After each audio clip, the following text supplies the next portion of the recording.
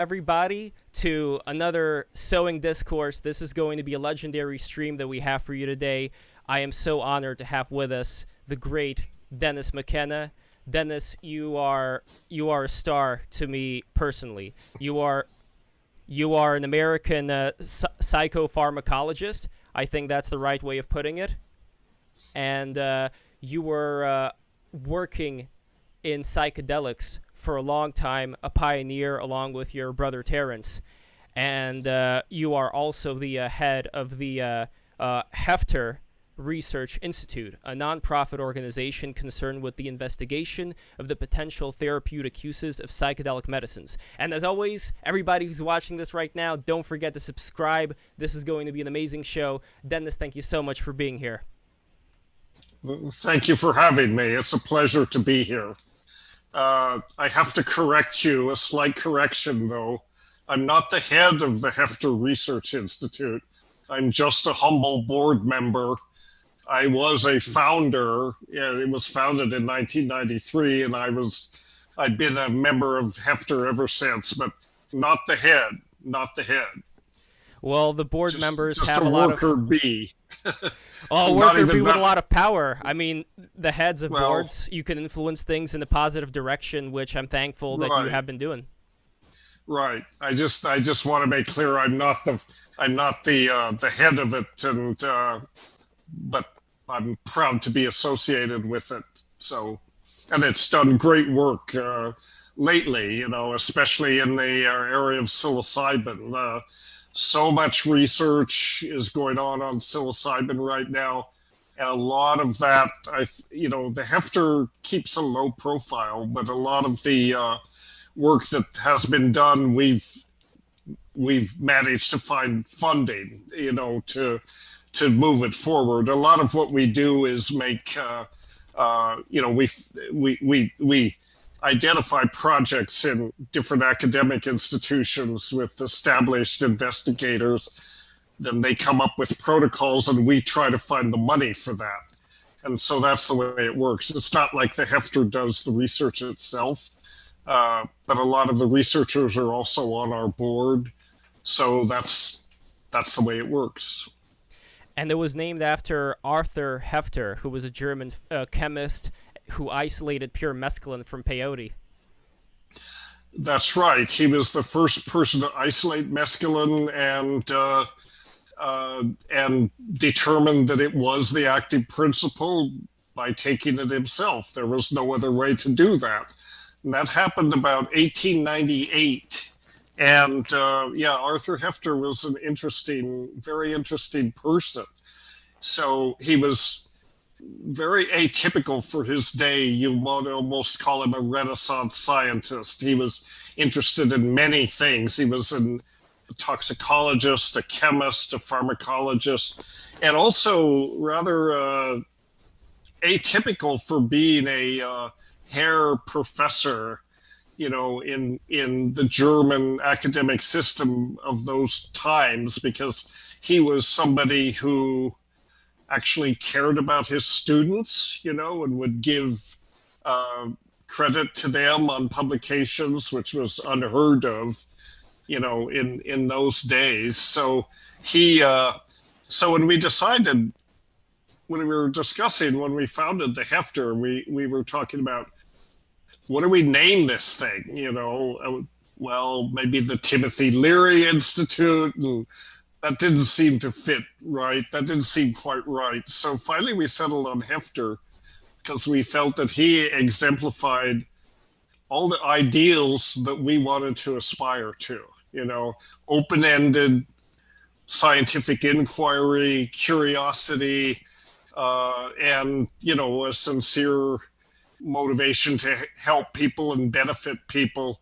Arthur Hefter was all of those things. And a few years later, we made connections with his, I believe it was his grandson.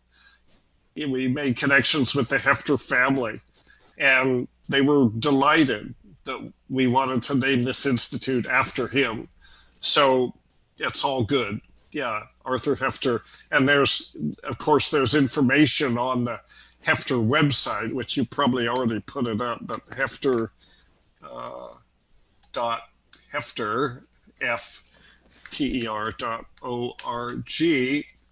We will put it up in the chat for those who aren't aware. The Yeah. side window to my left, that's the official BTR Discord server chat. So whoever goes in there could also put up images and links and posts, just letting you guys know about that. And also, I also want to say what I completely forgot about is I'm so honored to have you here, and to keep these kind of conversations going and alive, I would ask people to please go to patreon.com/11joules and become a patron. And every time you become a patron, it's actually going to show up right on this screen, and we're going to give you a shout out. So thank you guys so much once again. So when it comes to somebody like Mr. Hefter, it's a really rare thing, I think, in science to have somebody like that. When I was speaking with Rupert Sheldrake over at the National Arts Club, I had him over as a guest. He was talking about how the establishment, whenever somebody comes in that's contrary to whatever the prevailing view is, they always end up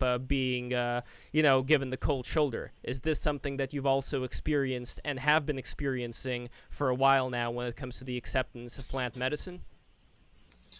Well, yes, of course. I think anybody involved with psychedelics for a long time, it's been a marginalized area of research, and kind of a red hot potato in terms of a lot of people for many years. The perception was that if you wanted to devote your career to psychedelics, you must be crazy, number one. Number two, you must not care about having a career, because to make that choice was to basically kill your career or make it very difficult anyway.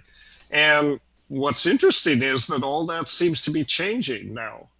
So, for many years, psychiatrists, for example, would not consider devoting their lives to psychedelics or becoming psychedelic therapists because there were just no opportunities. Now, with all this research coming in, and psychedelics are becoming almost respectable again, a lot of young investigators, scientists and physicians and so on are making those choices, and it's a viable choice. There's been an uptick in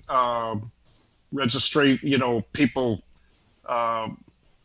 directing their careers toward psychiatry because they see an opportunity now to use psychedelics, which are much more effective than the usual menu of psychopharmaceuticals, which don't really help people very much. They're kind of like Band-Aids, whereas psychedelics give a physician, a healer, an opportunity to work with somebody and really get to the root of their problems, and so I think psychiatry as a profession has been frustrated for a long time, especially among younger people, because they think, they really want to work with psychedelics and they don't see much opportunity to do that.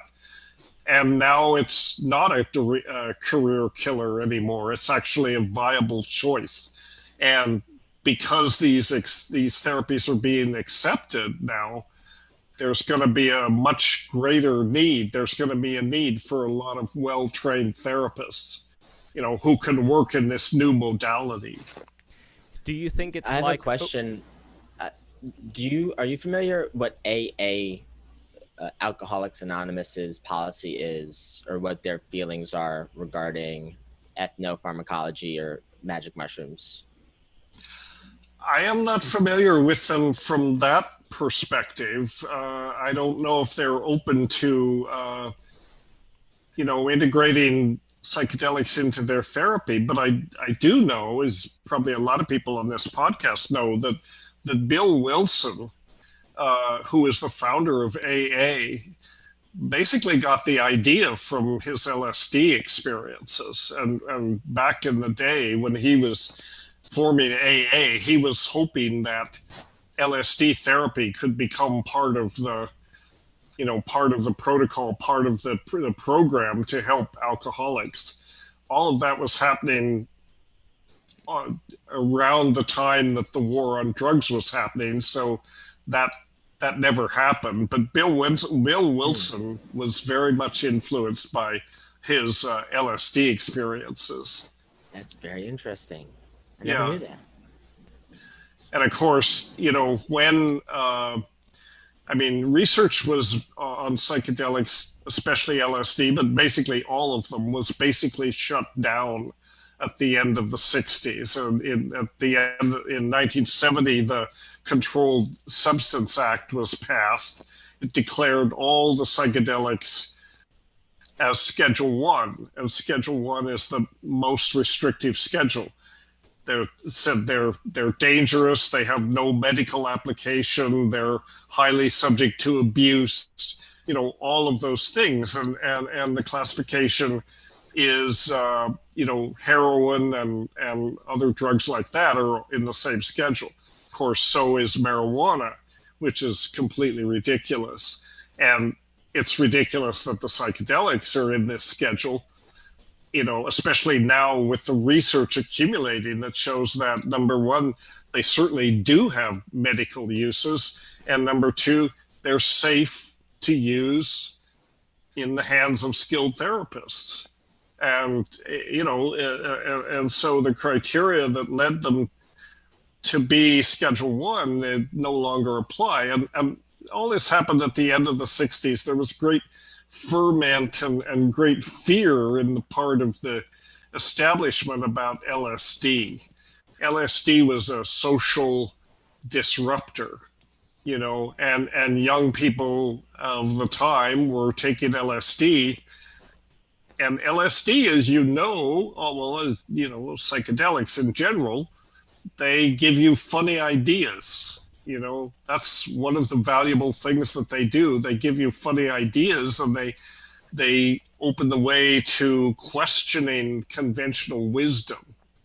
And the idea, for example, that I live to work in a cubicle for the rest of my life, and a lot of people question that. Or at the time, this was the Vietnam War, and people were, definitely seeing that was a bad idea. And I think people's insights from LSD was a big part of that.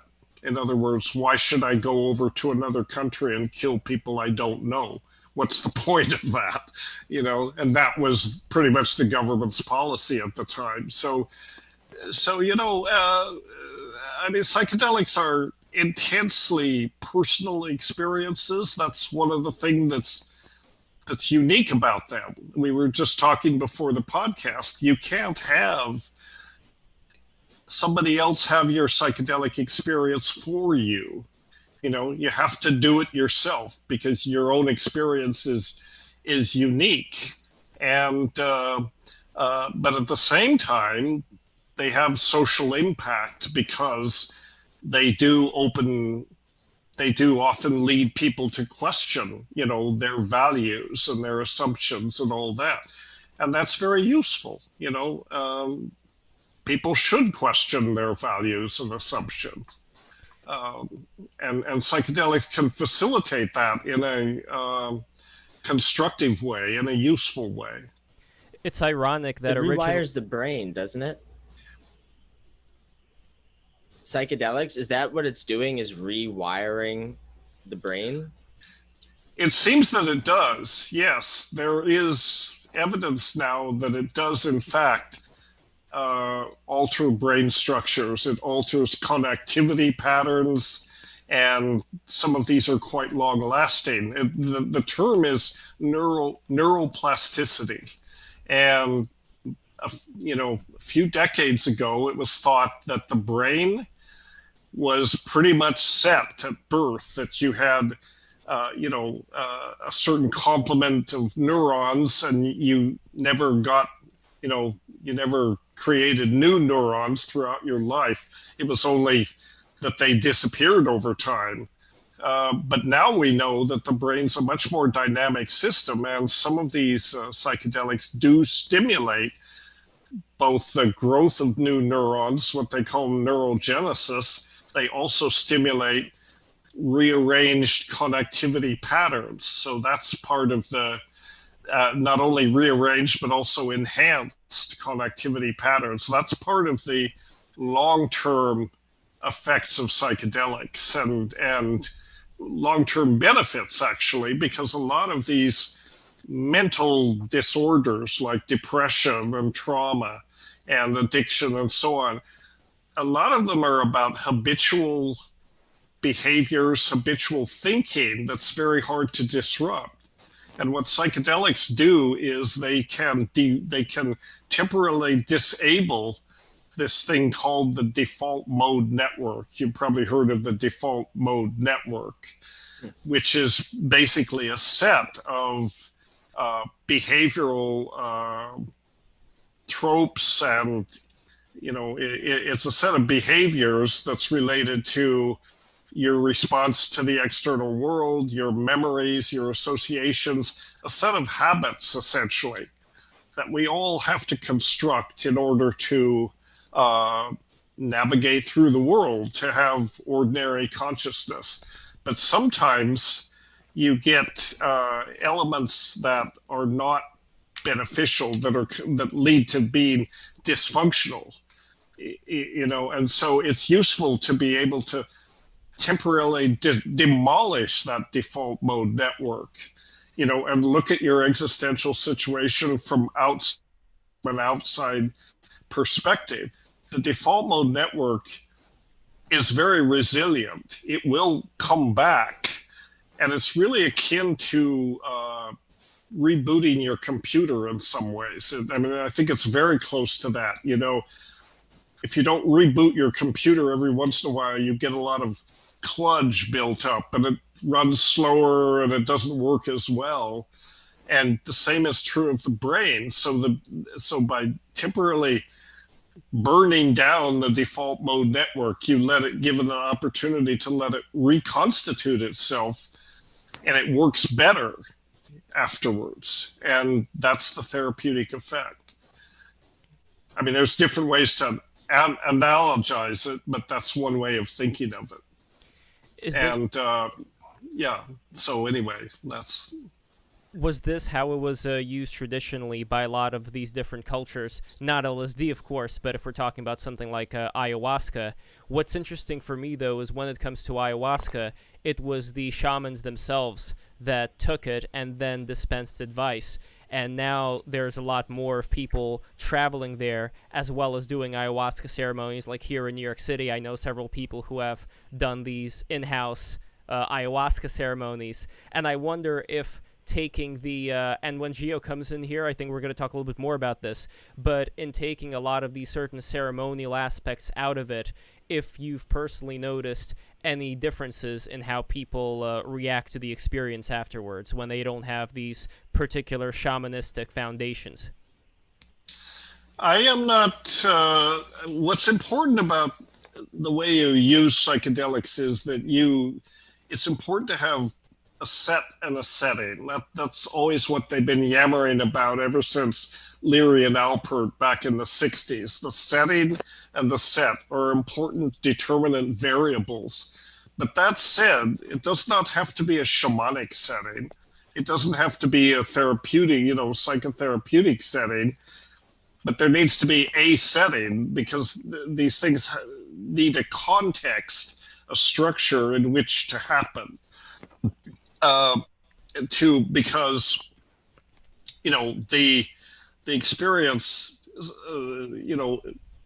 gets you in a place where all your touchstones of what it is to be you are taken away temporarily. That can be very terrifying. Exactly. But in the right setting, the whole thing is about you're doing this for a purpose. The trick is surrender to it, knowing that it's temporary, but that, for a while you're going to be out there in the cosmos or wherever you are.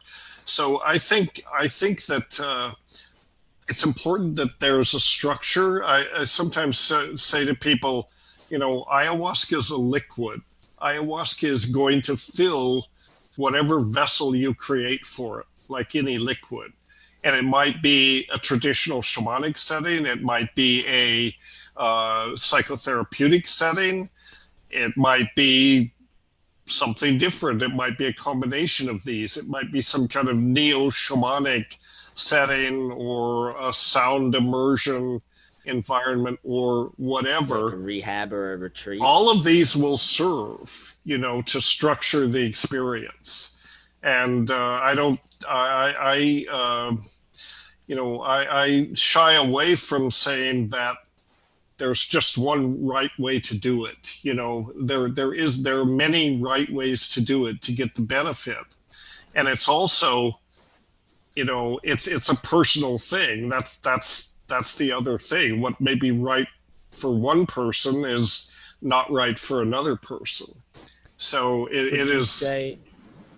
Yeah, and I'm just saying every person's experience is unique, and so in the ceremonial setting, the thing that we strive for when we do our retreats and so on with ayahuasca is to facilitate the encounter between the person and the medicine in an environment that's safe and supportive, but not necessarily directing it. Provide the environment, provide the supportive setting, and then step out of the way and let it happen.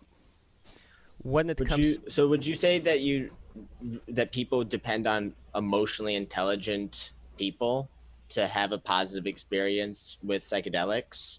Because go ahead, maybe that's enough. That really is my question. I have reason to believe that the emotional intelligence of the people you're with when you take psychedelics can determine your experience.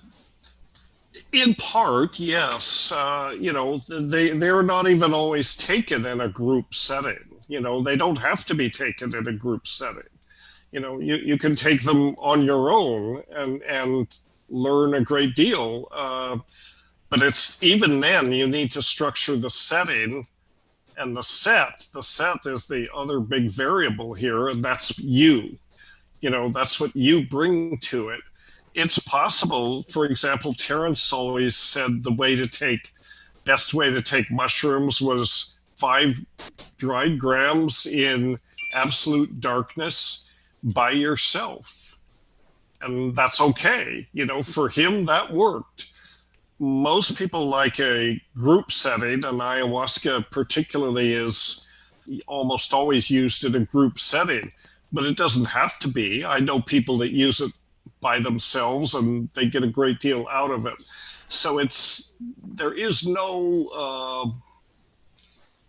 hard and fast rule, for the proper way to do it. Other than, I think I think that the more freedom a person has in terms of how they choose to approach these things, the better off we are. The hard and fast rule is just don't be stupid. On the freeway at 70 miles an hour, that's probably not an appropriate setting. You want to structure it so that you don't have to worry about that stuff. You want to make it so that you can focus on the experience. So you want to be in a calm, peaceful, place. Some people maybe want to go to a rock concert and so on. Certainly back in the 60s we did, but we were naive. If it works for you, fine, but rock was a kind of religion back then too, in a way. There was something spiritual about that whole experience. Yeah, that's right. And it doesn't have to even be spiritual, but it has to be, I guess maybe a key point to be made is that there is no one right and wrong way to do it, but the point is to empower yourself to have the experience. Ultimately, this experience is coming out of you. Even though it may appear that, and this is often goes on in psychedelics, people say, well, these are plant teachers. That's a loaded term. They are plant teachers in the sense that you learn from them. But I think you have to be careful of disempowering yourself by attributing to them a power that really is within you. I think that what the plant teachers do, what the psychedelics do, is they bring you to, they let you experience a part of yourself that is coming at you as though it wasn't part of yourself. This is part of this default mode network thing, stepping out of your reference frame, but it still is you, basically. It's just an aspect of yourself that you may not easily be able to access any other way. It's like the teacher within, if you want to put it that way. well, with the teacher within, it's kind of like the Tibetan Book of the Dead. When they talk about the experiences that you would have in the Bardo state, they're saying that this is all a part of you. Now, whether we can stretch that to say that this entire universe is a part of you in that way, I wouldn't necessarily say that it means that this is only going on inside of your brain. I think that there may be a lot more to this whole experience of being embodied in this state that we call reality. But be that as it may, on the other side, you have people in Silicon Valley who are microdosing while working, and I've seen a lot of people express a lot of disagreement with that way of handling it, where they talk about how the hippies had this great idea of a renaissance in culture, and instead a lot of those same hippies are sitting down creating weapons of war and advertising tech while microdosing on these substances. So it's almost, that's the negative edge of this sword when being used in this way, but I'm curious what your thoughts are on that. Well, yeah, I think, again, I'm not interested in telling people how to do it, but I am interested in sharing my ideas about how to do it. I'm not wagging my finger and saying, if you don't do it this way, then you're, but I think the microdosing is, the whole point of microdosing is that you're using a subpsychoactive dose, right? So what you're basically doing, you might get much the same benefit from taking a stimulant. Amphetamine will increase your cognitive capacity, or, a strong cup of coffee will bring about the same thing. I think in some ways people like to, I'll be criticized for saying this, I don't care, but I think a lot of people who are microdosing, they do it because it's hip, it's trendy, and they never actually have to approach a real psychedelic experience, and so it's safe. It's basically, if they would boost the dose a little bit once in a while, they would realize that just around the corner, or just a little bit higher, there is a world of wonder which they may never suspect if all they ever do is microdose. I think that microdosing can be useful to reinforce the lessons and the habits that you learn from a macro dose of ayahuasca, or of a psychedelic in general. It helps you to integrate that. It helps you to return to those moments of insights without actually repeating a full dose. And so that sense, it can be useful. But the microdosing is, I'm a bit skeptical about it. I haven't seen any good studies that show microdosing actually works as opposed to placebo.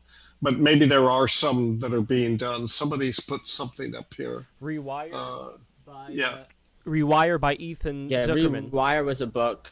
That was a book recommended years ago by Jason Silva, who's a big advocate for psilocybin. And he's interested in how society's changing and where technology is leading us. It does seem a lot of people in Silicon Valley, like the tech people, also are very interested in ethnopharmacology. And I do think sometimes big tech gets bundled with like big pharma, And I actually think they're diametrically opposed in a lot of ways. I think big tech is very frustrated by big pharma, but I'm an outsider is with that stuff. How do you say it's frustrated by big pharma? I think that, like, Martin Shkreli is a case study that I've been very interested in, because he, if you're familiar, raised the price on his life-saving drug from like Yes. $10 to $750. Right, right, And right. there were students at MIT who replicated this patentless drug. They were able to make it for $2. It was molecularly identical. And because of the way the FDA is set up, they weren't allowed to introduce it into the market at all, right? So the FDA created the monster of Martin Shkreli that it was intending to protect us from. Right, right. I get you. Yeah. Well, that's right, and that's you know, the deck is stacked definitely against people like that, pharmaceutical entrepreneurs. The deck is stacked against natural medicines. Big pharma does control a big part of the basically of the whole healthcare industry. It's based on pharmaceuticals. It's based on pharmacotherapy. And I think this is one reason why psychedelics have been marginalized for so long, because there's no revenue model here. Pharmaceutical industry, they want to make drugs that a person takes, twice a day for the rest of their life. That's the revenue model. Psychedelics don't fit that model. Psychedelics actually produce curative experiences. One can get to the root of your problem and actually resolve these issues after a few sessions. So big pharma is not interested in drugs that you might take 2 or 3 times in your lifetime. There's no revenue model for that. So I think that's been a part of the resistance, and it's true but something has changed, something in the perception of the potential of these things, but they cannot be integrated, in my opinion, they can't be integrated into biomedicine until you completely revolutionize biomedicine, because the way that healthcare is paid for, the way that the insurance companies cover treatments and that sort of thing, it does not lend itself to a therapy where a therapist has to spend more than 15 minutes with their patients. Patients now, whatever your problem is, you get to see a psychiatrist. Maybe if you're lucky, you get to talk to a therapist for 10 minutes, and they send you out the door with a prescription. And that's all you can expect. That's all you have the right to expect. Then you go fill the prescription and you take an SSRI or one of these things, which barely has any effect, not much better than placebo. And there's been many studies that support that. And, and that's the way they like it. Well, if you're going to integrate psychedelics into biomedicine, you have to completely change that paradigm. It's all about paying for therapy. The revenue model is in the support that's provided, not in the drug. So the therapist doing psychedelic therapy has to be willing to work with patients over a prolonged time to help them prepare for the experience. That may involve several sessions, then have the experience, then integrate the experience. So they may have to spend, instead of 15 minutes, they may have to spend 10 hours, who knows, much more time. Years ever? Yeah. And over years, well, yes, and over years, except that psychedelics facilitate radical change because of their ability to restructure this default mode network. So years of therapy, that's the old model. Psychedelically assisted therapy is effective after a few sessions. Many people will tell you, their ayahuasca experience, for example. Many people have told me, I did therapy for years. I learned more in one ayahuasca session than I did, through years of therapy. So that's, again, this doesn't fit into the economic and revenue model of biomedicine. It has to be completely changed. And so it's very threatening, to the powers that be. But yet, there are obviously forces in the opposite direction that are mitigating against this. And people are sick of therapies that do not work. People have real problems. And I think it's becoming clear to many people that the usual therapies don't work. That's why they're looking for something else, something outside the conventional therapies. And I think that's true on both the in terms of the medical model and also the spiritual model. Some people take psychedelics for spiritual discovery, spiritual development. And they do that in part because our spiritual institutions are completely hollowed out. They don't deliver what people want in terms of a genuine, meaningful experience. And psychedelics can actually do that. The early work of Roland Griffith and his group at Johns Hopkins that kind of marked the point at which the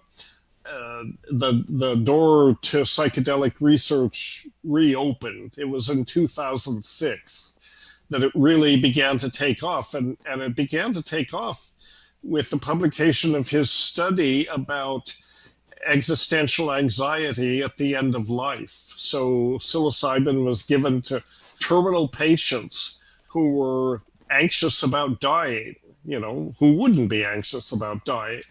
Definitely they were terminal, they knew they were dying, and some people can be at peace with that without an assisted therapy, but other people, it really disrupts their quality of life to realize that, their life is coming to an end.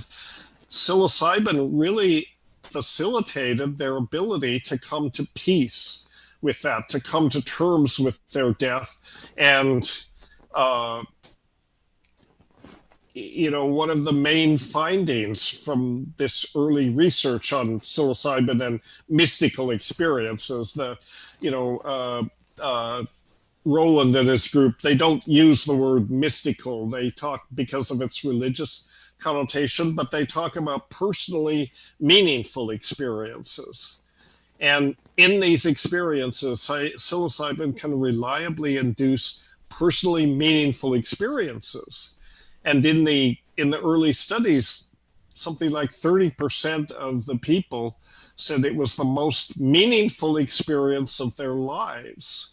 And other members of the study cohort said it was among the top 5 most meaningful experiences of their lives. So that's a huge thing, because people need meaningful experiences, and that's a lot of what is involved with the sickness, the spiritual sickness of our society is people feel there is no meaning. There's a real tendency for nihilism, to think there really isn't any meaning to any of it, to give in to existential despair. I don't know, maybe existential despair is closer to what we should be feeling, because things are really screwed up. No, the only nihilism I'm a fan of is worship of the Nile River and the bounty that it brings. Right. I don't think that nihilism is particularly useful. It's certainly depressing, but there's the temptation. Psychedelics are maybe the antidote to that in a certain way. And I think one of the things that they teach us that we can learn from them is really the meaning of life. Again, is something that comes from within, and in our society, our focus is really toward the outside. If I can only buy this new car, or, get this fancy girlfriend, or get, material things, my life will be fine. My life will be meaningful. And then people get these things and they find that, it doesn't make so much difference. You got to look within. And I think psychedelics are a lens that lets you look within and realize the meaning within yourself. If you look back on these psilocybin end of life therapies, and you look at the videos of the people that underwent these experiences, you can find them on the Hefter website or maps, or they're actually all over the place, the Johns Hopkins psilocybin study. But people say, well, they take it. It's very often that people say, I decided to enter this study because I was actually terrified of dying. And I couldn't get off that. I was just preoccupied with that all the time, and it was making me miserable. Then I had the therapy, and then they come away from that and they say, wait a minute, you know what? I'm alive now. I am alive in this moment. Why not focus on that? Sure, I'm going to die. Everybody's going to die sooner or later, but why not focus on being alive? And that change of perspective really gave people a lot of hope and a lot of peace, to be able to have that experiences. And now here comes trouble. I see Yes. John Chavez, half ahead. Yes, John's gonna adjust his camera, and we have Gio here. We have my friend Michael Scotto back with us, and we have a newcomer, Rusty Eggson. I don't know if I'm pronouncing that correctly, but with the Jules avatar. So, guys, thank you so much for coming in, and this is the portion. This is the portion of discussion where we have a Q&A/conversation, but also I want to remind everybody who's watching, please don't forget to subscribe. And also, guys, just so you know, if you look at the lower right-hand corner, the Contribute tab, streamlabs.com/11joules. If you want to give us a little something, wet our beak a little bit, then whatever message you write is going to be prominently displayed on the side of this video stream. So with that out of the way, welcome everybody, and I would love to start with Gio. I know you've been very interested in Dennis McKenna's work, and as well as the work of his brother. So whatever you would be interested in talking about, here we go. That's okay, kind of hi Gio. Hello, Dennis. Nice to meet you. That's kind of very well open because, for years and years I've studied Terrence and Dennis's work. I guess to start off with, Lev, you asked one question we were discussing about the nature of the appropriation of the psychedelic experience, whether you want to say forces of capital or forces of Silicon Valley. I was rewatching, I don't know if you're aware, Dennis, the film that Terrence had a cameo in. I believe it was the same director of Alien Dreamtime. It was called Strange Attractor. Mm-hmm. Yeah, where Terrence was talking about the blue apple, and of course the blue apple is a metaphor for psychedelic experience. But I wonder what you think about this strange sort of intersection between VR technology, eroticism, or like tantric beliefs, psychedelia, and also the pervasiveness of, within the last, I would say, since Terrence's death till now, the burgeoning psychedelic aesthetic movement. You have people like Spinoza and Alex Gray and so forth. What do you think of the nature of aesthetics of all of these forces coming together in the wake of the explosion of the New Age movement in the 90s and the psychedelic revolution and so forth? Well, you don't ask the simple questions, do you? Sorry about that. I don't know. Oh, I think I mean that's the short answer. I don't really know. I think that I think it goes back to the fact that psychedelics are such a personal thing, and everyone with an interest wants to connect in their own way, and so they invent, or they either imitate what someone else is doing, or they invent certain ways to approach it that are personal for them. And I think that's okay. I mean, and psychedelics have always been if you look at it in the indigenous context, from the standpoint of ethnopharmacology has always been an experimental endeavor, and you think about shamans, I mean, they're really scientists in some ways. What do? They muck around with plants, they try different combinations, they see what works. And then out of that, you get knowledge accumulated, and then these traditions become rigidified, like any tradition. And after a while, you've got an ayahuasca tradition that is,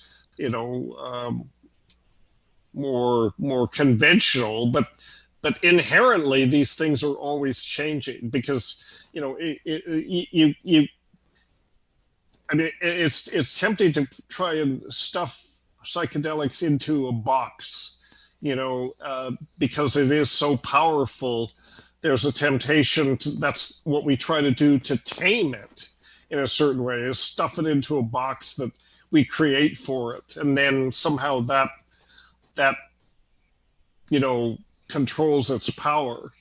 But we shouldn't delude ourselves. About the time that we've decided we've got a handle on this whole thing, it will surprise you. It's full of surprises. That's inherently what it's all about. If there weren't any surprises, why do it? It would just be boring. So I look at this in a couple of ways. I think that people have had a long relationship with psychedelics. I just got through rereading Terence's book, The Food of the Gods, because I was asked to write a foreword for it,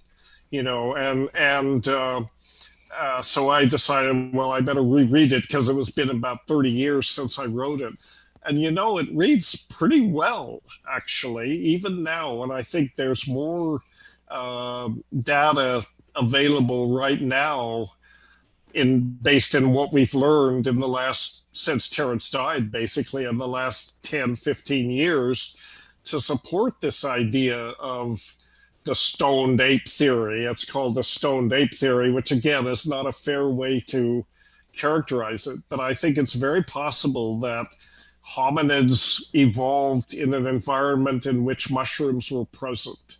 And I think it had a profound influence on essentially the evolution of the human mind and the human brain. These mechanisms. When Terence wrote the book, nobody talked about neuroplasticity, and nobody talked about epigenetics. Those are the two key mechanisms that give the stoned ape theory a plausibility, because we know that psychedelics can induce these changes in the connectivity and structure of brain systems. And epigenetics is a mechanism where, not through mutation and selection in the usual way, but through epigenetics, these changes can actually be transgenerational.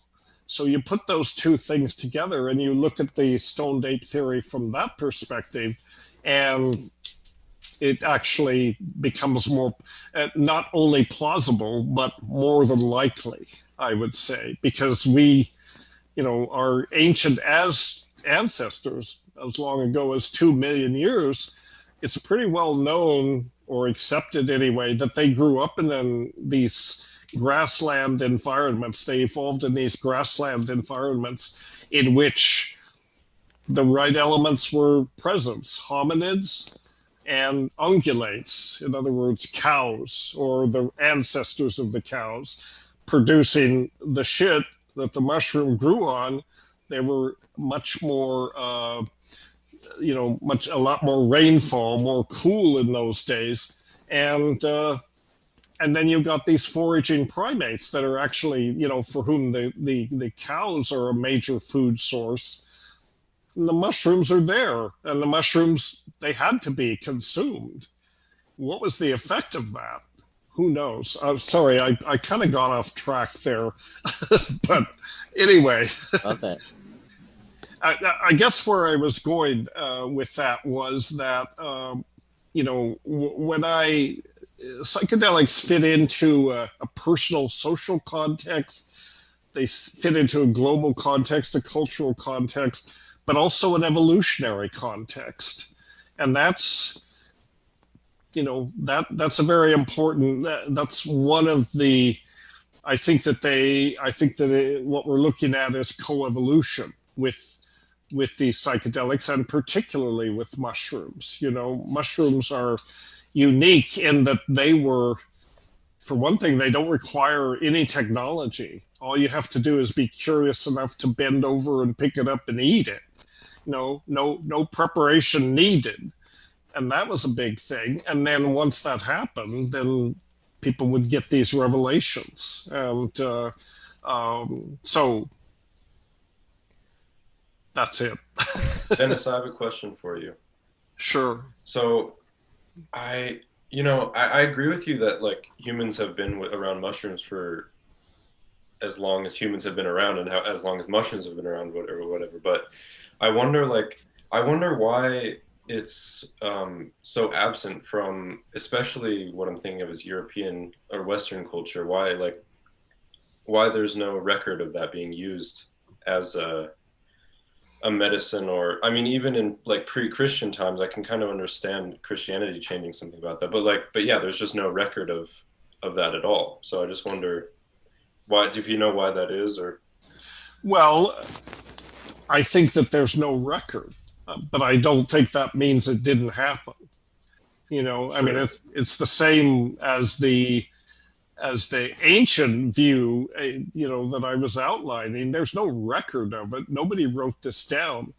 But we do know something about what the environment was at that time. And, would make a reasonable supposition that, and we know that hominids evolved in these environments, and most likely, if they involved in this environment, the mushrooms were present and they took them, but there was no writing at the time. Nobody could write this down. Yeah, of course. And in the European tradition, these, I mean, there are not explicit records, but there are allusions to different practices, esoteric knowledge, and this sort of thing. And a lot of people have made, a lot of scholars have made, sort of hobbies of looking at different iconographies and so on. For example, in Christianity, there are all sorts of iconographies that show mushrooms. And some of them show mushrooms that look so close to species that we know that, they're almost identifiable taxonomically. So something was going on in the early church. There was an esoteric tradition. Of course, the mainstream traditions are, I mean, they're very invested in denying this. There's an interesting book called The Psychedelic Gospels that looks into this. And then, the European forms of shamanism, whatever they might have been called, witchcraft, and that sort of thing, probably involved the use of psychedelics. In the more temperate climates, there was not Stropharia cubensis or Psilocybe cubensis. Psilocybe cubensis is a tropical species, but in the temperate regions, there's Psilocybe semilacciata, the liberty caps, and they've been around again for thousands of years, and they're much less sort of noticeable. But people, I'm pretty sure that the Druids and people like that knew about these mushrooms and probably used them.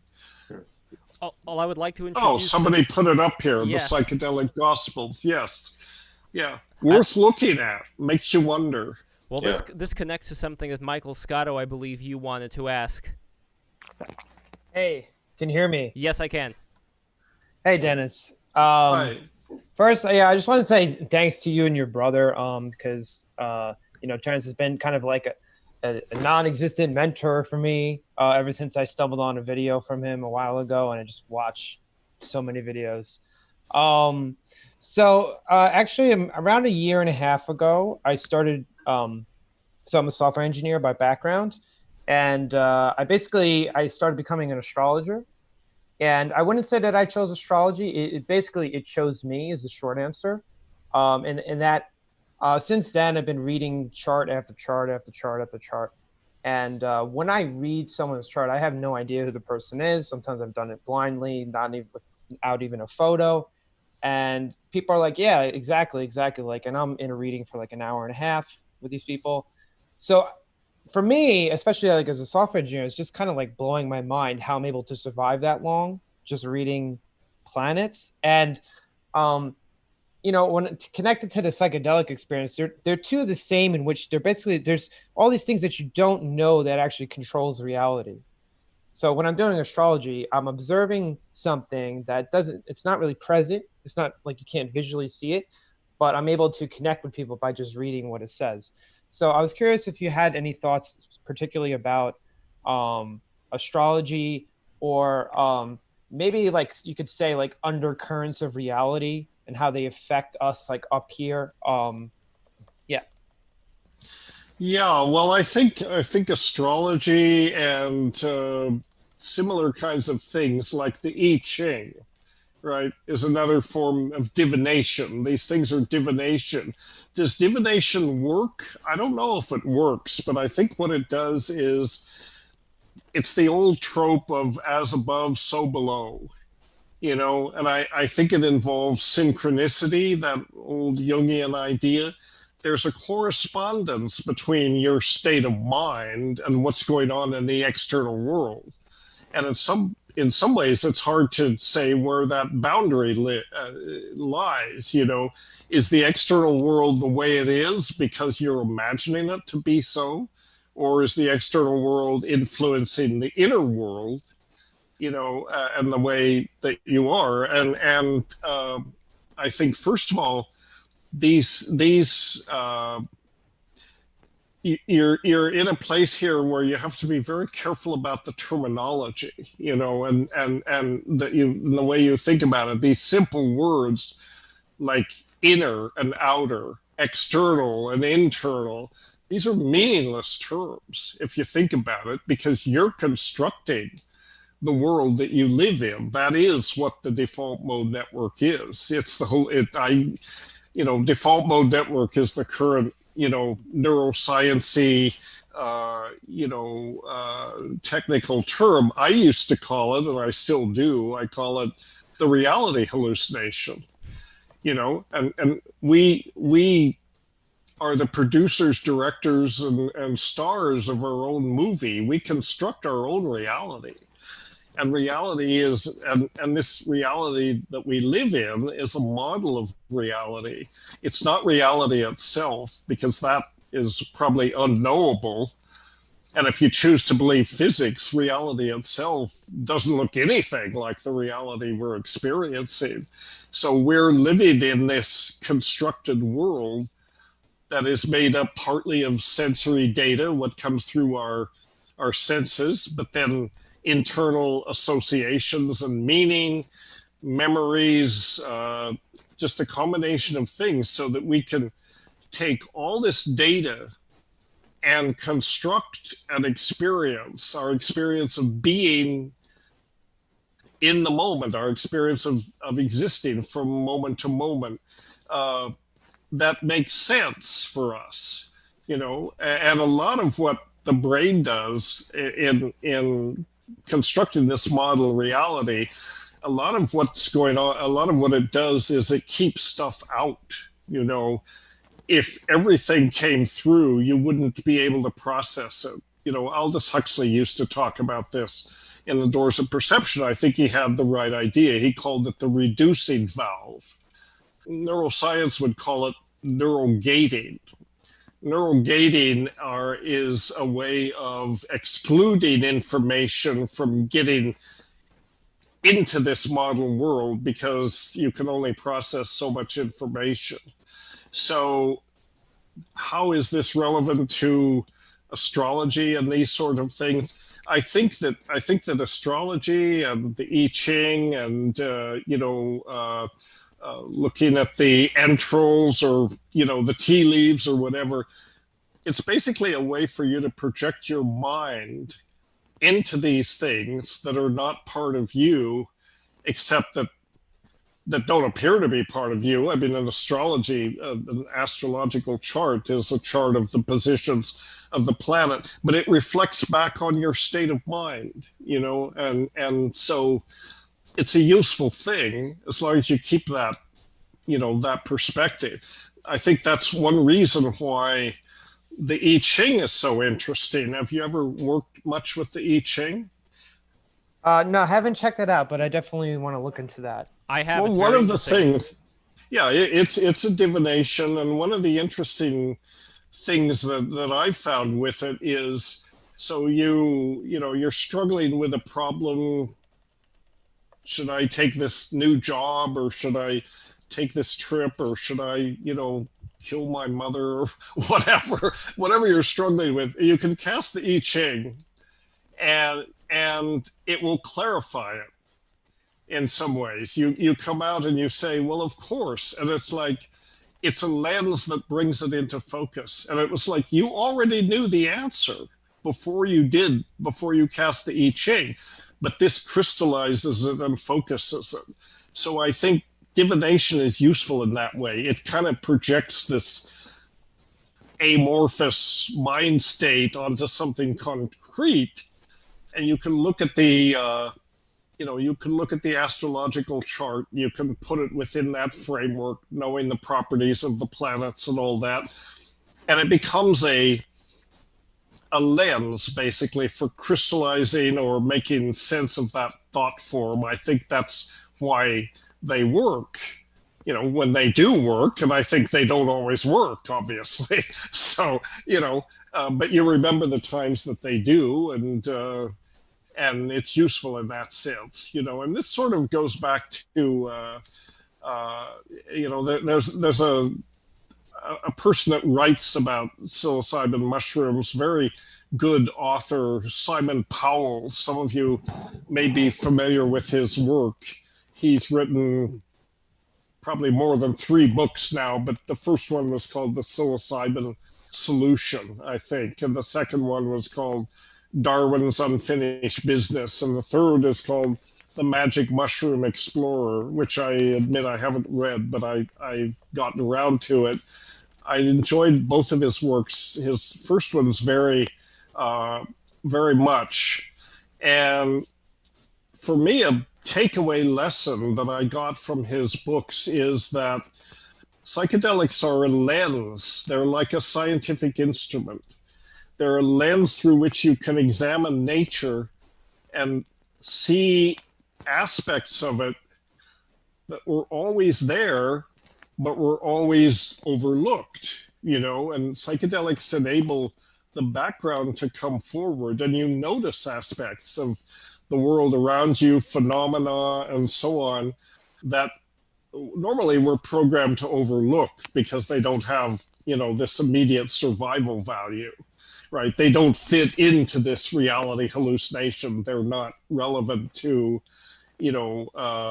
our immediate survival.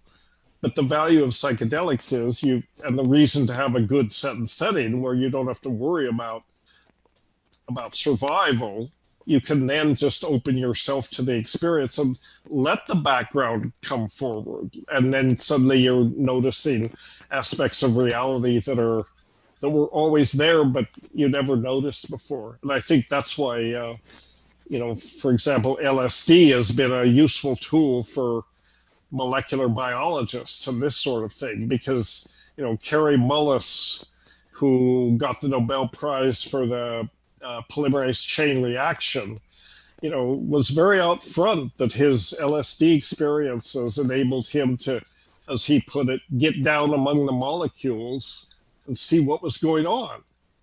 And it's not a real thing. I mean, nothing is a real thing, but it's not a delusion. It's an actual insight into how it works. And it's kind of a VR experience. I had a similar one myself on ayahuasca about photosynthesis.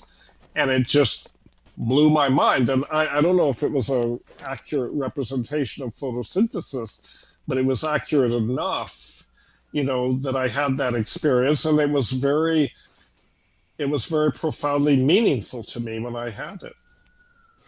Have you heard of the term unus mundus? Is that a familiar term?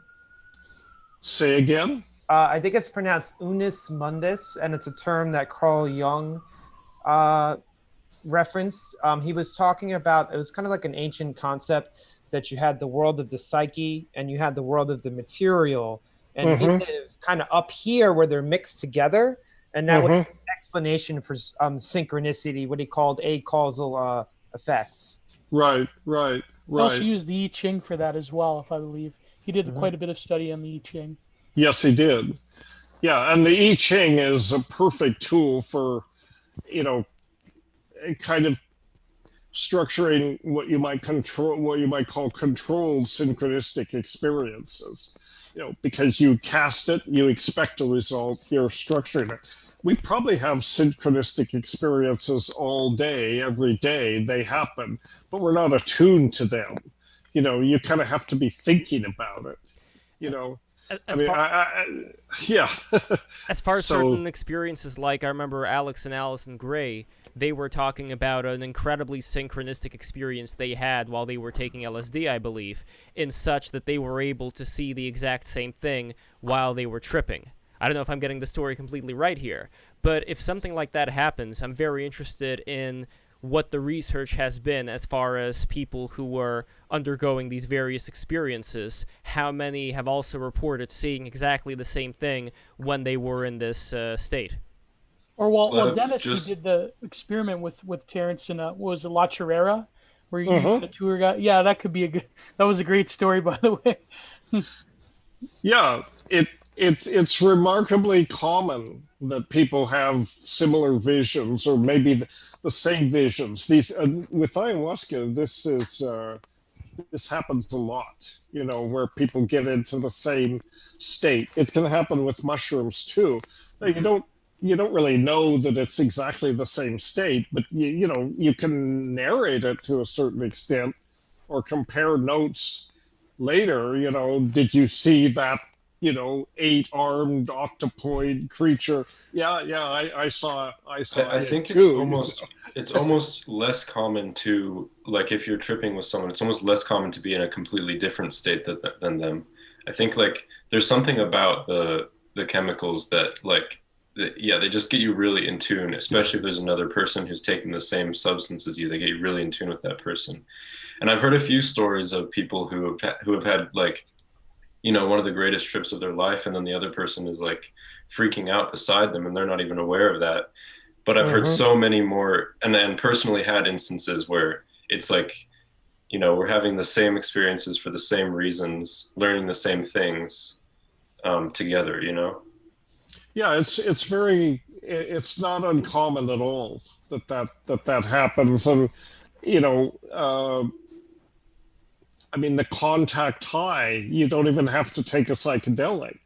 If you're in a room of people who have taken a psychedelic and you haven't, chances are you're going to get some contact high effect. And I don't know if there's a reductionist explanation. Maybe it's pheromones, maybe it's something like that, or maybe it's just the general ambiance of the experience. But I think, this whole thing about, commonly shared visions and experiences, this, people might say, well, that's telepathy, and maybe it is telepathy. And I think that, this is an area of to be explored with psychedelics. I think that extraordinary human experiences, the so-called paranormal and so on, they don't reliably happen with psychedelics, but they do happen sometimes. And there's a psychedelic researcher in the UK. His name is David Luke, and he has written about this, psychedelics and ordinary human experiences. John knows him, and it's worth looking into what are these things.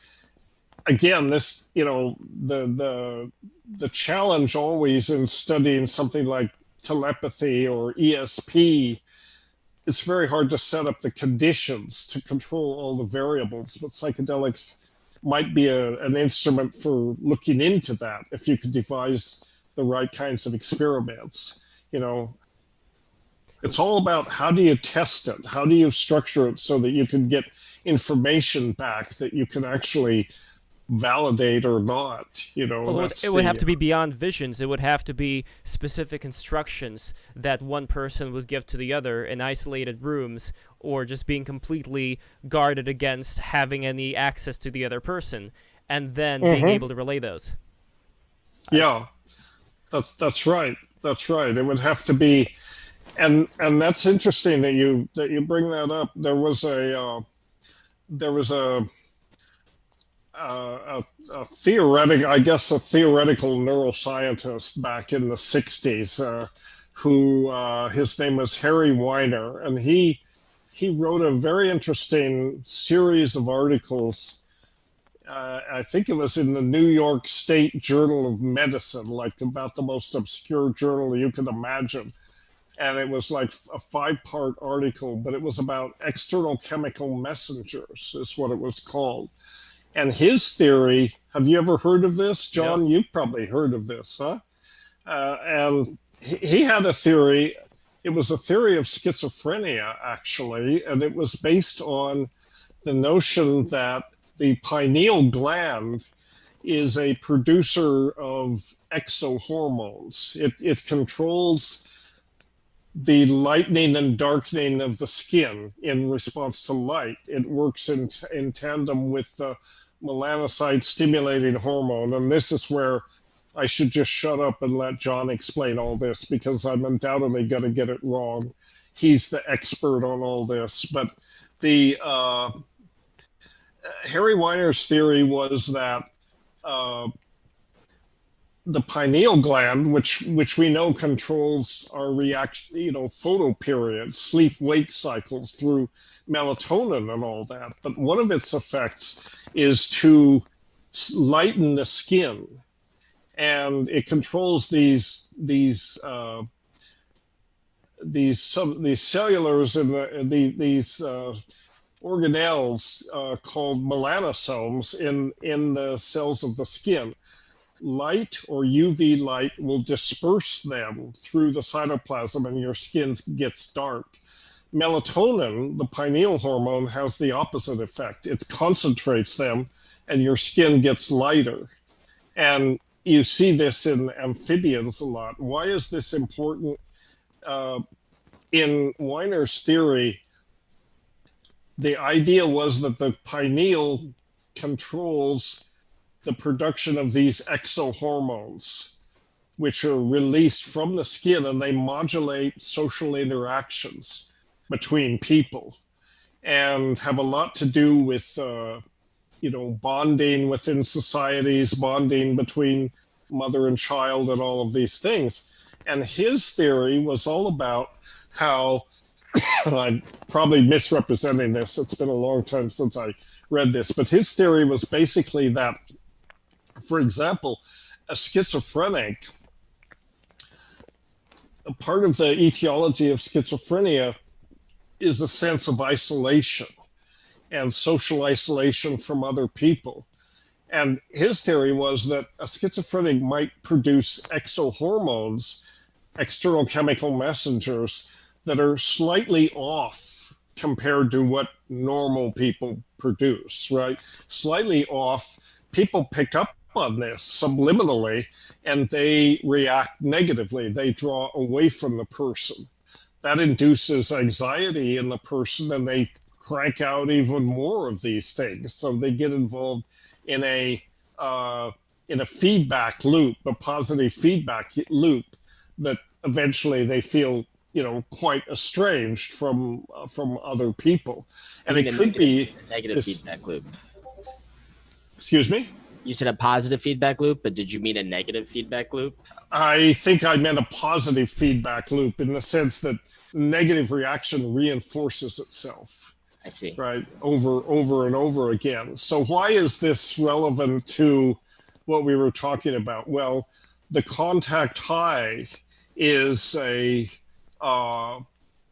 example of this, and he cited a study where in social interaction there can be a dominant person and an undominant person. We all know about the alpha male, right? That kind of thing. He cited a study, and I have to dig back into the paper, but some studies where people took LSD in separate rooms, separated by in one part of the clinic, and when the dominant person took LSD, the submissive or the subdominant person, whatever the term is, in another part of the room, in a completely different part, had a contact high experience. They had an LSD-like experience, even though they hadn't taken anything. When they reversed that, and the dominant pheromone person took nothing, took the placebo, and the subdominant person took LSD, neither one had an experience. So I always thought that was pretty interesting. And I don't know if it's true, but he cited this study, and I think it kind of fits. So that speaks to the social dynamic that goes on with these things. And so who knows? You were talking about isolation and how people can pick up on someone being isolated. Do you think that's connected to how maybe in nature, or people in general, people who seem love deprived, like almost appear repulsive to some people? Like if you're being deprived of love, or if you're so love deprived, it's almost like that signals a subconscious reason. Oh, there must be a reason people avoid you and why you're isolated. And that contributes to the positive feedback loop that you described. That's exactly what I'm talking about, that kind of thing. And it may just be, what we call the vibe. You can tell when people are putting out a vibe. You can kind of tell what their feeling is. But Weiner's theory postulates there's actually a biochemical basis to this. These external chemical messengers, these pheromones that people produce. That may be it. I'm trying to think. There was another interesting thing that he said about this, but it will come to me. But it kind of makes sense that could be going on. Well, I would love to introduce Verse Lalu into discussion. We were talking before about fortune-telling. Verse has the Knight of Swords, the tarot card, as his avatar on Twitter. So I don't know Verse. Yes. Get in our Discord, bro. Why aren't you in our Discord? Yeah. I actually just don't like Discord, to be honest with you. I rarely use it. It blows my phone up with notifications. Discord's coming back. Yes, coming back, baby. Discord. And in fact, anybody First, turn your mic down. Yeah, you got to turn the mic down. Anybody who goes to the Discord, you can. Yes, Verse, your mic's a little bit like something's getting done. Yeah, loud, and also, how do I describe it? It sounds a bit like. Wait a second. How about now? You're right. Is it good now? Yes, it is. Choppy. No, I think it's good I was now. on the wrong. Yeah, there we go. Okay, I was under the wrong setting. Okay. So, Verse. Wait, first fortune telling. Yes. Just to complete the thought, I remembered what I wanted to say about Harry Weiner. Another interesting thing he said in this five part series of papers. He said some therapists are especially good at diagnosing schizophrenia and treating it, right? And some therapists are not so good. They're not really able to work effectively with schizophrenics. Many of the therapists who are very good at it will say, I walk into a room and I know immediately if there's a schizophrenic in the room because I can smell them, which I thought was interesting. So some people are just unusually attuned to these biochemical signals that for most of us are just subliminal, but some people, and they are the people that have the best luck treating schizophrenic. So I thought that was... I would agree with that. I would definitely agree with that, because that actually ties exactly into what I was about to say with the fortune telling. I don't think it's like seeing the future per se. I think it's more like empathy or telepathy, where like the reader uses the archetypes from the cards and their like empathic or telepathic like understanding of the person that they're reading from, and then they use this to kind of like project what they see the like outcomes for this type of person's behavior would lead to. So similarly, like, because some people are more attuned, I think, genuinely, because we are a social animal, into the subtleties and nuances of like other people, from like smell or like just intuition from like being near them. You can kind of pick up people's biorhythms and stuff. So, and there's studies about like people being able to sense interstitial beats from hearts. So I think it's very much more like an empathic, telepathic thing. I think these things are all tools for, in a way, projecting your inner states onto the outer world, and then it speaks back to you, in a way that's meaningful. It's another way to take something that's inside and externalize it so it reflects back on you.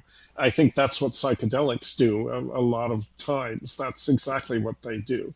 So then there's something like DMT, though, which people have described as completely different. I remember I was at this psychedelic event with you and Daniel Pinchbeck, and also John was there as well, and people were talking about these studies that were done on those who have gone through these various DMT experience where they saw angels, hellish beings, but they described it as being realer than reality. That seems to be the cliche when it comes to DMT experiences. And there are some people I remember talking to who say that the reason why they are afraid of taking DMT, and this goes to, let's say, a spiritual lineage that they happen to uphold, that the information that they received about it means that DMT may possibly, at least according to them, cause them not to be reborn again, not to reincarnate again.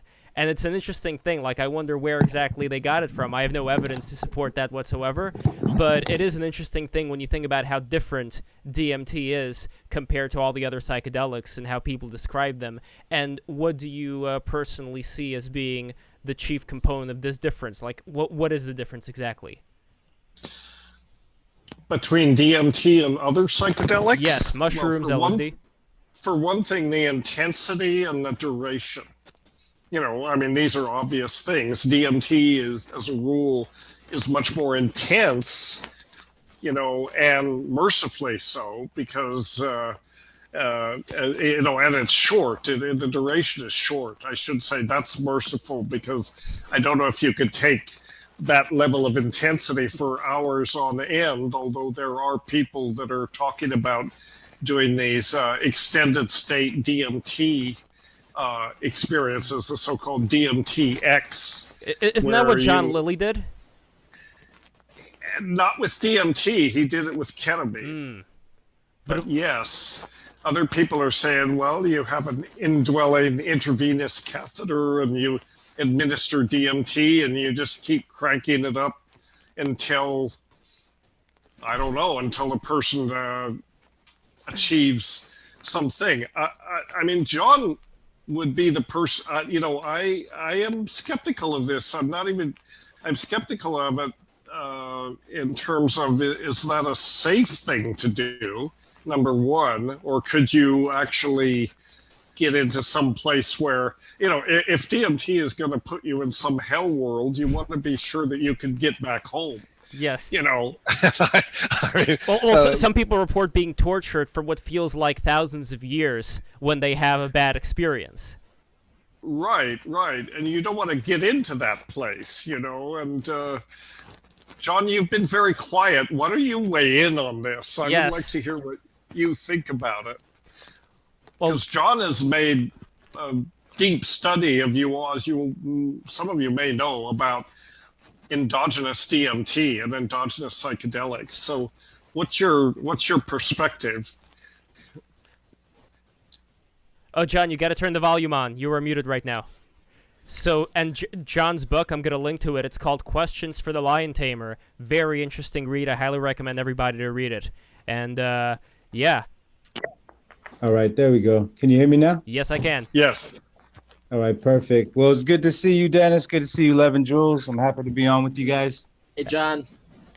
Well, endogenous DMT is obviously a very interesting topic of discussion. Psychedelic, one of the most powerful psychedelics, being endogenous, not only to the pineal gland in humans, but, I was out in Michigan over the past couple of days shooting the first DMT Quest documentary with John Dean and Nick Linos out of the University of Michigan. And Dean published a very important study last year in Scientific Reports showcasing the fact that DMT is not only just producing the pineal gland, but throughout the choroid plexus, throughout the brain, as well as the cerebral cortex. So that changes the discussion of endogenous DMT altogether. Mm-hmm. Not only that, the fact that DMT is produced throughout the brain rather than just one tiny organ, but he also found that extracellular levels of DMT within the brain are at similar levels of serotonin, dopamine, and norepinephrine. So this alludes to the fact that DMT is modulating our perception of everyday waking reality. It wasn't just that he saw elevated levels following a near-death experience or during the dream state or things of that nature. They were able to see that these levels are pretty similar to other common neurotransmitters. And I think that's one of the biggest findings within the psychedelic space of the last couple of years, being that there's been so much speculation about endogenous DMT and the pineal gland and things of that nature. One of the things I want to bring up to Dennis was the fact that, Terence McKenna had this thing called the stone ape theory, which he postulates that psilocybin, based on, not Terence didn't state it, but Paul Stamets has been the one proposing the idea that the neurogenesis properties and the neuroplastic properties of psilocybin are what allowed us to go ahead and have this huge leap in the growth of our brains, of our ancestors, leading to our development. But one thing I wanted to bring up to Dennis, and one thing I was really excited to talk about earlier in the year until the COVID fiasco, I was going to speak, Dennis asked me to speak at Terence McKenna's anniversary of his passing, was the notion that there's the potentiality that maybe endogenous psychedelics, not only endogenous DMT, but possibly endogenous 5-MeO DMT. Mm-hmm. And in addition to those two compounds, we have endogenous monoamine oxidase inhibitors, similar to those found in ayahuasca. I'm asking you, Dennis, what is your perception of the fact that maybe the machinery that we needed for things like neurogenesis, neuroplasticity have always been within the human brain, and maybe there is some sort of outside influence that caused a significant prolonged upregulation of these chemicals, leading to things like growth of the brain size and possibly affecting our evolution? What might have upregulated these chemicals? Yeah, or do you think that's even a plausible sort of theory? Because, I think that Terence's theory with the stone ape is very realistic to a certain degree. But at the same time, if we do possess a host of endogenous psychedelic, compounds, then there's also that potentiality, at least from my perspective, that I was going to propose that it's been already known that really weak fluctuations in magnetic fields, even to the picotesla range, which is even lesser than Earth's magnetic field fluctuations, can influence biochemistry within the brain. So I was going to propose that, much like we're undergoing a pole shift right now, if you look at mainstream news and you type in pole shift, in Google News, you'll see a slew of articles discussing this. And my hypothesis was that there's been pole shifts throughout history, obviously, and these fluctuations might have an effect on maybe upregulating the endowaska system, causing some of these neurogenesis, neuroplastic changes throughout history. Well, and yes, I mean, I think it's possible. You know, I think it's certainly possible if these changes in magnetic fields affect the levels of these different neurotransmitters. It's certainly possible. What's interesting to me, John, about these new findings with DMT that your colleagues in Michigan are coming up with, that really does change the whole conversation, because I think the mistake before, everyone was focused on the pineal gland, you know, and this pineal gland, it has all this mythology around it, you know, the third eye and all that stuff. And, you know, it is a, you know, very prominent in mysticism that it is the third eye. And it certainly does have the structure of, you know, there are elements of it that, you know, are like an eye, and it's a photoreceptor and all that. But the argument that it produces enough DMT to actually induce an endogenous DMT-like experience has been, you know, ridiculed and basically discredited by Dave Nichols and other people. But the finding that there is DMT throughout the brain at levels that are comparable to the other neurotransmitters, it really changes the conversation, I think. And if there's DMT present in the brain at these levels all of the time, why aren't we experiencing DMT-like states all of the time? You know, and it may be that, you know, it's just part of it may be that under ordinary circumstances, ordinary consciousness, it's part of the mix. It's part of the neurochemical soup that's going on, all these different neurotransmitters. But then for some reason, you can, like maybe in having a spontaneous mystical experience, for some reason, maybe these endogenous MAO inhibitors kick in. Who knows why? Maybe due to electromagnetic influences or dietary influences or whatever. And then so the mystery of it, or the key to these inner experiences may not be so much DMT. DMT is always there. It may have to do more with what causes the endogenous MAO inhibitors to suddenly upregulate, and then all of a sudden you have this spontaneous psychedelic experience. Yeah, that's a great point. And I think that going forward, University of Michigan at Jimo Borjigin's lab, they're going to be probing around and seeing if they could do some research regarding that. Because I think we need to understand the cascade effects. It can't just be we're focusing on one chemical. Since we know that monoamine oxidase inhibitors do occur endogenously, it would make sense that we see an upregulation of those, which subsequently causes an upregulation of DMT as well as other monoamine neurotransmitters. Mm-hmm.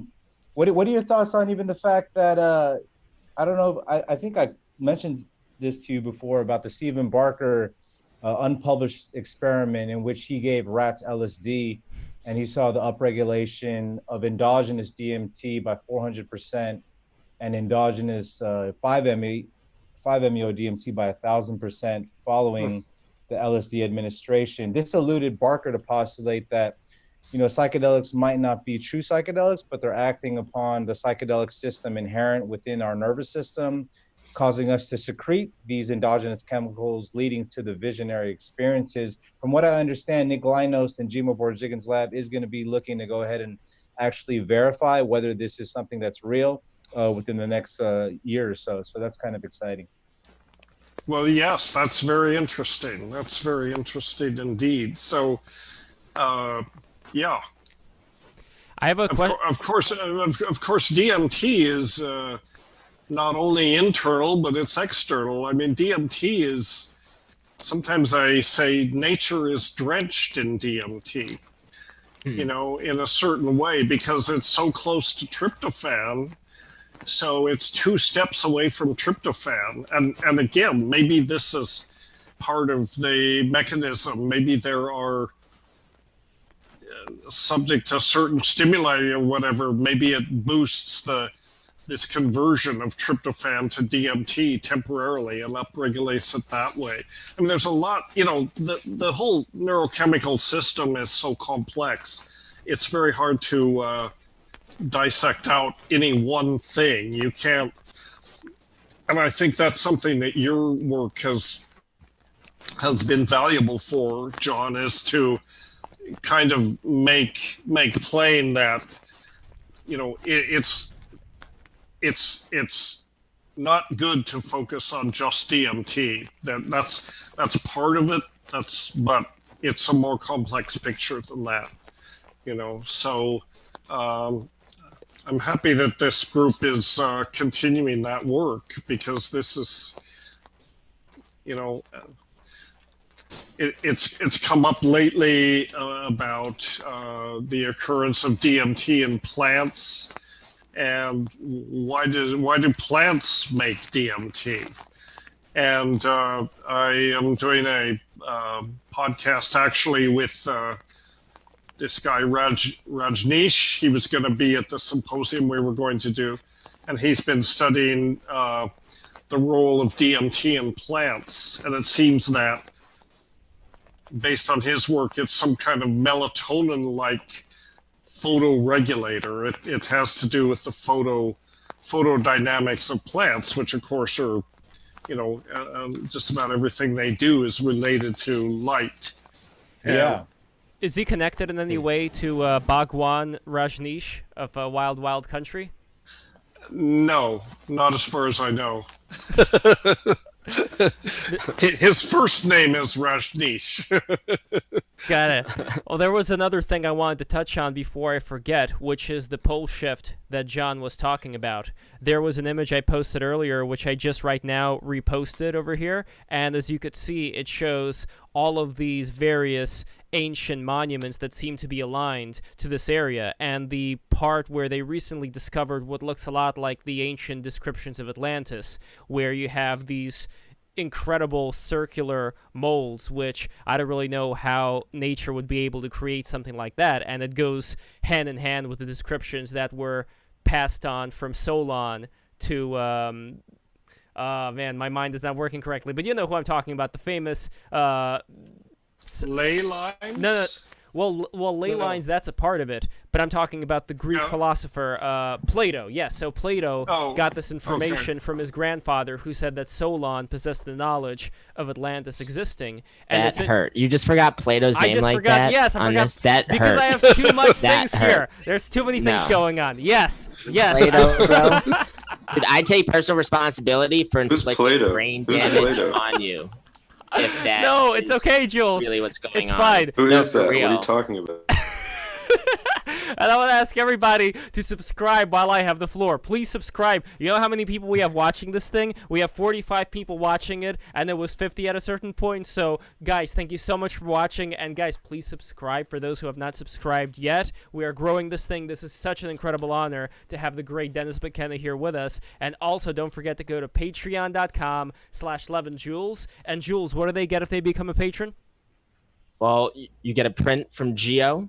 You get one-on-one conversations with me and Lev, me primarily through Discord. I'll help you with your girl talk. I'll help you scheme. I'll help you consult. I try me. Let's see what we can cook up together. It'll be a lot of fun. Yes, and Geo is an incredible printmaker. So I wanted to just quickly touch on the pole shift thing with John, since we have so many examples of these various ancient monuments being stationed around the same area. I'm curious what your take is on what exactly is going on here.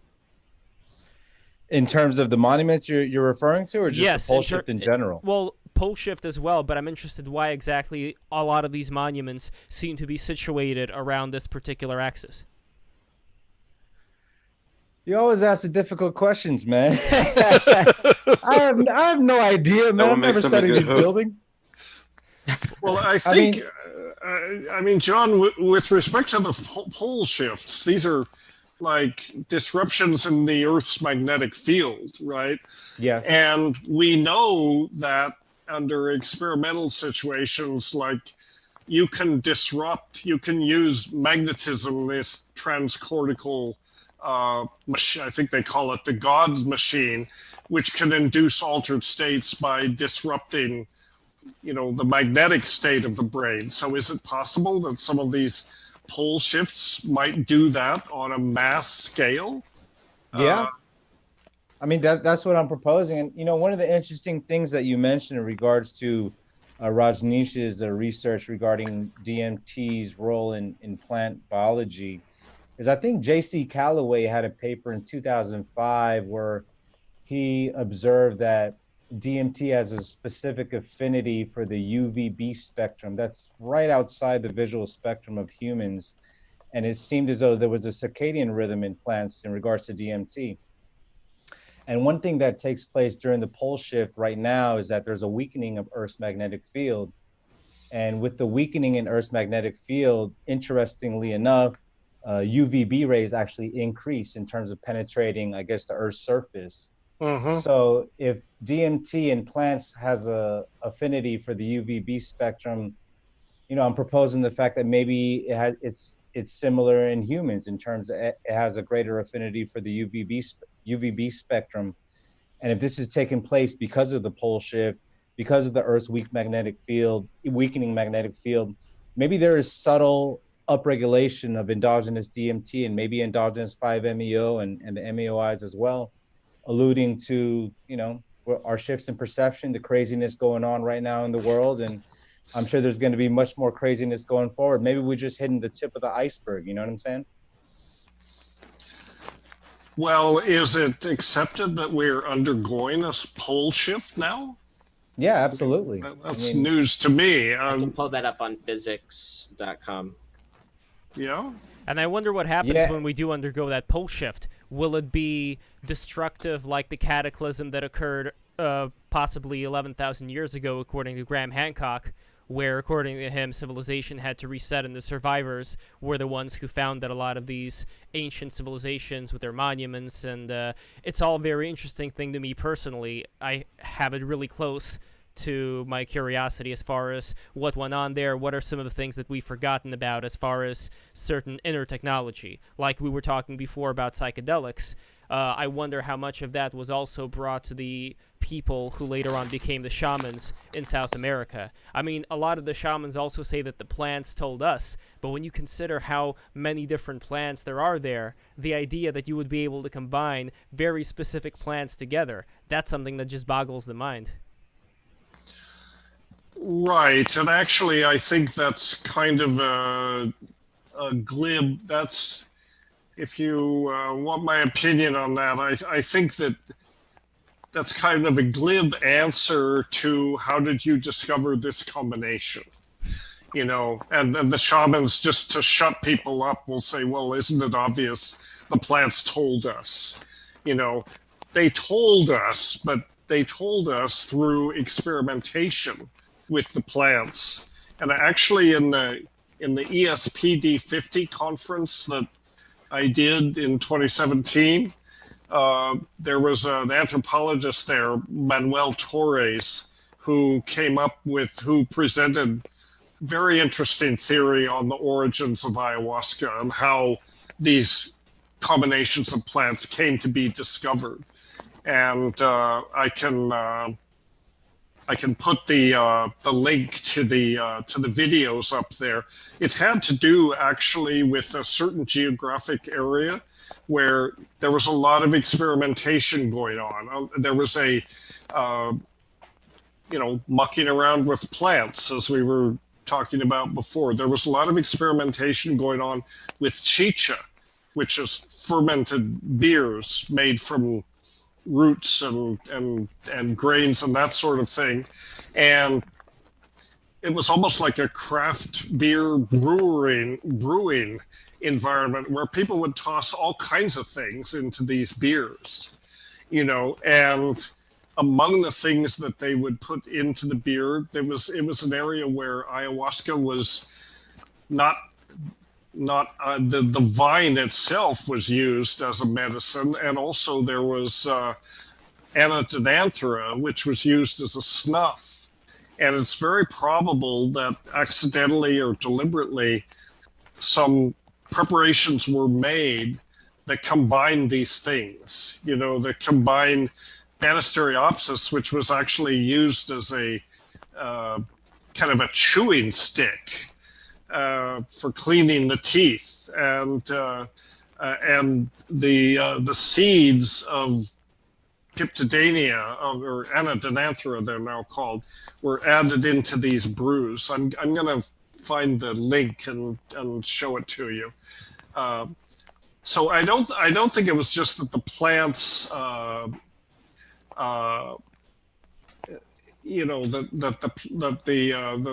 the plants told us.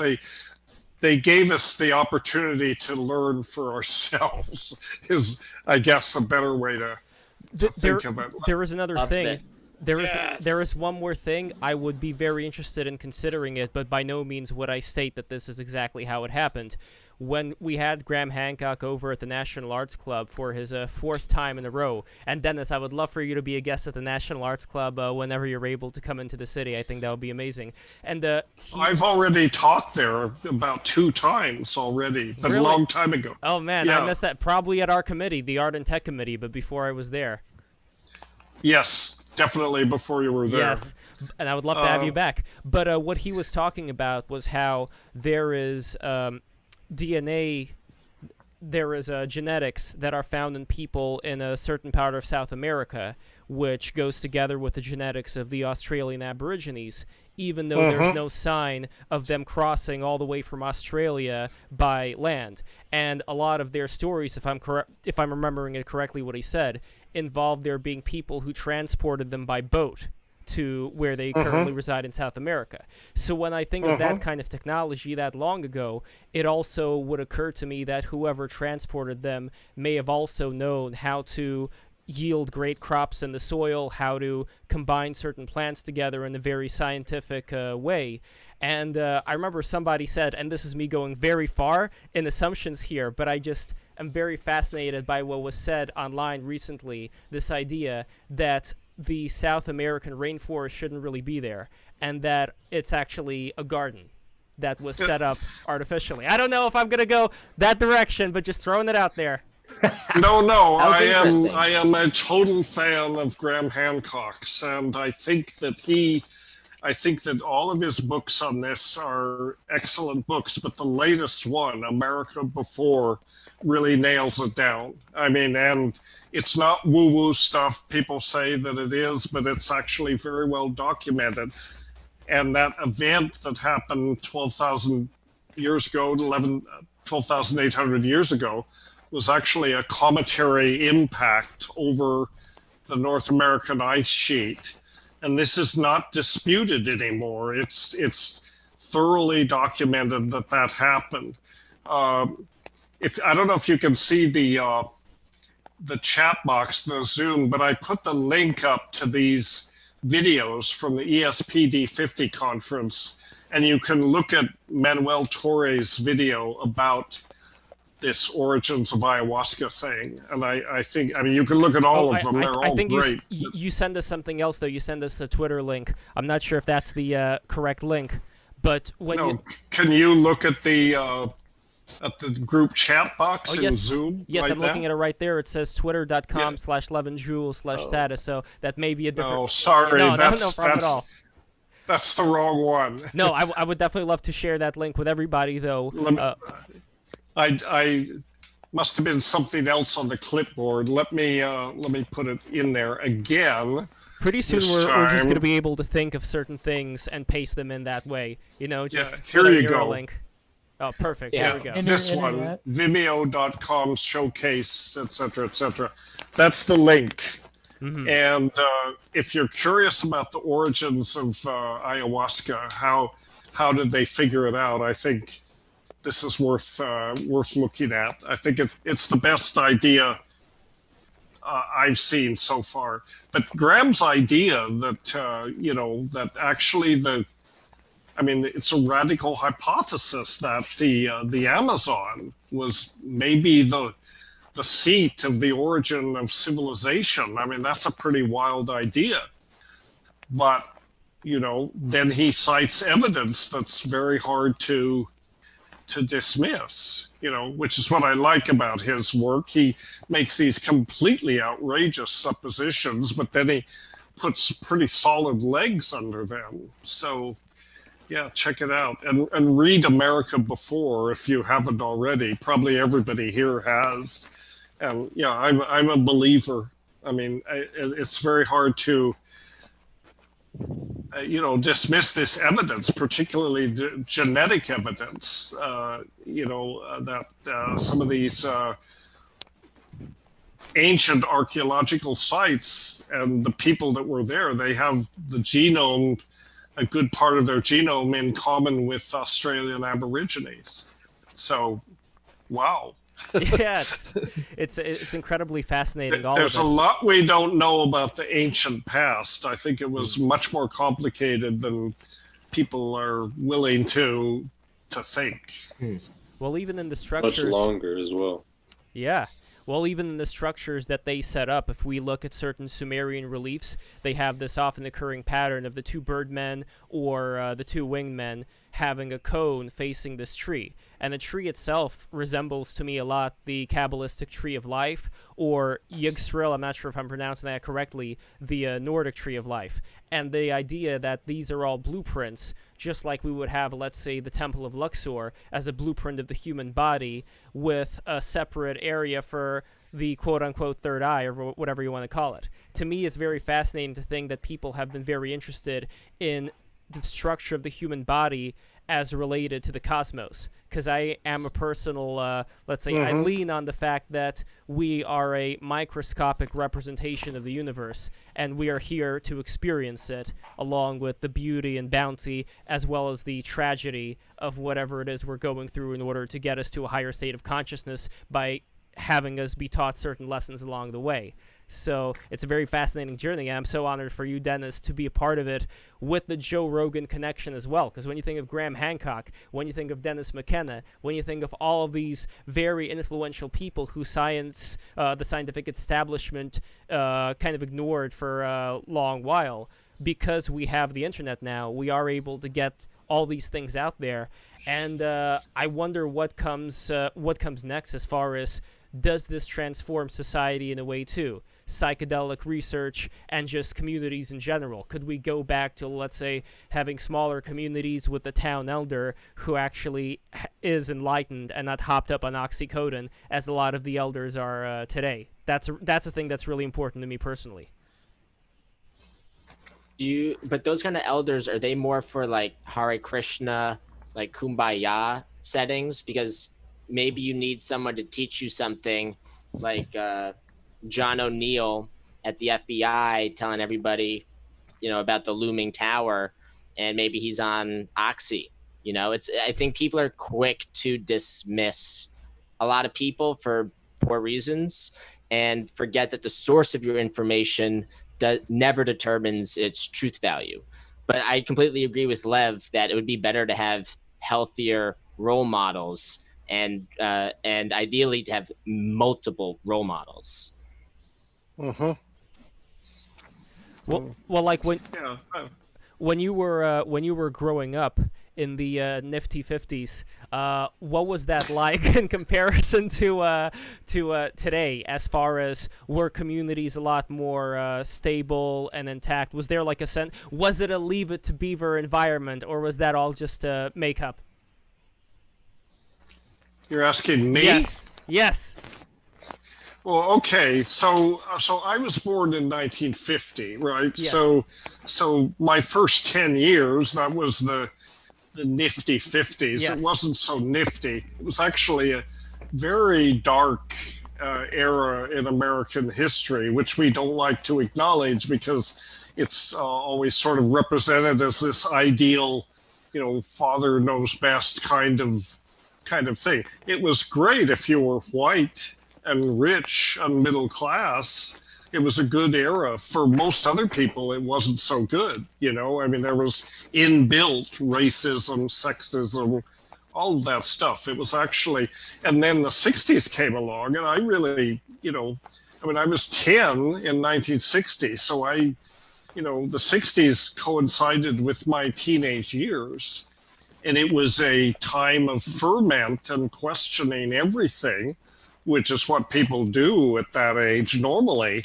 But then we had LSD and we had psychedelics, and that was like a catalyst for even more of this. Plus, things were fucked up, in the 60s. They'd been fucked up all along, but in the 60s, people were beginning to wake up to this and ask a lot of questions. What is wrong, with our society?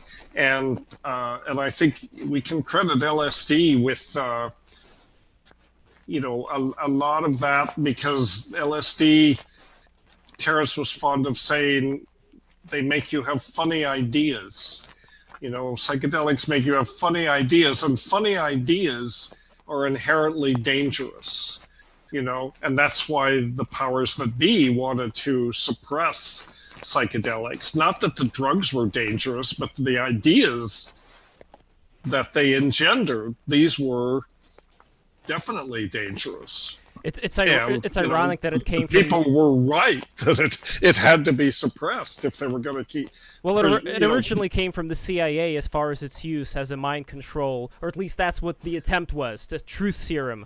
And from what I understand, that failed. Right. That I was going to ask something along... Because you mentioned Joe Rogan, and someone else who's been on Joe Rogan. This is a controversial question. What do you think of the idea that comes from someone like Alex Jones, that certain forces use these entheogens to channel certain entities? So the whole line that the globalists use the DMT to channel aliens, and they get their power from that. So what do you think of this sort of, in perennialism, you would call it counter-initiation, where rituals are subverted and profaned for materialist ends? I know that Terence would call the 60s almost like a failed alchemy of sorts. So what do you think of that idea that maybe the elites are using these tools for their own ends? Oh boy, well... I know it's a sticking question. I think that Alex Jones is mostly full of shit. And don't say that. Oh, it's true. Yeah, It's I think true. he is, and I doubt that he's ever really had a psychedelic experience. And I just think that I think that psychedelics are like any technology. They can be used for benefit, they can be used for evil, they can be used. The CIA, the way the CIA used psychedelics for mind control or whatever. We can see how badly off track that went. If that was their plan to implement mind control through using psychedelics, it didn't work very well. But I think that's the thing. Any technology is morally neutral. There's no such thing as a good drug or a bad drug.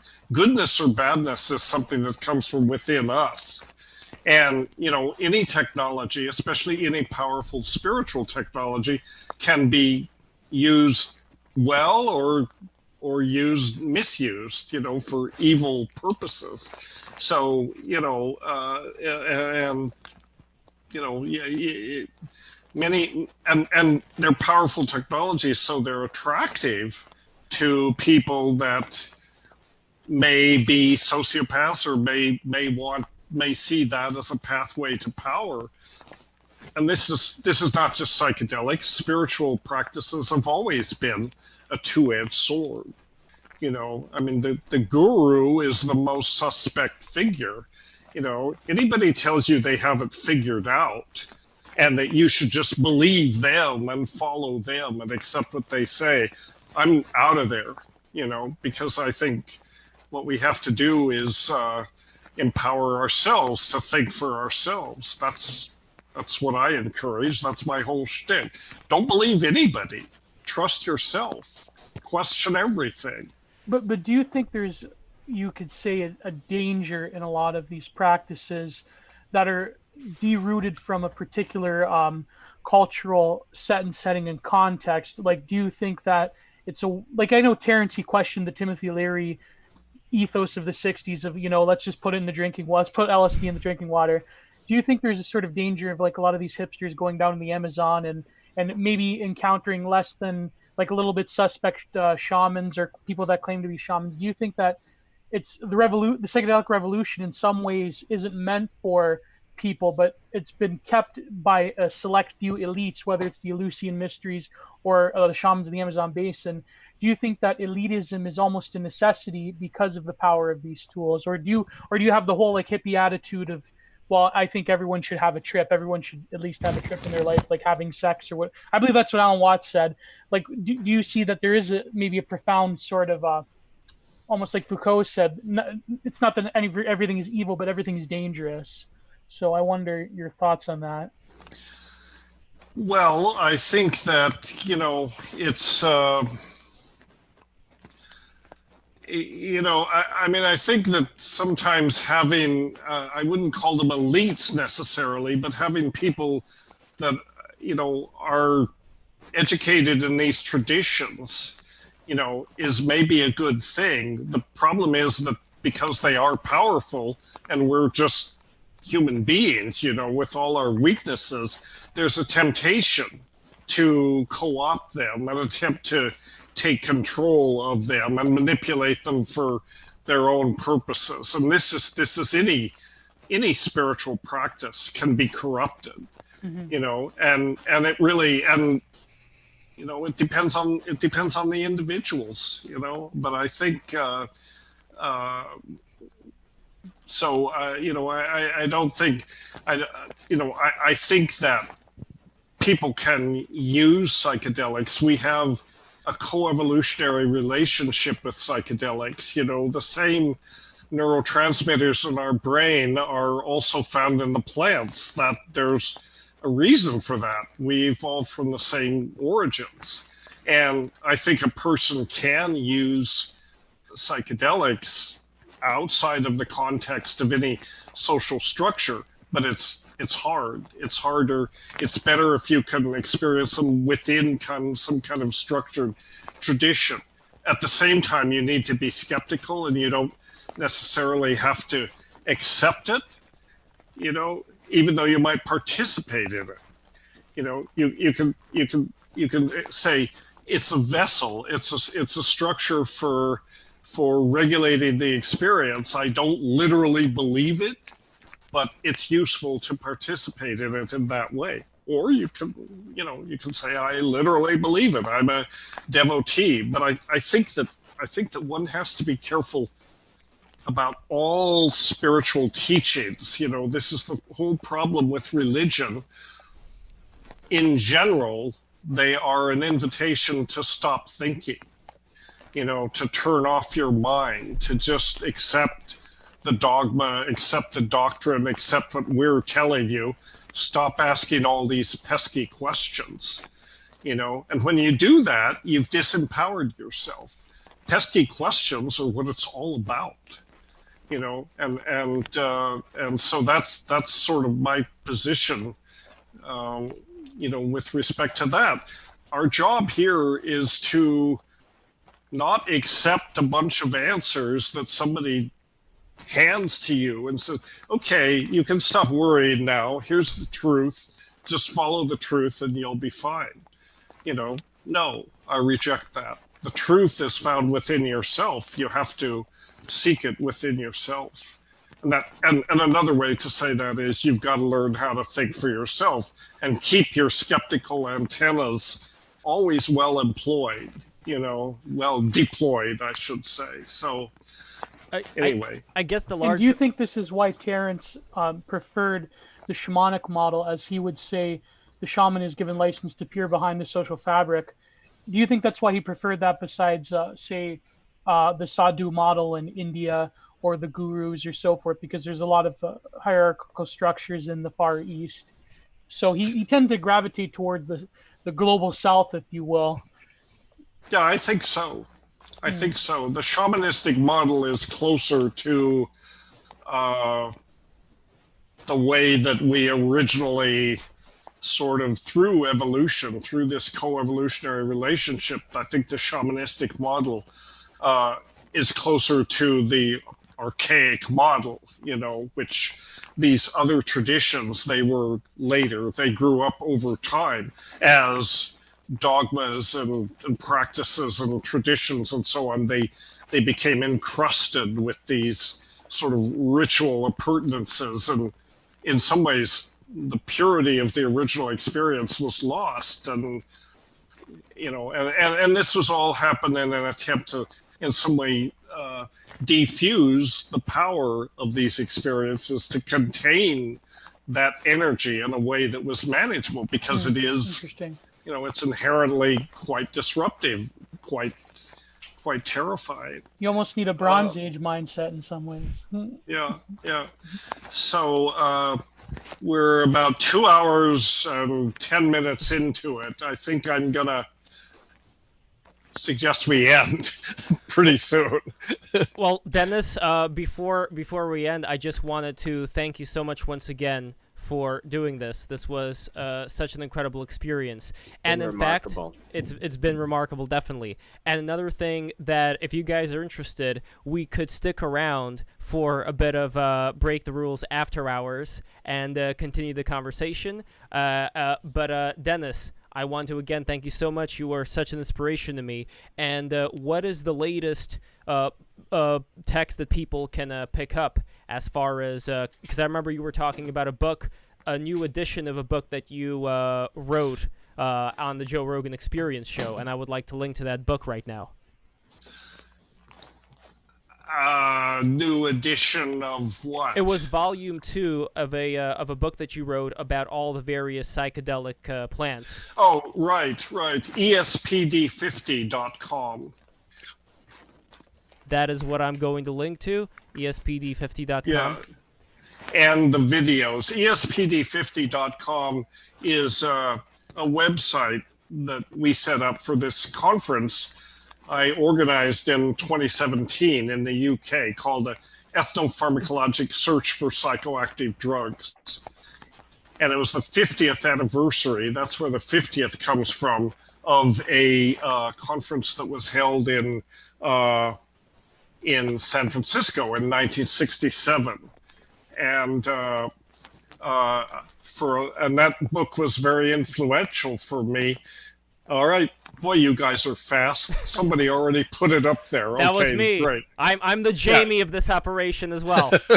You're the shaman here. Yeah, so you can go to Synergetic Press and order this book if you want. Actually, there's an e-book version of it too out there that you can get from them. So that was the conference, and the link to the videos I put up.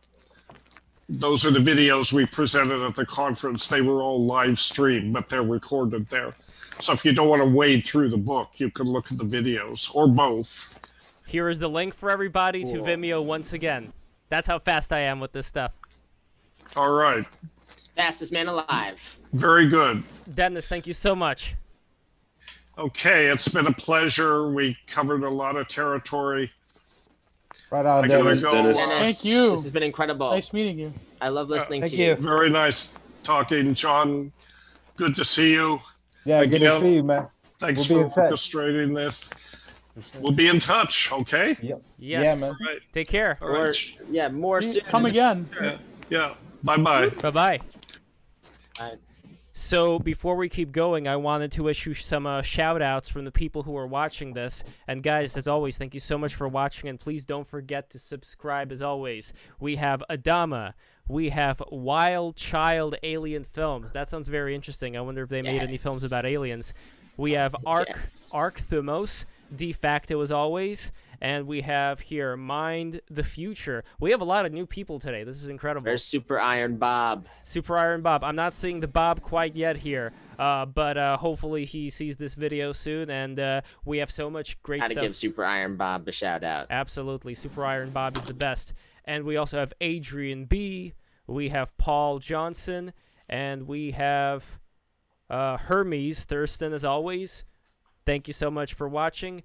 Damaris X. That's a very interesting name. Finsimist. And we have Buff, as always. Buff's incredible. I love Buff. And let's see who else. I covered De Facto, Damaris. Okay, so those are some of the people. Imuto, of course. Yes, Imuto, which means little sister in Japan, I think. And who else do we have? We have... yeah, I'm not able to... Oh, Hero Alchemy, as always. Hero is the best. He wrote pro clip art move when Jules changed his avatar into this anime thing. So, I don't know, like right now... I had it as an engineer. Morse code gave me a tip. And so, yeah, I just had to change it up. That's the beauty of Discord. Mm-hmm. So what do you guys think of the conversation that we had with this kind of like the after hours part? It went over my head. I'm not really at a point in my life where I'm very scientifically minded, so all that stuff was just too booky for me, but I'm sure I'll get there one day. How about Geo? I mean, it was very interesting. It was very interesting, but I didn't quite pick up on everything. Well, you wanted to talk about a particular psychedelic experience that you had, and just now we have Jill joining us right when Dennis McKenna left.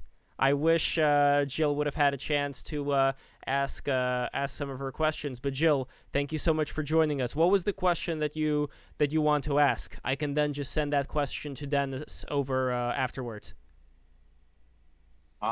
Finally. Hello. Hello. Finally. I'm so sorry. I feel so bad. I missed. Where's Jack? I missed him. Damn. But I'm glad to finally be here with everybody. Good one, Jules. I'm glad you're here with us. What's up? What's up, gentlemen?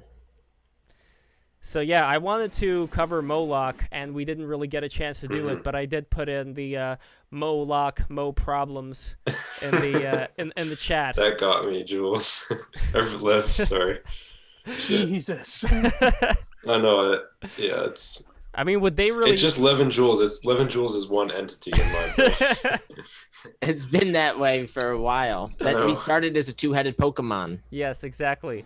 Yeah, well, one of our designs for Juvenile Sled, which is this Twitter entity that we bring up sometimes to cause havoc, is Sonic mixed in with Tails. Some genetic deformity, just some clone operation gone wrong. Where that was inspired from an NPR article. They were doing divide and conquer between hedgehog people and fox people, and Lev and I were like, we won't stand for it. So yes, we combined them into one thing. And we also had these pretty nice looking anime cosplay girls. One was as a hedgehog and the other one was as a fox. So I like merging all these things together. Like, I don't think that today even people like who are in more of the trad cath or orthodox persuasion, I don't think they'd be able to get away from the hentai. I think the hentai has become part of everything that's going on right now as well, or any kind of this very extreme stuff that we kind of grew up, whether we wanted to or not, we were exposed to it online. So in a way, it also became a part of us and a part of our whole mythology, even if we may read things like St. Augustine, I still think that all those elements are within us. So I wonder if there is a transmutation process happening with these things as well, where we can see a lot of the intricateness in them. Because let's face it, a lot of the Japanese who created these things, there's so much archetypes going on in there that's very interesting to explore. So at least that's the way that I look at it. I don't know, Gio, if you have a different way of seeing what I talked about. You mentioned Juvenile, but I just wanted to say Juvenile Sled is an anagram of Levin Jules. Yes, it is. Right? And Juvenile was a famous satirist. He was a Roman poet. So I'm gonna post it in the chat so that everybody sees what juvenile slut looks like. But yeah, Gio, you were saying about anime? Yes. What? It's degenerate, of course. No, I'm kidding. No, I think, yeah, it is kind of strange how a lot of people who are traditionalists gravitate towards pure forms. But with Dennis's conversation, I do feel that there's still a lot of, I think, idealism there. And I think there's sort of a negative side to these things, just to play devil's advocate. Well, whatever. But I think that there tends to be, to this day, a lot of idealism. And I think that a lot of these things need to be channeled properly, and that there needs to be a sort of cultural understanding. But it is curious how throughout history, Dennis is correct when he says, I believe the quote was, that the history of consciousness and evolution is really a history of manipulating consciousness through chemicals, whether it be mushrooms, or even just like everyday life with coffee and cigarette, bulletproof coffee. Yeah, well, smoking's making a comeback among certain circles because it increases testosterone. Dude, but the smoking comeback is a psyop. Don't believe it. Don't believe it. Yeah, but I do find it funny how a lot of people in power are sort of changing their tune, because I fear that a lot of OG psychonauts, they tend to, not to talk mad smack, but a lot of them, I think, are kind of still within that 1960s, 1970s paradigm. I think that nowadays, it is certainly true that psychedelics have become mainstream, but it's become mainstream in the most like profaned and corporatized and unproductive ways possible. And I think that's absolutely. And Gio, like that's what I was. I mean, the only thing I can really bring to this is like anecdotes, because I have a lot of experience with psychedelics, but not much like scientific background or whatever. And like, as far anecdotally, like so many kids that I either buy acid from or do acid with or whatever the substance happens to be, it's like these kids they come from like fucked up backgrounds, and the only reason they're doing these drugs is to escape. And like, sure, they may see some positive effects, but going into it with that like intention, I guess, like it kind of negates all that. And I really try when I'm with these people to like show them how it actually can change them, but it really does take a lot of work afterwards to keep that positive change, that you can find in a trip, to keep that through your life. It's almost like what Michael Tetsarian said. Is he still around, Michael Tetsarian? Maybe we should get him on. What he said, where you can't have an amalgamation of broken souls swirling around one thing, and you really need to sort of heal people on a fundamental level. Yeah. And you can't really. The problem, I think, is that a lot of like upper bourgeois, sort of Silicon Valley dude bros, they have this approach to it where if I just take enough of a drug, it's very similar. It's almost similar to like psychotherapy in general, with Prozac or whatnot. It's like this magic bullet that you could prescribe to people. I think that if you sort of give people the experience without the trappings of a ritual and rite and cultural context, I don't know if that's going to really help a lot of people. It may help some people, but I don't think that a lot of people don't seem to be emotionally or spiritually in the right place to receive such a jarring experience. I just think there are just some people who are just naturally unable to, or like they just are like their brains are just not capable of handling those experiences, or maybe they haven't had the development or the emotional maturity to be able to. And I feel like that sort of hits a lot of people, and I feel like that's sort of the same thing that Rusty may have been going on earlier. But I feel like it can leave people traumatized. I think like people can, like, you can go into it being like, oh yeah, and then you can come out of it like feeling worse than you did before. Like, people will do these substances, you just probably seen in news like celebrities, anecdotals on Twitter or whatever of like people doing these substances, musicians, whatever, and then they kill themselves like a month later or whatever. It's an incredibly jarring experience. I think it can really, really, really, really, really fuck people up if they're not careful. And I think some of the openness of these substances on the market now, because of like their cultural attention that they're getting, and the more accessible that these are to younger generations as well. Because here in Seattle, substances like sativa are perfectly legal. You can buy at smoke shops, and Salvia, you know, high school kids are going to go smoke that. Wait, you mean salvia? Salvia, right? Salvia, yeah. Salvia is perfectly you know the legal band there. Saliva was going to be called Salvia, but the record company's like, no way. It's but just substances like these and drugs like these are becoming more accessible to younger people, and they're more open, they're more socially acceptable and being toyed with, I guess. And I guess it's just going to start fucking up more and more people.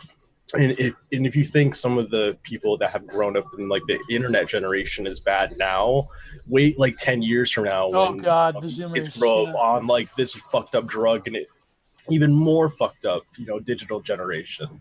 It's terrible. Well, I think there's almost a reverse taboo now, because where I come from in Canada, it's like weed is almost like a religion. And I find it funny, Lev, you mentioned Graham Hancock, friend of the show. When Graham Hancock came out against, not even against marijuana, but he said that it was impeding his, like, he had a heroic pot addiction the way that Terrence had, like, throughout his whole life. He would smoke like 1 pound, 2 pounds a week or something. And when Graham Hancock came out to Joe Rogan and he said, I don't think that maybe weed is, this pot, like chronic, is for everybody, and maybe it's impeding my work, everyone, including Joe Rogan, was like, oh my God, how dare you say that? And it's just, I find it very funny, the social attitudes that are different now from before. It's really weird. Yeah, it's like if you don't do like weed or maybe like any other form of like drug, maybe like pills or something, other recreational drugs, it's like you're weird, right? I don't know. It's very strange. Well, it's so yeah. So I like we kept saying the word technology. So psychedelics as a technology, and just for reference, try to think about we live in a society that can't even handle social media as a technology. Like look what we've done with social media, which is just sharing your experiences. Imagine on the same vein, like comparing that to the power of psychedelics. Yeah, I mean the situation we have with psychedelics nowadays is basically like we have the bus but no driver. You know what I mean? Yeah. Like there's no the driver, whether you want to call it a shaman or a priest or whatever. There's no one to fill that role. And it's there are people who want. There are people who want to. Like I had this one trip where it's the most acid I ever took. I think I was off like 3 or 4 tabs. I don't quite remember. But anyways, the guy who was like quote unquote trip sitting us was this weird kid who was like, he had this big property out in the, well, not in the country, but in like the suburbs. He had a really big lot and like this really nice view and everything. And his house was really nice. But this guy he was like, I remember when I met him and the folks that I would be tripping with, he was like sneaking off into the bathroom to do lines of Addy. So he was like fucked up off Adderall the whole time we were all on acid. And he was like the one trying to guide us. And so there's people who understand the power of it, and there's people and who want to like harness that. And I think like the whole MK Ultra like mind control thing, really, that's exactly what it is just you can put yourself in that position of the shaman for whatever ends you want, and under such in such a vulnerable state, a lot of people aren't going to have the constitution to like, or even the awareness to realize what you're doing. Luckily, I could kind of tell and get that weird vibe, but not everyone has that sense of intuition, especially these people who have like low emotional intelligence and low maturity and all this stuff. Well, is this like an example? Is this an example of something that we may see, for example, with people who want to disband the police while these riots are going on. And like in New York City, for example, I know, Jules, you've been describing this energy that you're feeling in the air. How people... No, I mean, we're talking about being shamans right now. I actually don't feel negative energy in New York. You do read these numbers and statistics, and that can be alarming. I definitely don't think the COVID has been good, and Bill de Blasio, I think, has been terrible. But, New Yorkers, I think, are very friendly. And, I think different neighborhoods are really mistreated. And it's... An old lady got punched out in Gramercy Park, where the National Arts Club is. Jules, you're not going to convince other people. What? Jules, you're not going to convince as soon as Jules said New York City is filled with friendly people, I stopped as a fellow New listening. Yorker, as a fellow New Yorker from Staten Island, I don't know, man. I just don't know, man. You're gonna have to expand on that, Jules. I feel like we pick on Jules too much when it comes to New York. He brings it upon himself, Gio. He really does. It's the space. It's the space. Do not. No, it's all love. It is, Jules. But Jules, I love you. But what else? What do we expect? Yeah. I don't perceive that at all, Gio. Well, the only reason why... By the way... Yeah? No, I was gonna ask Jill. You're the one that goes in Second Life, right? Yeah, that's me. I'm okay. the yeah. Second Life person. Yeah. Why? You should read. Yeah, you should read. I should send it to you. This article I did where I touched upon it when I discovered Second Life. I was watching this like TVO show, public access. It was like about science and technology and about the possibilities of it back when. This was like 2001, back when like all these universities and everything was getting involved in it. But no, I think you should really watch, even though it's kind of like a poorly made film. I don't know if you heard, I mentioned to Dennis and he knew about this film that Terrence was in. It's called Strange Attractor. I don't know if you've ever heard of this.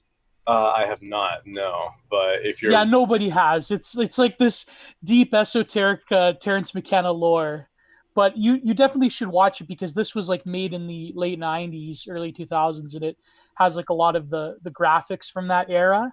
And it was basically like, imagine VR, but like if you've ever read Zero H.P. Lovecraft's short story God-Shaped Hole, it's like God-Shaped Hole, but like with psychedelics and technology, and it's I'll send you a bunch of links. It's really all right. Yeah. You'd like it. You'd like it. I like that little animation, by the way, when you sneeze. That's pretty nice. And by the way, we have Serpent Mound here, and today is Serpent Mound's birthday. Oh, happy birthday, Serpent Mound. Cheers. That's why I'm late. Happy birthday. How old are you? I turned 21 today. 20 what? Are you getting fucked up? 21. No. You're only 21, dude. You should always lie about your age. Serpent Mound is 76 years old. That's you look a lot older. Really good for 76. Thank you, guys. I appreciate it. Yeah, it's 21. I don't know. It doesn't really feel any different. The only difference is now I don't have to force my girlfriend to go buy me my dip. Oh. You're wise beyond your years. Wise beyond your years. Well, it's the biggest bullshit, man, because I was buying stuff like classic. I bought cigars on my 18th birthday, and then this year they made it so that they changed the federal tobacco laws to 21. Yeah, the year I turned 18. Joke. That's such a joke. It was so stupid, man. By the way, could you talk closer to the mic? It's a little bit. Yeah, let me turn it up. I haven't updated my audio. But as not too loud. How did McKenna go? It went really well, I think. We asked him. I especially like the latter part where Gio was talking with him. I mean, right? Look, I couldn't even remember fucking Plato. My mind's fried right now. Gio, what were you? No, that I take responsibility for that. Lord. I must have inflicted brain damage on Lev. Because if you're forgetting these things, I've just done a horrible job. Irreversible damage. Like Jules, making sure I wasn't inflicting brain damage.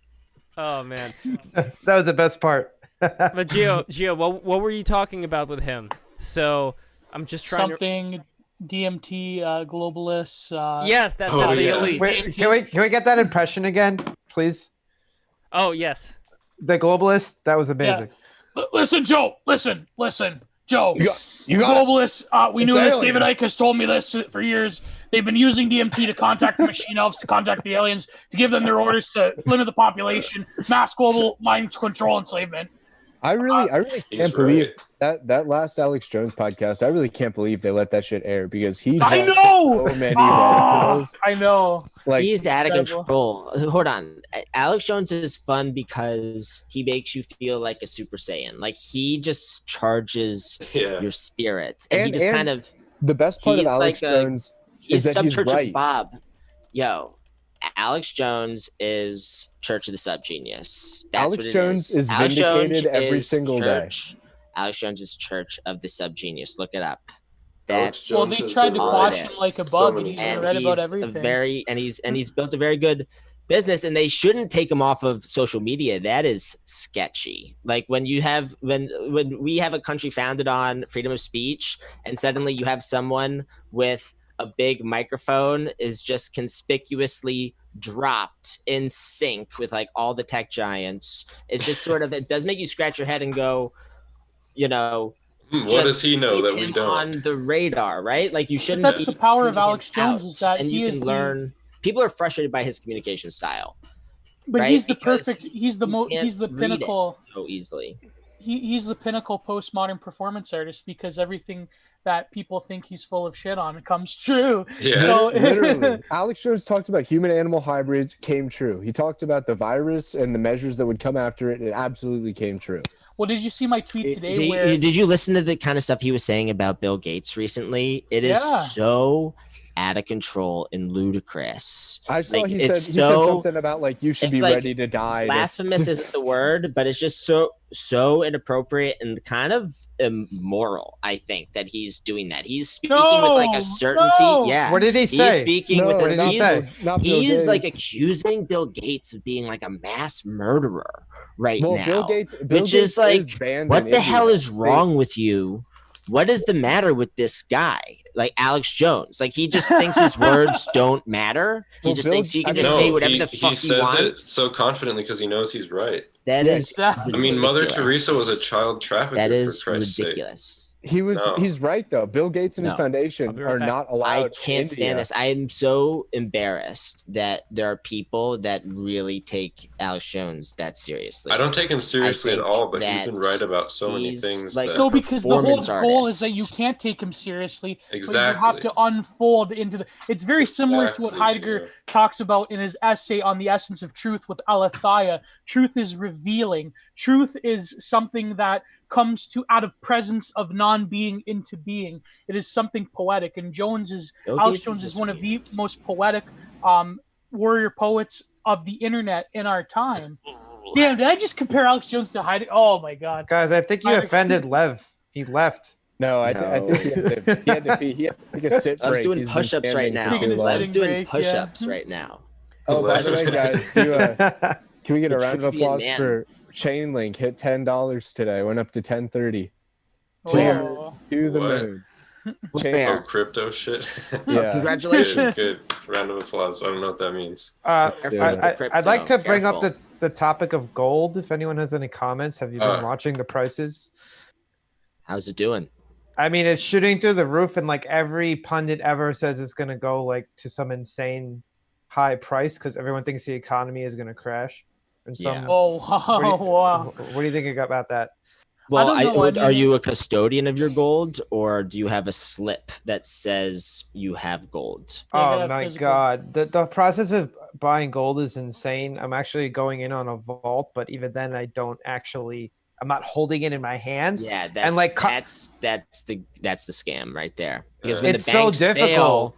when the banks fail, that's why gold is not a security unless you have the physical gold, unless you are the custodian of it. If you're getting gold and a bank is a custodian of it, I hate to break it to you, when all the banks fail, no one's going to be able to get their gold the same way they won't be able to get their money. Yeah, Or yeah. they'll So confiscate this it is a like gold FDR. custodian that I bought the gold from. It's not so. There's gold ETFs where like HSBC manages the ETF, and if HSBC goes down, then you're screwed. So this is an actual gold custodian. You get like a piece of gold in the vault. I guess if you went down to but you don't know what the people in that control the vault, also what their leverages are, what their hedges are. So that's why the safest way, if you're really thinking doomsday preppers, if that's what you're thinking, you're not thinking investment and like, you're not thinking like Die Hard 5 or whatever. You're thinking, you know, what happens? You're safe investing in gold the way everybody does it. But if you're thinking about a big collapse, if you're not holding on to the bricks, or coins or something, like you're screwed. Yeah, this has been such a point of stress for me, because it's like, am I literally going to go and buy gold and like call up my parents and like go dig it in the backyard or something? It's kind of out of control. Yeah. I mean, what do you need? You need $10,000 in gold, $10,000 in silver, 10,000 singles. That's what they say. Like, I have none of this stuff. Are you really going to go and would probably bury be it? better as a currency. What do you mean? You if just things keep it in a collapse. safe. You can't even have firearms in New York. So it's sort of like, how are you supposed? The whole point of having firearms in New York is for societal breakdown. Like the reason why you need like machine guns and AK-47s and like all that kind of stuff is not because of like self-defense, right? You don't have it like loaded, ready to go. It's for like in the event of societal breakdown, you know, you break that thing out, right? And self-defense. I think that's really the purpose of those items. Yeah. So my broader question for everyone here is, do you feel like some kind of impending chaos, or are you just calm and like, oh, I don't care? Like, what's your stance? I think everything's actually pretty calm. I think there's a very abstract horror that's about to swallow us, and I think there's nothing we can do about it. I'm not going to say whether I think it's going to be a good thing or a bad thing, but I think that big change is coming. And Michael, I remember you mentioning this. You did a reading that something big is happening in November, and I agree with that, just based on my divination that I've been doing and stuff like that. Well, you know, divination aside, I mean, the markets have spoken. Bitcoin is up, gold is up, and you know, a lot of people are jumping in and saying they think it's going to go to 8,000. I'm not saying that's necessarily true or whatnot, but there's certainly the sentiment is there, and I'm curious about like where the sentiment is coming from, if that's like a real sentiment or just hype. Well, I mean, sorry, Gio, go ahead. No, I was just gonna say it's interesting how there's people that do study the markets, but I think that the problem with any sort of divination in terms of like, you know, that one guy that tried to study the markets with animal spirits or whatever, I think that it's kind of bunk in the sense of it's not an organic entity. The market, I believe, is highly, highly controlled and manipulated by certain forces. So, but I do think something big is coming. I don't know what. Maybe, you know, if it's some kind of like crazy Nick Land singularity, who knows? Or if it's just going to be the more scary option would be that collapse doesn't happen all at once, but rather there's a slow sort of whatever name you want to put on it, Brazilification, third worldification, things just progressively get more shitty and the system continues on, but it'll be a shittier system. I think that's kind of like a more scarier future than I don't know. Ted Kaczynski, ism.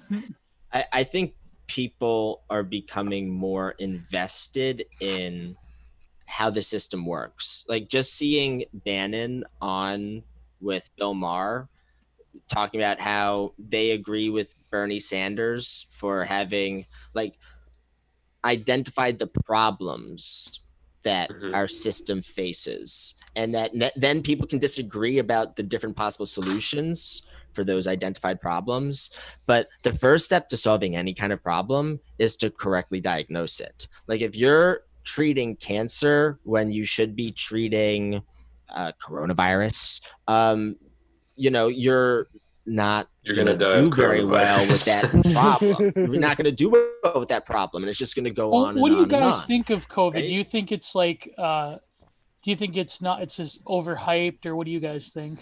I think it's, so I met this guy, I'm going to sound crazy, and he's going to sound crazy too, but he was this researcher from UC Berkeley. He did a lot of research, like developing vaccines and stuff. And so he knew all about this stuff. And he was just this crazy guy that like the feds were after him and stuff just for being in such a high position and being too pure of heart. But yeah, anyways, he was telling me that he knows the virus is real. Like he can say that for sure. Mm-hmm. And I agree with him there. But just judging by its behavior and what he knows about viruses and what he knows about, like the whole, yeah, exactly. Just what he knows about viruses, that it's not a natural virus. It's been manipulated I've heard that. somehow, some way. And then just to add my own opinion, I think also like I said, it is real, but there are a lot of competing interests in the world. Oh yeah, and they can all like use this power of confusion and chaos that the virus is creating for their own advances. Well, there was that. Sorry, just wanted to quickly say with the deep takes. I just wanted to mention quickly, there was that video that those doctors put out, and then their whole website just got dismantled by Squarespace. So whenever I see that, it's like, I'm not going to take the doctors at their word just because of that, but still, that shows something, otherwise why would it be censored? It's just, it makes something seem much more than maybe it is, but still the fact that you're censoring a website from existing because they said something that's contrary to what was said before. That's pretty alarming. Which website again? I don't remember. See, I don't only remember. I think like Frontier Doctors or something like that. I have to look it up exactly what to see. It even got out of my memory too. But there was a website where they were making an announcement about how hydrochloroquine has been shown to be, extremely effective against COVID-19, and then the website got shut down. And the videos got pulled. Well, then do you let's guys not talk think about it. that, So Good. Yes. Well, that's why. Yeah. I was just gonna say, that video that was it's been tried to be like scrubbed off social media of that like African, like she's not just black. That's it. That's the video. African. Yeah. Well, have you like looked into the other shit that she says? The one about the demons, right? There was some yeah. Demon semen. From what I remember, I didn't look into it too deeply, but basically her take is that vaccines contain alien DNA, like actual alien DNA from other planets, and that they're injecting it with us to like bring us into some sort of singularity, and that like they what planet? Oh, I don't know. It was she. If you look into the stuff that she believes, it was some other crazy bullshit. Someone can look into it, but it was very interesting. Well, all the more reason why, if there is some bullshit that's being spouted off, when you get rid of something, when you censor something by as Squarespace getting rid of their entire website, more people are going to become interested and curious about what exactly it is. I think it's only going to foment the tension even more. Like, I don't know. You always have to be careful of people they don't censor. That's the thing. Like, I could name names, but you generally know the people. Yes. It's like, they clip Alex Jones, and they tried to fuck with Graham Hancock, but other people, it really makes you think, right? But anyways, yeah, I think that's to address what Rusty was saying. I think this is why about the whole global lockdowns, I think that it's true. It has been a godsend in some ways for the powers that be to sort of have a perpetual state of exception and lock down every sort of relation. But I say this as someone who believes that it's been overhyped, but at the same time, on my personal life, I've, taken precautions and shit. It's like, nobody wants to get sick, I don't think, but I don't know. We're diverting from the topic. I guess to go to the topic we were talking about with gold, it is curious how every civilization has been attracted to this one metal, and it's been called the flesh of the gods. I wonder if there's some type of archetypal significance. The I don't know how reliable this is because I just read it with Sitchin, but Sitchin's whole take is that in the ancient Sumerian mythology that the Anunnaki created humans to farm gold, basically. Yeah. And by the way, we have John back with us. John, we were just talking about the COVID-19 stuff, and you were sending me some links about that. So I'm curious what your take on before we move. And I want to get your opinion on gold too. But anyway, with the COVID-19 stuff, what do you see as the reality right now? It's really tough to say, man. There's so many different sources of information out there. The one thing that I think that you have to acknowledge is the hydroxychloroquine is a big fiasco. Nevertheless, like however which way you want to look at it, man. I mean, because there is such a thing called the world, and there are countries throughout the world utilizing this supposedly extremely dangerous substance to address COVID. And it seems as though they're having some success in doing so in some of these places, especially places that have high malaria rates, because they're very comfortable using this anti-malarial. So I think it's just something to think about.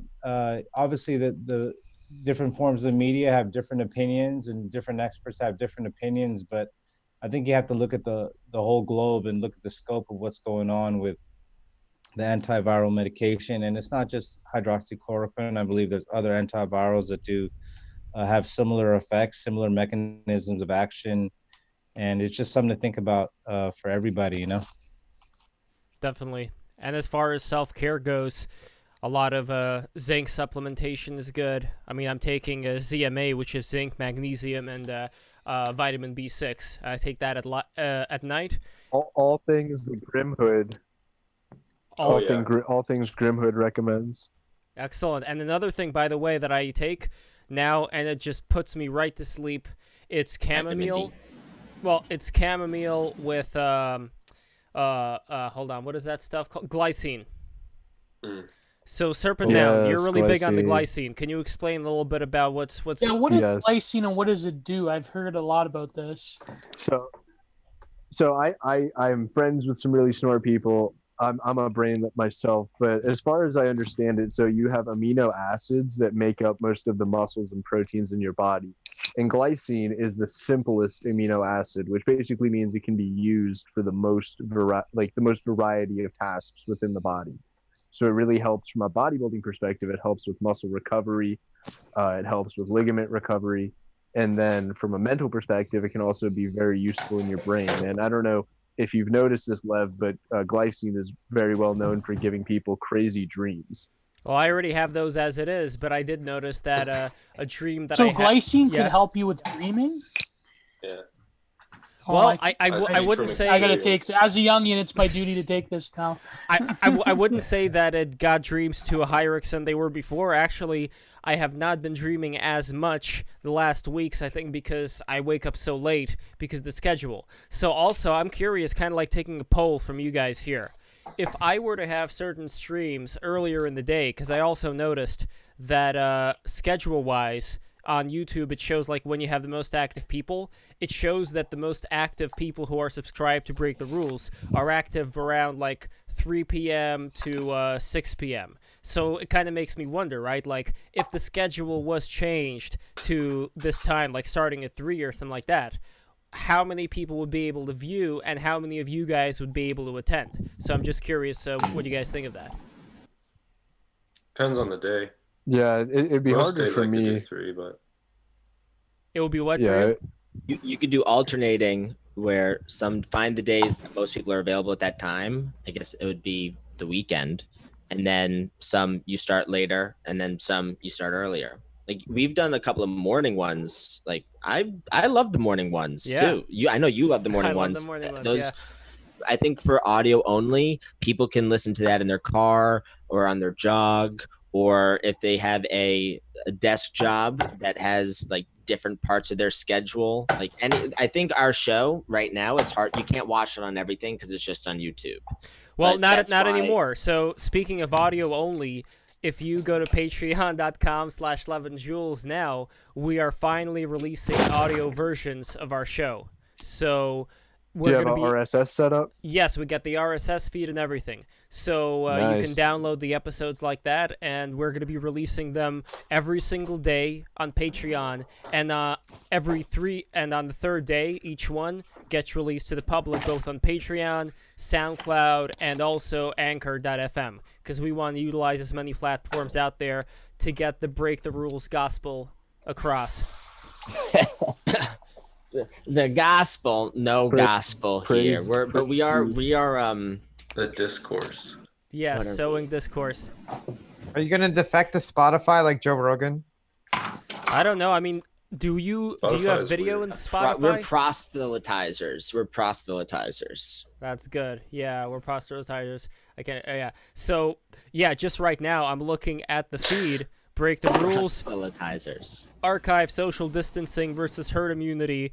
And TFW No Girlfriend. That was the first live stream that we did way back in May.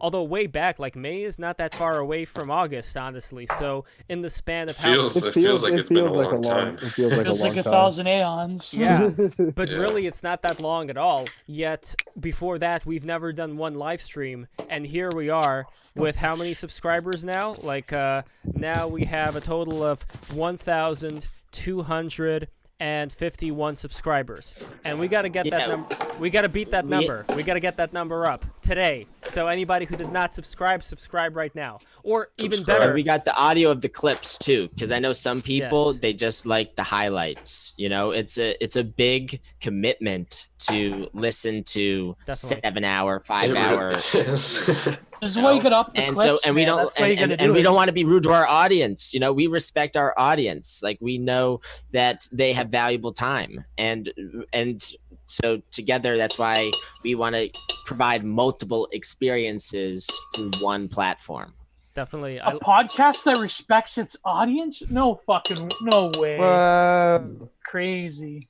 I think all the successful content creators actually do respect their audience, and to different people. Yes and no. It's weird because I did see Ali Alexander, for example, commiserating with his audience, and how, because like him and Cernovich, like some people take a very rude approach to their audience. They'll demean them. That's what Justin Murphy, Baked Alaska, Ali Alexander, Cernovich would demean their audience, call them all stupid. I don't know about Justin Murphy. Really based Alaska. And then be like, and this is how you scam them, right? This is like what these people say, right? And then the audience is like, oh, well, now that they said that, you know, I can trust them now, or just like, I'll just put that behind them and just like carry forward, right? As in, people that listen to this kind of stuff are naturally curious and skeptical people, right? These are not lemmings that listen to this kind of content, right? These are smart people with a lot of agency. I have something to say about this. Yeah. So I've done a number of readings for people on the show, and it's been really fucking interesting because everyone had these like super like counterculture, I won't listen, highly spiritual, like I'm an individual type charts, like every single one. And yeah, a lot, like just like very interesting stories, like lots of like individuals is the word I would say. Well, you got a lot of people from BTR and Kaliak. Like, I think we're Kaliak adjacent, absolutely. So a lot of those people also inhabit that energy of wanting to go against the grain of what's going on. And I think it's pretty easy to do so when you see a lot of people around you that don't imbue you with a lot of confidence as far as their leadership potential. Because, like, going back to what we were talking about with Terrence McKenna, when he's talking about freeing people to think for themselves, my biggest concern has been there's always going to be a gap that'll be filled up by someone else who is going to pretend to, like, you're an individual now, you get to think for yourself, man. Meanwhile, whatever they're thinking has already been installed for them, not by this father figure, but by another father figure or whatever. You know what I mean? Like, there's always going to be... I hate to say it. Wait. Did everyone just hear that? What? Because that is revelatory, what you just said. I hope that doesn't just get lost in the whole miasma of Lev and Jules, because Lev is saying that he's afraid of advocating for people to think for themselves. No, I didn't say that. I said that when it comes to... Okay, here. When it comes to thinking for yourself, it's a gradual process of discovery. and people can be tricked by other people who say, think for yourself, but then they're going to slowly give them certain ideas to think about instead of certain others. So it looks as if you're thinking for yourself. Meanwhile, you're just leaning on somebody else to give you ideas and not really going How through hard them. is it for people to examine their epistemology? That's what I'm really hard for really a lot hard. of people, bro. So that's the whole point. If it's hard for you, wouldn't that be the first problem you want to solve for yourself? I think it's hard for everyone to a certain extent. For some people, it's much harder than for others. So, like, I don't really know. Is it because they say the best scientists know how to ask the right questions and how to ask them in ways they're able to find answers? Okay. Hey, what's your point? My point is if there are questions that trouble you, if you're not asking or confronting those problems correctly, you make it impossible for yourself to get a correct answer. Let me put it this way. Thinking for yourself has become commercialized in such a way as I remember, I think it was Temujin that wrote that climbing Mount Everest, which originally was like this much more spiritual quest, has also become commercialized in the same way. Mm-hmm. It's become a brand Metaphysics to say, on the peaks. Yes, it's become a By brand to say, you know who. Yes, it's become a brand to, say that. Meanwhile, I'm a big fan of actually thinking for yourself. By that, I mean having a lot of different things that you absorb and then just maturing with that information and gaining wisdom over time. But that's not the same thing as somebody saying, think for yourself and don't listen to the man. Meanwhile, the man was something that may have had, for all the faults, a certain amount of order in society. And without that order, like if thinking for yourself would be going against the grain of order, then what do you have left with other than chaos? I thought that was very hard to follow, but I don't know, was it? It sure was. I wouldn't be able to repeat any of it. Gio, did you understand what I was saying? I did. I think what I took from that is like, as far as this thinking is jazz for oneself, right now. This is not epistemology, but it's cool.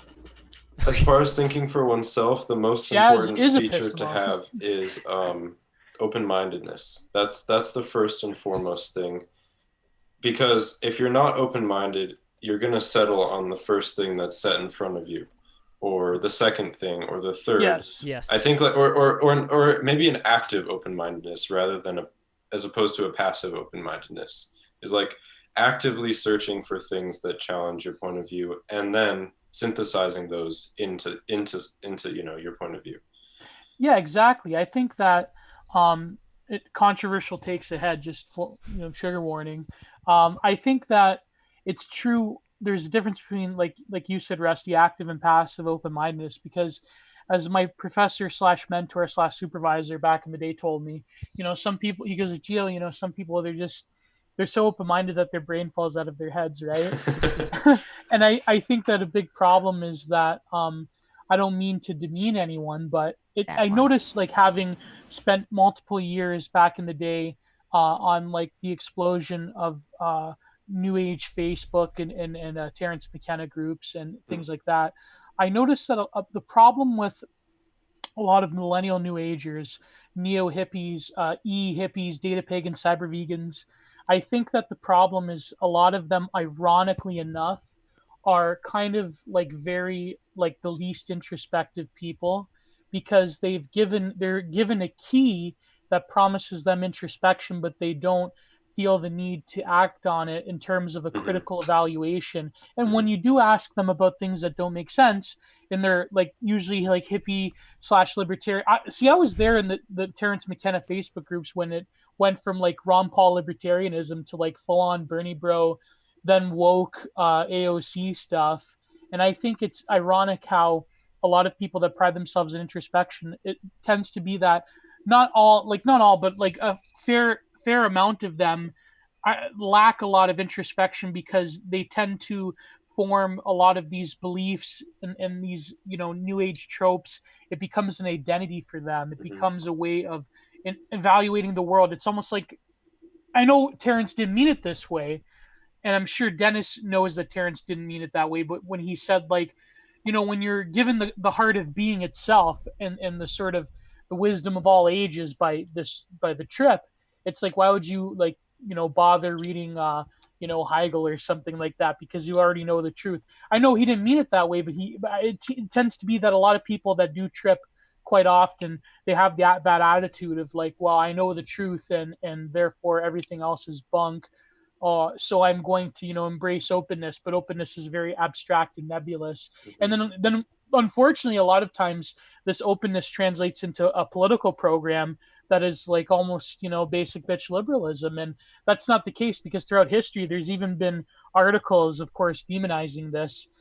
There's this one I think it's called like, tune in, drop out, or like the Doors of Perception Nazis or something like that. It talks about how like the far right even has imbibed with a lot of these entheogens. And so the history of psychedelics is very complicated, and it's not something that lends itself, I think, into what the sort of, neo new age online like hippie movement has crafted. I know it's a long-winded point, but this is just my critique of a lot of new agers, I think.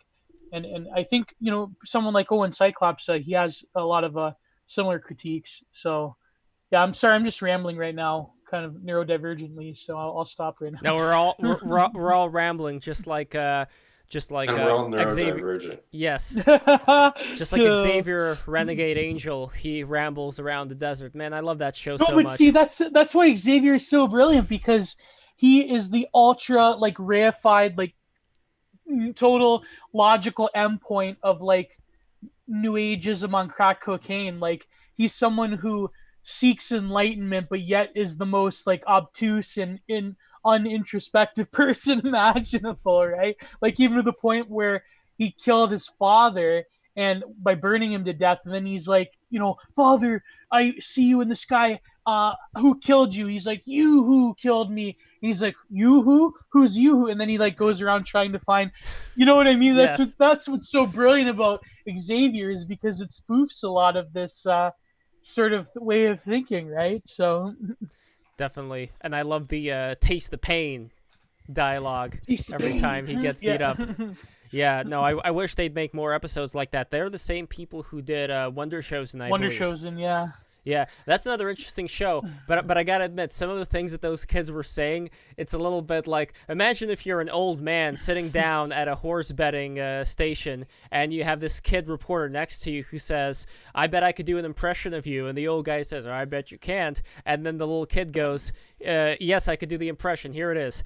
Gamble, gamble, gamble, gamble, die.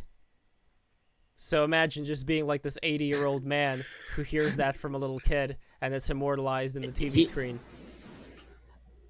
I just imagine that's just like encountering people every day who just lack charisma, but they're trying to help you. So love them anyway. I'm not sure I understand. What, bro? What are you talking about? I'm just imagining the most socially awkward person who probably, I'm not going to mock and ridicule this hypothetical person right now, but I'm just imagining a sweet kid going up to someone and going, gamble, gamble, gamble, die. And then having any other reaction other than like, oh, this is just an eccentric kid over here. Like what? Like, well, to be fair, I have no emotional reaction to it whatsoever. It wasn't the kid it was the writers. They probably had a little microphone in his they probably had a little what do you call it, a little device implanted in the kid's ear. Earpiece. Yeah, earpiece, exactly. That's how they said it. I mean, it gets pretty interesting with the dialogue that these kids say. Like, this one girl was walking around Wall Street asking the bankers who they exploited today. So you mean Wonder Shows? And yeah, that was pretty good. Huh. Yeah, the segment is called Beat Kids, and it's like kids on the beat, and they call it Beat Kids, and they have two fists with Beat Kids written on it. So yeah, you'd never get away with that nowadays. No. Or something like a Hebrew. Beat Kids? I don't know. Beat Kids. That one in particular you might be able to get away with. Yeah. But not like the slave song. No. Slaves built the Parthenon. Slaves built the White House. Yes, and in the end, they had this little kid who was just leaning down, and it looked like the earth was on his back, like he was like Atlas carrying the earth on his back, not like on his arms, but kind of like, you know. I love how we all did the crouching slave down. song at once. That was Yes. pretty cool. Yes, no, it has a lot of good stuff in it. And also one of my Jules, listen. Yeah. Jules, I feel that the charm of Jules is that he is an out loud thinker. And so whatever pops into his mind, he intuits and he needs to express it. And I feel that's why we love Jules. Yes. He is an out loud thinker. He's an element of randomness. Don't you guys like to cut to the chase? I feel like that's how you hold people's attention in the long run. Is people don't always want to be soothed with like opiate language. They want cold water. They want spice. They want a little bit of panache, you know? And I try to roll with it.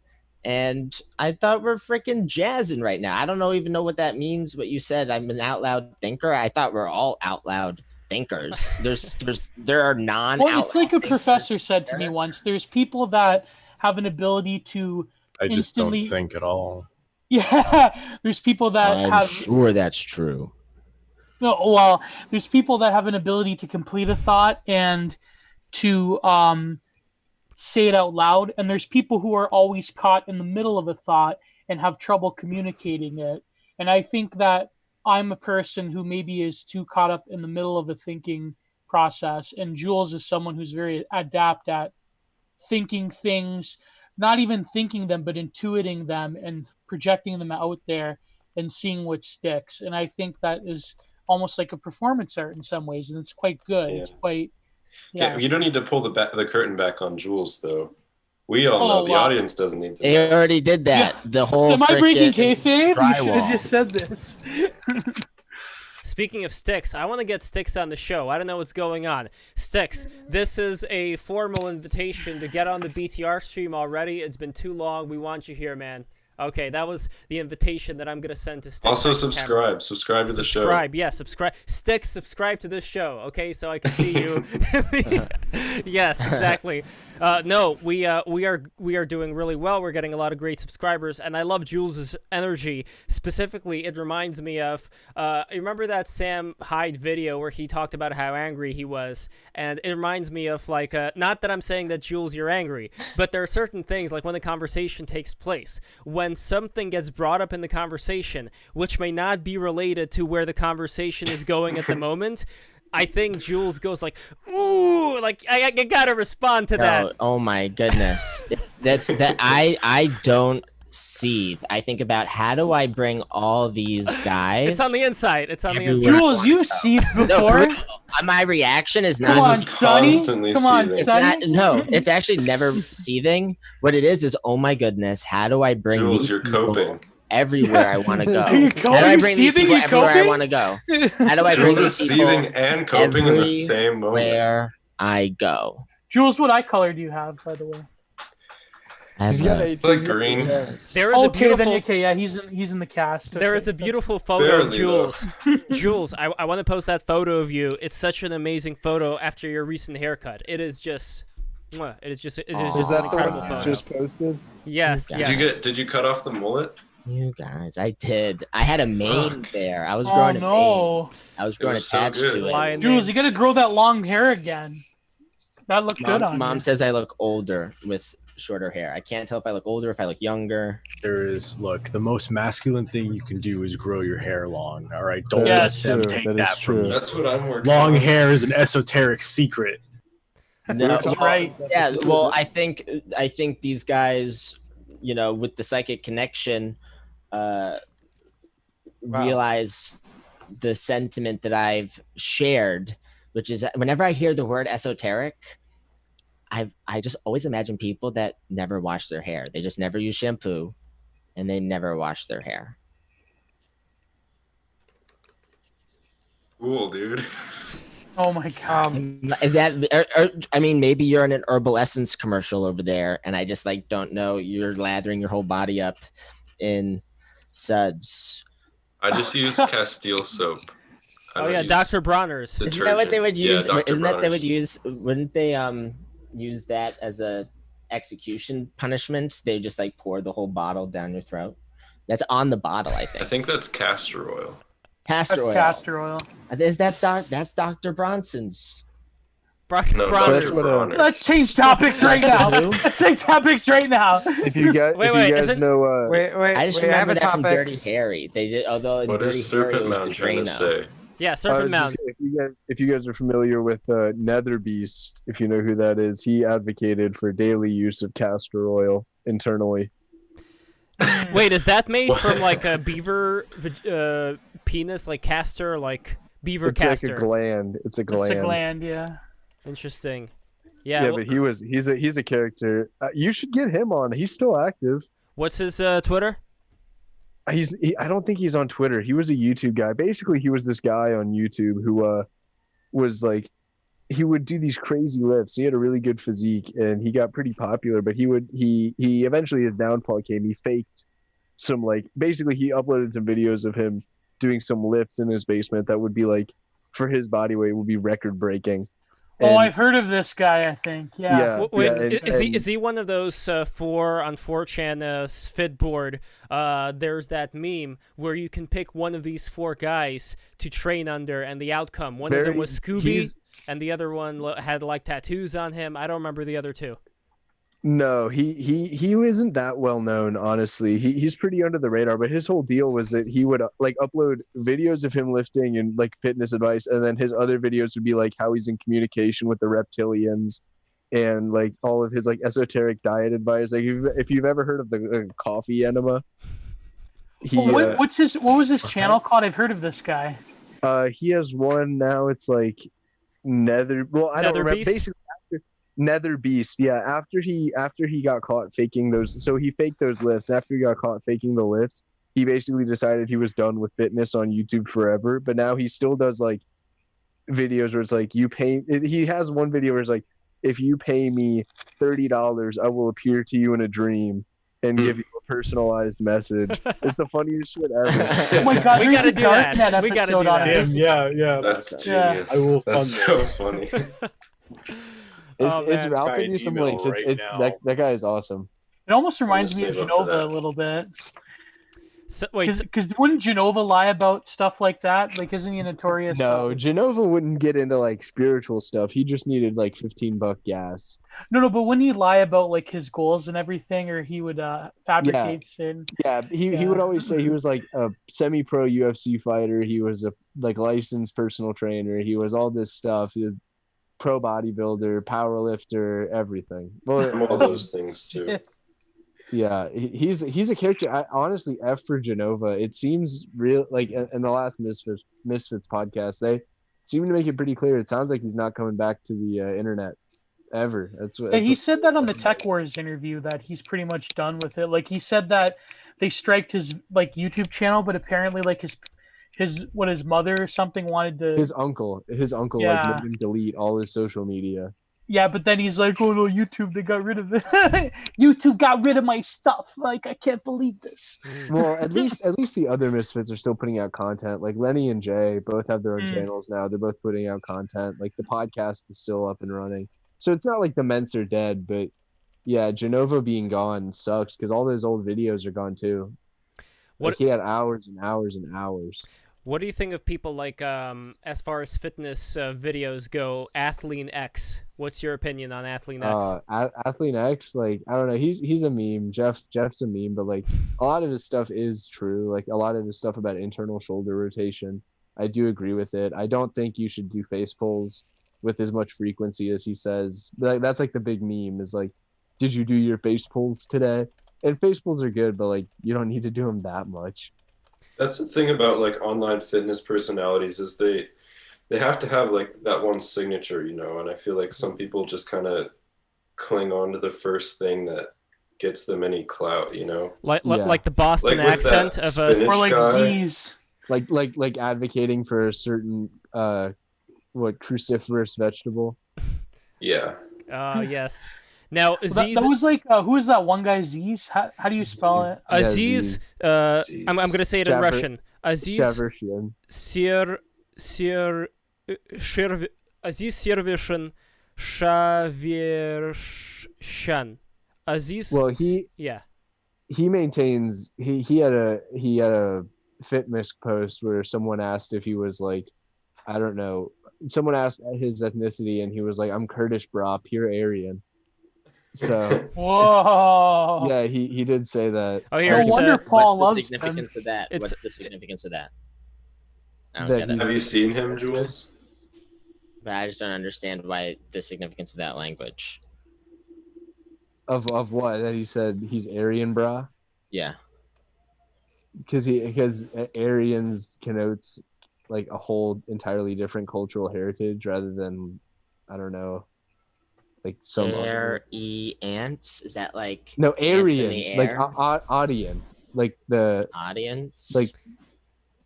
Well, if we're Jules, talking, shut the fuck up, bro. You know what it means? What? Oh my god. Like Aryan, like Indo-Europeans, Indo-Aryans, like. I mean, there are people Here's who are what's also frickin' Aryans. there are people I who don't are know. also Aryans. close Like with the. Fapla. Who are the Aryans? I'm not Aryan.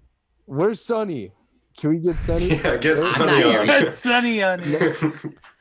Okay, so they were from this region and it was pretty close to the Scythians as well, who were the ancestors of a lot of the Russian people.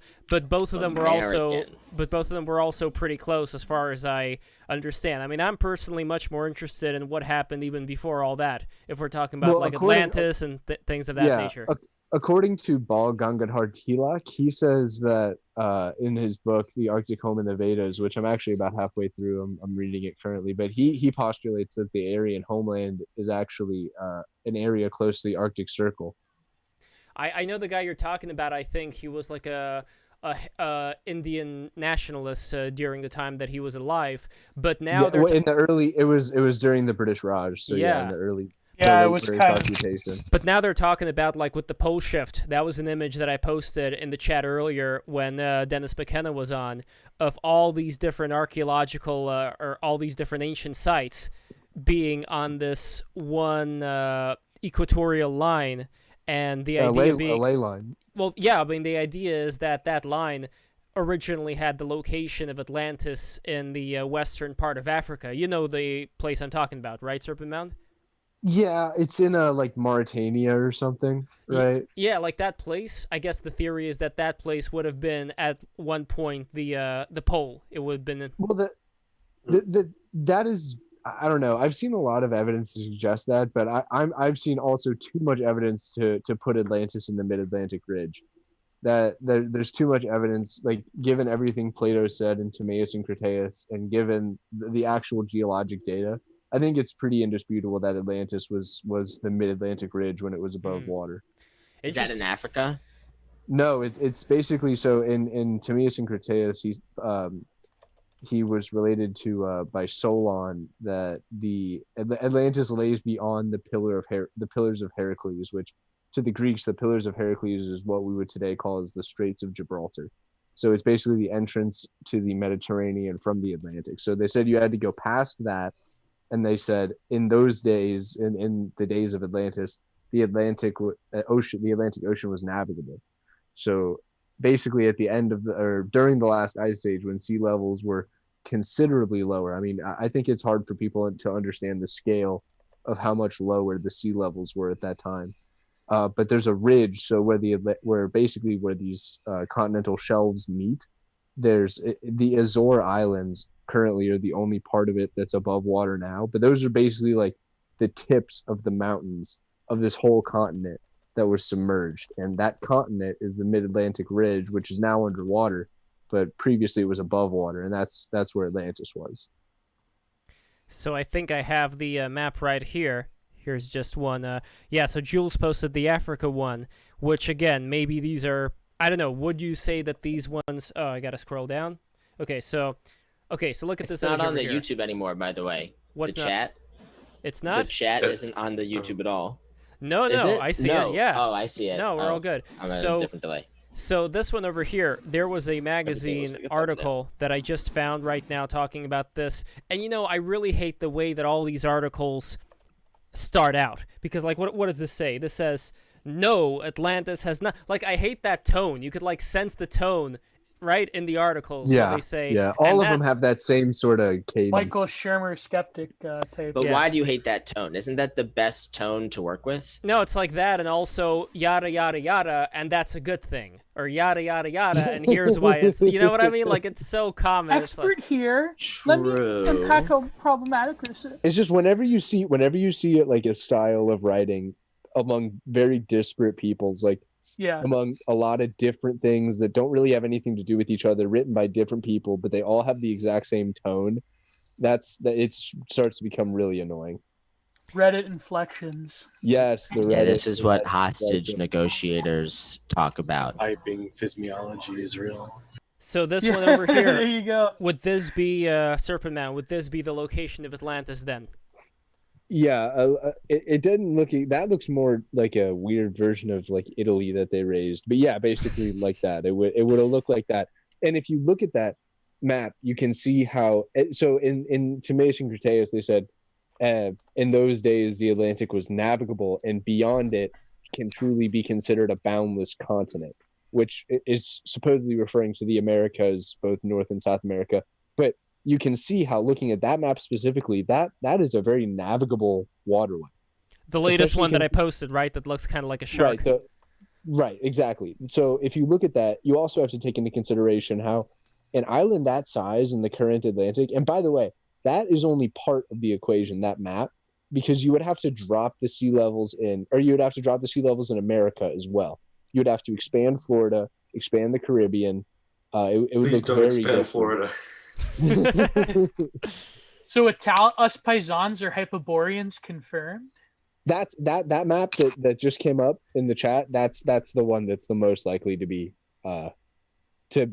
accurate, in my opinion. Great job, Such a One. And by the way, we're gonna have Such a One on for a discussion on internet memes. That's gonna be coming up very soon. I'm not sure where, but when. But I do have another very important announcement to make, which is I'll be on that one. Yes, subscribe to absolutely. 11 Joules. Subscribe. But that's not even the announcement. The announcement is even better. Okay, so here's the announcement. The announcement is that on Tuesday, August the 11th, which is coming right up, we are going to have none other than Tony Hinchcliffe as a guest on the show. Let's go. You know him from Kill Tony, and let's see, he's a really popular comedian, really funny. I'm a big fan of his work. He's only going to be able to do an hour. We saw his show together before we even started.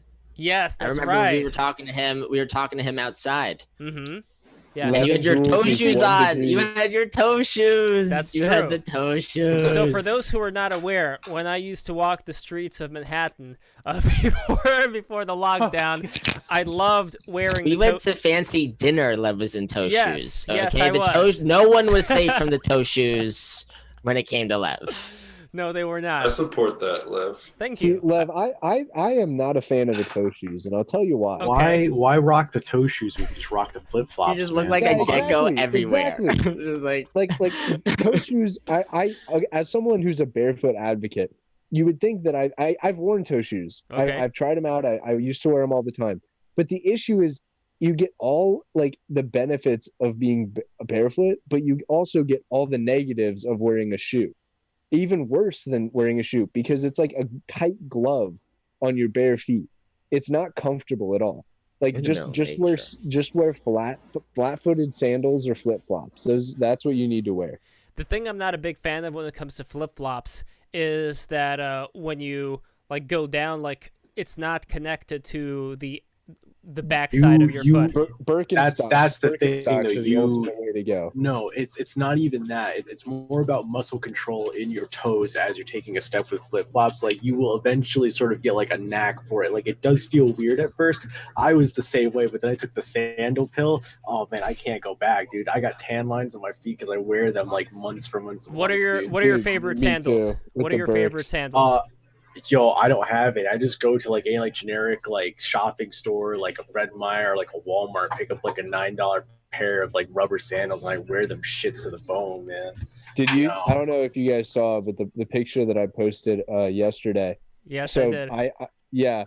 I wear Birkenstock makes these like they're Birks, but they're made of croc material, so they're not leather, so I can wear them while I wait around, because I'd say I spend probably an hour or two every day at the very minimum with my feet just totally submerged in water when I walk rivers or creeks. And like the shoes that I've been wearing, I got them in like February. They look like the most worn out tire treads in the world. They're like cuts like halfway through. They're like, when I walk, if I at all touch the top of the shoe, like the tip of the shoe, if I at all touch it to the ground, it folds up because there's a giant cut in the middle. But those are the best shoes you can wear, in my opinion, because like they're Birkenstocks, like they are classy. Okay, like Birkenstocks are classy, but they're versatile. If I had to recommend one shoe to everyone, it would be those. Interesting. It is a nice looking shoe, and it looks like it's able to support your foot. I mean, I don't mind going barefoot either, but honestly, like when it comes to the concrete and all that stuff, like my wish would be if someone created like some kind of a spray that you could just spray on your foot, and then it turns into this hard thing. Because look, I don't mind going barefoot. That's what they had in Like from Cloudy with a Chance of Cloudy Meatballs. With a Chance of Meatballs. That's what the guy was famous for. Wait, Serpent Man, what? It's the same thing Rusty said. Like in Cloudy with a Chance of Meatballs, you know that animated movie from like 2009, Yeah, 2010? it rings a bell. Yeah. Yeah, that's what the main character, that was his like invention, was spray on shoes, but the catch was they never came off. I see. Just like hooves. I thought Like a someone horseshoe. made something like that where it's like they're not. It's not like a spray, but they're like a cutout of like a foot, and you peel like the little paper off of it, and you apply it to your sole, so that you can walk barefoot without stepping on rocks or gravel or whatever. Like I feel like something similar has been made. I just found this out today. If you look at, I don't know with COVID and all the restrictions, but Walmart's policy explicitly states that you can be barefoot in Walmart. Nice. Of course, That you Walmart. can? Of course. They That wash you the can. floor That every you day. can. Oh, by the way, Gio Interesting. posted this picture of me with a mutual friend of us and Jules over here. Check this picture out. Yes, Back some before mutual Rev friends in that became photo, indeed. Yes. Friends of the night. Yes. And also, I'm thinking- I here, remember that photo. I wonder if we can. You guys get- were just hanging out. yeah, I went I to was the in Oh, look at LA. that. I went to was the in play. LA. I went to the Playboy Club, and that was an interesting experience. That That's was so in, cool. There's yeah, I'll tell you later after the show. It's funny. You yeah. just shared that. It's a shame that that club Sounds got shut funny. down, though. I think it's because it was offensive, I guess, the idea that there could be beautiful women that wear bunny suits. You know, like, there's no room for the bunnies anymore today. It's passing. It's just one Well, of those things. Ever where- since they traumatized those children to the bunnies, remember they did that? What? They were basically experimenting with trauma, and they taught a group of children to fear bunny rabbits. And so whenever these children would see bunny rabbits, they would lose their minds. What does that have to do with the Playboy bunny girls? I mean, Well, there's no room for bunnies. What's the root of it? I just want to dig into it. the root is that bunnies, well, at first, Hugh Hefner wanted Playboy to be called, I think, Stag Party. And he wanted to use a deer. But then he couldn't use that for some reason, so he went with bunnies. And bunnies, they're a symbol of fertility in a way, right? Like, you got, they multiply really quickly. So you have these simple bunny ears, and women wear them, and it's a sign of sexuality because of, like, the whole Playboy bunny thing. And today, I think any sign of female, like, I wouldn't say every sign, but, like, the sign of something that's also conflated together with the patriarchy, like these girls who wear these and what skimpy about suits. Bugs Bunny? And what about Bugs Bunny? Why'd they name him Bugs? Bugs. Well, Bugs was Why'd supposed they to be name one of him those. Bugs? I think I know. I think because Bugs is supposed to be like one of those old Brooklyn type of like nicknames that like the kids used to have back then. He was Bugsy. He was transatlantic. He was Bugs Bunny's more transatlantic. I don't know. I mean, he was Transatlantic. Does kind of have a Brooklyn drawl in it, embedded in it, but transatlantic was its own construction, wasn't it? Maybe. I mean, he's also. I think so. It was designed for its attractiveness. Well, Bugs Bunny was also transatlantic in certain episodes. You remember when he was putting on the women's clothing? Oh God. Bugs Bunny was. By the way, thing about yeah, I don't think cartoons could get away with that either today, can they? Like, oh my God! Oh no, you have to celebrate. You have to be like Rebecca Sugar. It can't be a joke. Yeah, it cannot be a joke. It has to be serious. That's the thing. Bugs Bunny. Here we go. Yeah, imagine seeing that today. No, so no. The good. only time when we have best. something like that is like there was a cartoon. I don't know if you guys remember this cartoon. It's called Shizao. In fact, I was at a pitch meeting with this guy from the Disney Channel. This is like back in 2009, I think, like around that time. And he told me about this cartoon that was pitched to Disney that they picked up and they loved it because it's so original. It's called Shizao, and it's about this boy who turns into a girl superhero. So like he's not trans, but he like becomes a girl superhero. And it's like Shazam, but it's a woman. Yeah, Shizao. That's kind of cool. That's Damn, what it was I wish called. I wish I can turn into a powerful Amazonian woman at any No, it time. wasn't a powerful Amazonian woman. It was just like him with makeup on. Let me see if I can find it. That's kind of cringe. Shizao. Let me see. Yeah, you'd expect it to be a lot more, but yeah, here it is. I completely forgot about this. So let me see. Okay, here is the image posting on btr-chat. Here it is. So this is Shizao. This is the superhero. That's a dude. Well, here I'm sending you him as a boy and him as the superhero. This looks like a the Disney only cartoon, bro. This looks like a what male cartoon? hero I stand. It looks like Bridget. it aired on like Disney XD or something. I think it did. Yeah, because that pitch meeting that was from the Disney Channel, and that guy was telling that we just picked this cartoon up. So Hero says I hate this. I want to get Hero on, by the way. Hero, if you want to come in, if you know about, because I don't really know that much about the show. Like, I know that it existed. I've never seen an episode of it, so I don't know if it's good or if it's bad. Comic. There should be a comic like that, but it's like Jessica Yavin, and then like the supervillain, but she's like not a supervillain. She's like an anti-hero. Would be like Annie Slats would like come in and fucking be like the turf that has to like defeat the evil Janet Yavin, but like you're supposed to. I don't know what people are talking. You know about the Yavin case, right? Yeah. By the way, I wouldn't say Bridget counts, honestly. Bridget is more of a Japanese thing. It's a different vibe. I don't know. Bridget's a dude. That's a dude. I know it's a dude, but it's a different vibe. I think it's because I was around for 4chan for so long that Bridget has kind of become very acceptable. You know what I mean? Just like it's a different thing. It's a different feel than the Shizao thing. I don't know. Yeah, for sure. Like there was a character. I'm reading One Piece right now, and I am up to the Wano country arc. I'm not going to spoil anything for people who did not read up to that point, except to say that there is one character who's like a samurai who at first we think is a girl, but it's actually a guy who likes, like putting the makeup on and everything. But he Dennis Rodman. No, not like Dennis Rodman. Are you kidding me? No, Dennis Rodman did that all the time. Yeah, but he looks weird. I'm talking about like someone who like looks actually like a girl. Dennis Rodman could rock that. Dennis Rodman would walk into a place like he just did not give a fuck. I'm sure he could. Just like. Did you see that? Have you seen Dennis Rodman? He is huge. Dennis Rodman is huge. That is an enormous person. Like you forget people can be that big. Yeah. Did you see that One Piece theory that guy did, wherein like, I think it must have been like 2013, 2014, where he put together like.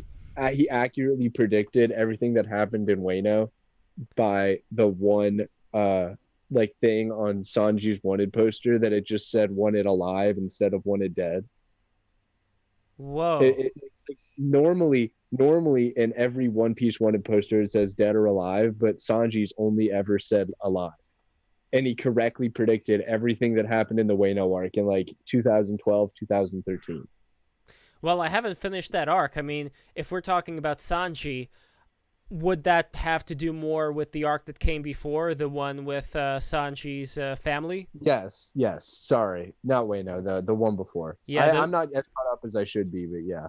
The Big Mom arc. But it's so amazing how much manga this dude produces. Meanwhile, we got the Berserk guy, playing Idolmaster all day. You know, like how long do we have to wait? I mean, this is like I can't believe Stanley Kubrick only made 10 movies. It's like something that I find almost unforgivable.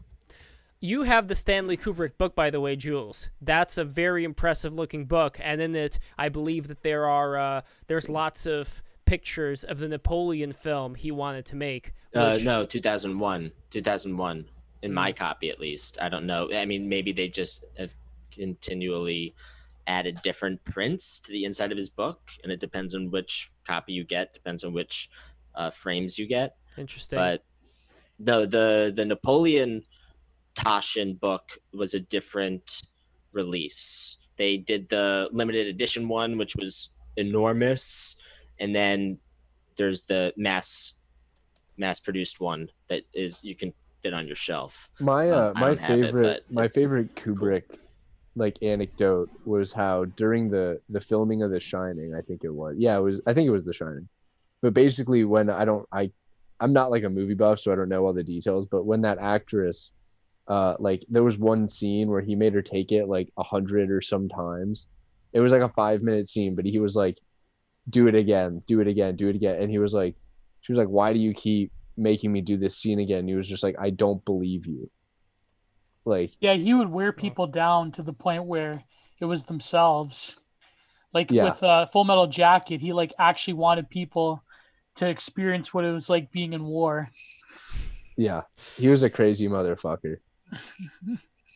Yeah, it's I think I was talking about this in the movie stream. My favorite movie of his is actually Barry Lyndon, even though I love so many of the other ones. Barry Lyndon, there was something so special about just looking at the way people were dressed back at that time. It really does have a sacred geometry vibe to it. You know what I mean? Just like how fancy the outfits were and how much care and attention they put into, we're going to look like these, the British Army. We're going to be these red people, and we're going to have all this fancy stuff around us. It's almost kind of like having an astral body that you project through the kind of clothing you wear around yourself. Like, I don't know but if at the time they needed that much makeup because they were so ugly. But that was the thing about, if you look at the Victorian era and why those people were wearing so much makeup and had such low lighting. This is pre-Victorian. This is like the 30 Years' War. Barry Lyndon, those people they smoked a lot and they drank a lot and they had horrible health. And so that's why they wore so much makeup, even in low lighting, right? Because the lighting was so low. You're living by candlelight. So it's not that easy to see someone's face. So they would just throw all this makeup on their face to make themselves prettier because that's how ugly they were. Okay, when you say ugly, that's what it was. People were just uglier. No. Were you there, Jules? Look at a William Waterhouse painting, bro. Yeah, like maybe they smelled bad. Sure, I could give you that. I can give you that some of them, especially in the cities, they may have smelled bad. But as far as facial features go, I'm sorry, I don't buy that at all. Like if we're talking about like, I don't know. I mean, that's why they would wear makeup on their face. I mean, okay, sure, if you're talking about maybe some inbreeding that was going on among the royals, but if we're talking about just like some soldiers or some aristocrats that we see in paintings, like I think that a lot of them had, good faces. Like I don't see the problem here. I don't know. I think it was more about how everyone was taking care of themselves. And just all the smoking. Yeah. Drinking. No, I get that, but that's not exactly ugliness. That's like, sure, it could reflect on your face to a certain extent. So. I think that stuff makes you ugly. Well, right? Just like we were talking about earlier, how we were talking about earlier, if someone is perceived as love deprived, he is stigmatized in a way that he doesn't even realize, like accelerates how people are pushed away, right? Like love deprived people are unfortunately repulsive, right? Which is why people have to exercise compassion, and raise the human spirit and make sure we're all together in solidarity in this. Because if you look at the animal kingdom, animals torment the runt. Like if you look at how monkeys treat the runt, or even rodents or chickens treat the runt, like those are the animals that will on occasion drive themselves to suicide, right? You'll see these birds in the wild plucking out all their feathers, just like you might find a bird in a cage pluck out all its feathers, right? So like we're not the only social animal, but just like a love deprived person is repulsive, I think people had to wear so much makeup because they lost their youth that much faster. Well, the part about losing the youth, I could see it created some gruffness, but then again, what about all the other eras before that makeup? Because that was a particular style. Like, if you're talking about when that kind of pale makeup was worn, that was around, like, the 1700s. Before that, not as much makeup as those wigs that look like Brian May's haircut. You know, like, that was the style there. Then before that, there was another style with those frilly things on the neck, and before that there was another style with a lot more fur coats. This is before the conquistadors, and if we go back even before that, we had like the medieval times style with like the flowing robes and all that. So there are all kinds of styles that occur, and I believe, if I'm not mistaken, the reason why so much fur was worn during those times was because we experienced like a mini ice age at around that time, and things got a lot colder. So all kinds of styles came and went. What you're talking about, Jules, is a very specific period of time when the style of having like the pale makeup and the moles put on the faces was very popular. Right, and the blush. Yes, exactly. But before that, that wasn't really the case, and I wouldn't say that like technology-wise things were that different from the 1700s and I mean, sure, there were some advances, but I'd say like things got really bad in terms of health when you had cities that had like a concentration, like lots of people in there for like the industrial stuff and horse manure. Like that stuff combined together, it's gonna make a pretty smelly situation. And also, there's all the methane gas, right? That's just explosive. Yeah, that was why I think we were lucky that we did end up getting automobiles for all their problems when we did. Because if you have a city that's like in like mid-industrialization and you just have horses everywhere, I don't think that's, you know, like with the amount of people that have to work, all those things, like that's like not... in True Lies, remember when he just grabs the horse and just runs through the hotel chasing that guy on a motorcycle? I gotta see that movie again. I don't remember. Maybe I did. Is that the one where Jamie Lee Curtis is like Tom Arnold? I gotta check it out. That sounds like a really fun movie. So yeah, that's one of my favorite movies. That's, by the way, newsflash, that is one of the only movies where you have jihadis as the bad guys. It's always like Russians or Nazis. Always. Or South African. If you ever look at the bad guys in an action movie, like 100% of the time, it's Russians or Nazis. Or and South True African. Lies is like the only one where it's jihadis. It's just like, what about and they never show it on television. What about Syriana? What? You guys remember Syriana? Oh yeah, that one. That one came out kind of. Yeah. Yeah, it came out right after. Or Team America World Police. I think that's the best one when it came to portraying jihadis. They're all different. I love South Park is just in a league of its own. South Park is just in its own universe. But by the way, Serpent Mound, what do you think of Scott Herman Fitness? I don't know Scott Herman. He's another one who I found. I'll send you some of the stuff later. I'm curious what you think about him. But he's also someone who does similar videos to Athlete X, and he's got a very interesting Boston accent, which I find that's kind of like his hook. That's how he brings people in, because they're not used to hearing a Boston accent for a fitness I think instructor. you just like handsome guys, Lev. I love handsome guys. That's why I'm friends with you, Jules, because you're a very handsome guy, and I think you're a very impressive specimen. Like, if only you were cloned. Like, imagine all these Jules clones. No, please do not clone Jules, please. Specimen, Can't even handle ladies one and gentlemen. Yes, imagine a stream with like me and everybody else is Jules. No. What? I don't want to imagine that. Imagine what? Like a stream with me, but everybody else is Jules. Oh my god. What? We're all Jules. We're all Jules. We should do that one day. Like Lord. for Halloween, we should do a stream where like everybody dresses up as Jules. That'd be so Hold on, I'm weird. gonna change my avatar back to Jules. Do I have to put the cat boy ears on? Yes, you got to put the cat boy ears on. That'll be amazing.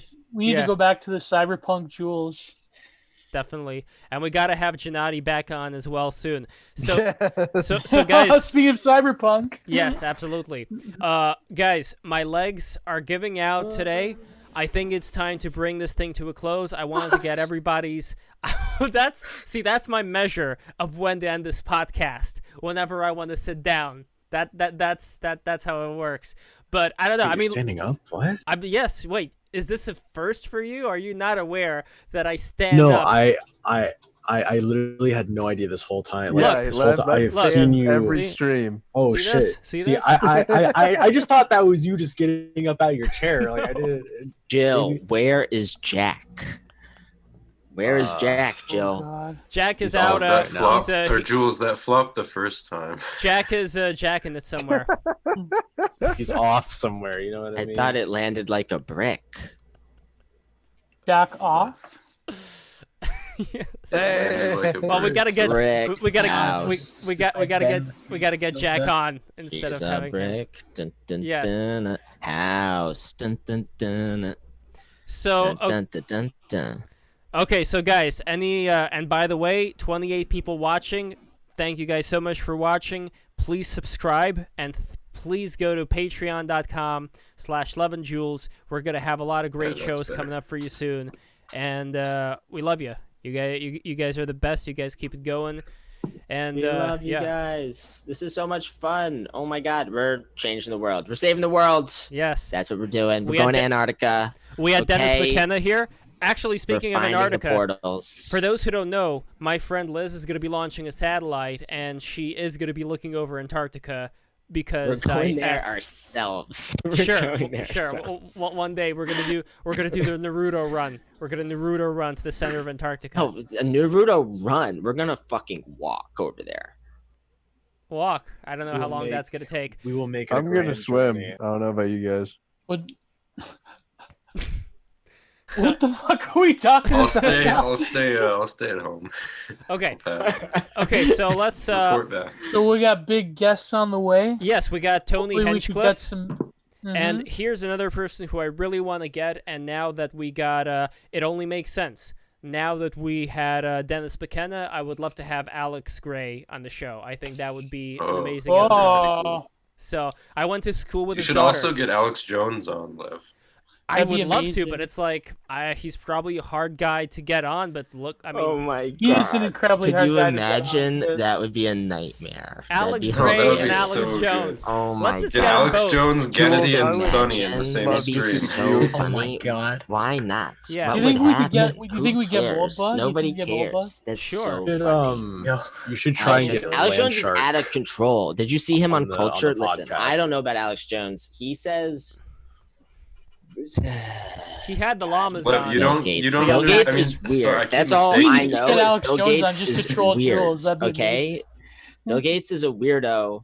So is Alex Jones. It's all. Jules, you I don't like understand any of Alex it. Jones because you're a highlight. I don't like. Listen, I like people that go Alex Jones. I like people that go on Alex Jones. That's what I like. I like people that go on Alex Jones. I like people that watch Alex Jones. I'm not crazy about Alex Jones myself. Okay, I'm not really an Alex Jones fan. I think people have tried to pin Alex Jones on me, and so it's kind of funny and ironic to be like, haha, I like Alex Jones, but I don't really like Alex Jones. I just like people that like Alex Jones and people that go on Alex Jones. Alex Jones is just listen to him. Come on. He's fucking Jules, you're just jealous because he's a more powerful chaos. Alex Jones. magician No, than you I are. admire Alex Jones as a capitalist. I admire Alex Jones as a capitalist. He's made a very impressive business, and I think he does stand for some good things. I just don't really have a lot of respect for how he conducts himself, and I think he's completely irresponsible how he acts and behaves and preaches to a very easily impressionable audience. I don't think those are high information people, and I think he's a huckster. Full disclosure. And Full disclosure. he's a better Jules huckster than me. He's a better retweeted- huckster than me. Retweeted an article about Michael Shermer and Alex Jones. So cringe. A cringe. Jules, I know you read out Michael Shermer. It's all right, buddy. It's I don't mean to call you out. Did Michael Shermer, Graham Hancock together? Like, if you could, do the Dragon Ball Z combination of Michael Shermer? Oh, they did that, didn't they? No, Michael Shermer got destroyed. No, not the people, but just let the ideas mingle. Forget about the two people getting along. You can just take the ideas from them and just like let them mingle a little bit and just see how that feels. And I think it feels really good. It does feel really good. Yeah. Who can we should get someone like, if we can't get like more. Let's get Joe Rogan on. We could get like who'd be like, let's see, Neo Reaction. Who are some Twitter people? Who are some Twitter people that we could bring on? If you could try to get Land Shark rides on. Oh, yeah. He wants to come on. He wants to come on. It's just a situation with where he's currently located, where it's not as good for a live stream. So eventually we are going to get Land Shark on. He's got that shitty Bulgarian internet. Oh my. I remember, yeah. The 10-second ping. By the way, I would love to have on the daughter, and this is not like a famous Twitter person or anything. I would love to have on the daughter of Joyce Nazari, who's that Italian Playboy playmate that I love posting all the time. You know the one I'm talking about. And she was also the girlfriend. Yes, she was also the girlfriend of Frank Sinatra and Hugh Hefner. I don't know if it was like at the same time. I don't know what they were doing back then. But either way, she has a daughter who raises alpacas for a living. And that's a very fascinating thing. And her father is Jack Hogan, who I believe is also like some famous actor of that era. But anyway, I would love to get her on, talk about Playboy, talk about the alpaca farm, and just find out what exactly is up with that, what exactly is going on. Because I bet Playboy has a lot of lore as far as like, I'm sure there was some intelligence agencies that were also involved in some kind of, They were part of Mockingbird, yeah, they were. Yeah. So I'm sure there's a lot of the writers got mail, like a lot of like the writers that wrote articles in Playboy, like Kerouac and Timothy Leary and shit. They got like mail from the CIA. So interesting, yeah. So that is definitely on the way. Tony Hinchcliffe is on the way. I want to get both Alex Jones and Alex Gray on the same show. I think that would be, because here's the other thing. I want to get spiritual leaders on and like sit down with them and actually talk about Moloch for real. Just like break it all down. Like, let's talk. What the heck? I think that would be okay. David Deutsch. Listen, I'm not talking about Moloch unless David Deutsch. Okay. And it would be awesome if it was David Deutsch and James Gleck, but okay. I don't think we're getting James Gleck. I think James Gleck thinks we glow in the dark over here. I think I want to have. I've sent him. I've liked a tweet or two of his. I think if you got Alex Gray alone, that'd be pretty cool, because the closest I've seen something like that happen was when Luke Rudowski of We Are Change interviewed Alex Gray, and he like got like a little bit close to the truth. But of course, Alex Gray had his wife, Alice, in there, and she's kind of like a lib. So when he brought up the Obama painting, she like shut it down pretty quickly, and it was. No, that painting. Like, tell us about the Obama painting. That it's painting, horrible. But... It's awful. It's terrible. It's his worst work. It's awful. Why is he hunched over like that? He's the president. Why is he wait, that's a different painting. That's a different painting. Jules, you're not talking about the same painting. You're talking about the painting of the guy who does like the sperm and the that's a different one. But yeah, that's a pretty bad painting. You're talking okay, so the Alex Jones Obama painting, Alex Jones. Imagine if Alex Jones there's the McNaughton. Oh my god. That would be amazing. One? Yes. To the McNaughton one where he's like shredding he's like burning the Constitution.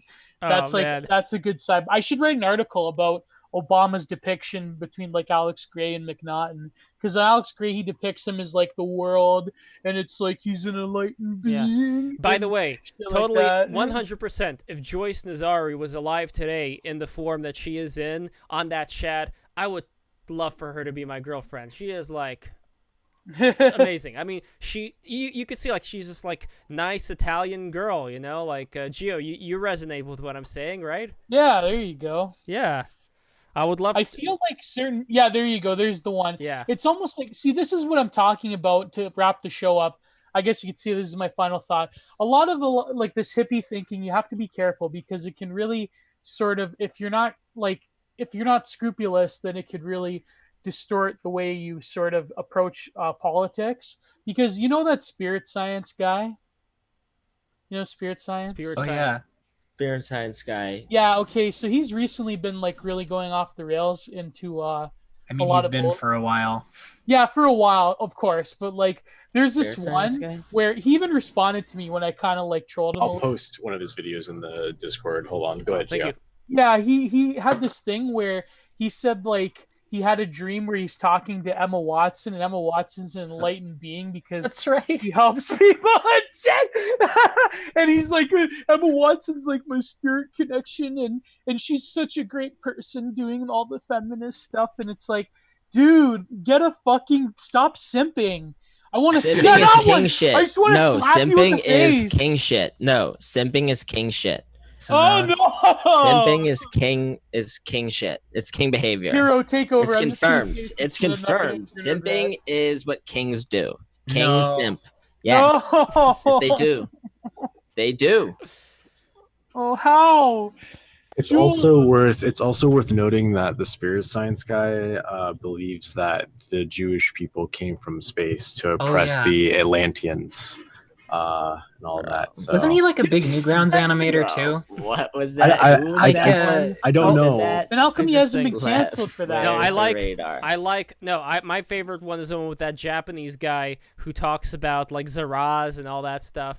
You guys know who I'm talking about when it comes to like the Jewish people and aliens. I mean, personally, I think that Yahweh may as well have been an alien if we're talking about. Oh, that, is that the guy that says Jesus was a samurai? Yes, I believe same dude. But anyway. Yes, Urban yeah. knows who I'm Samurai talking Jesus, about. that's my aesthetic yeah, right there. Yeah, you know how I'm talking about. But anyway, my idea, like when I hear about things in the Bible talking about this, Sodom and Gomorrah being wiped out, and then they had to flee to a nearby village, but then they had to go into a cave. To me, that sounds an awful lot like nuclear fallout. That, and also when Moses climbed the mountain, there was like bellows of smoke there. That sounds like a UFO. Or those crystal things that the Jewish priests had that glue whenever like they were asking for advice. You know what I mean? Like all this. Yeah, Lev is really good. Lev's really good on this. Lev has really opened my eyes to a lot. Or the Lev's pillar. persistence on things that I refused to think about really did make me ponder in ways that were. Or like the pillar of smoke and the pillar of fire that the Hebrews were following in the desert. Like all this stuff, I don't even know if it happened, but a lot of this stuff, if it did happen, points to me personally, not that the truth that is in Christianity and in the Bible and the Torah, whatever, like that there isn't a very particular authentic truth that people through meditation and church and spirituality and just getting in touch with that part of themselves are able to find God. I am absolutely convinced that people are able to do that. That being said, the actual mechanisms that were taken in order for people to get this text and all this information, there could have been all kinds of other mechanisms in place on other planets and other galaxies where the same process was going on with different people. Well, pull it back, bro. Bring it back. Bring it back home. The thing about all this like extraterrestrial stuff that I have a problem with is like this thought didn't really exist before like we as a global society started developing space travel. Like the thought that these beings come from different planets, I think like saying they're interdimensional, that may be true, but I don't think it's really like that shouldn't be the point. The point shouldn't be where they come from. The point should be understanding, because I think that it very well could be aliens from different planets, but fundamentally it's just the same forces, returning in cycles, maybe through different mechanisms, maybe through the same mechanisms, but it's a spiritual thing more than it is a physical thing.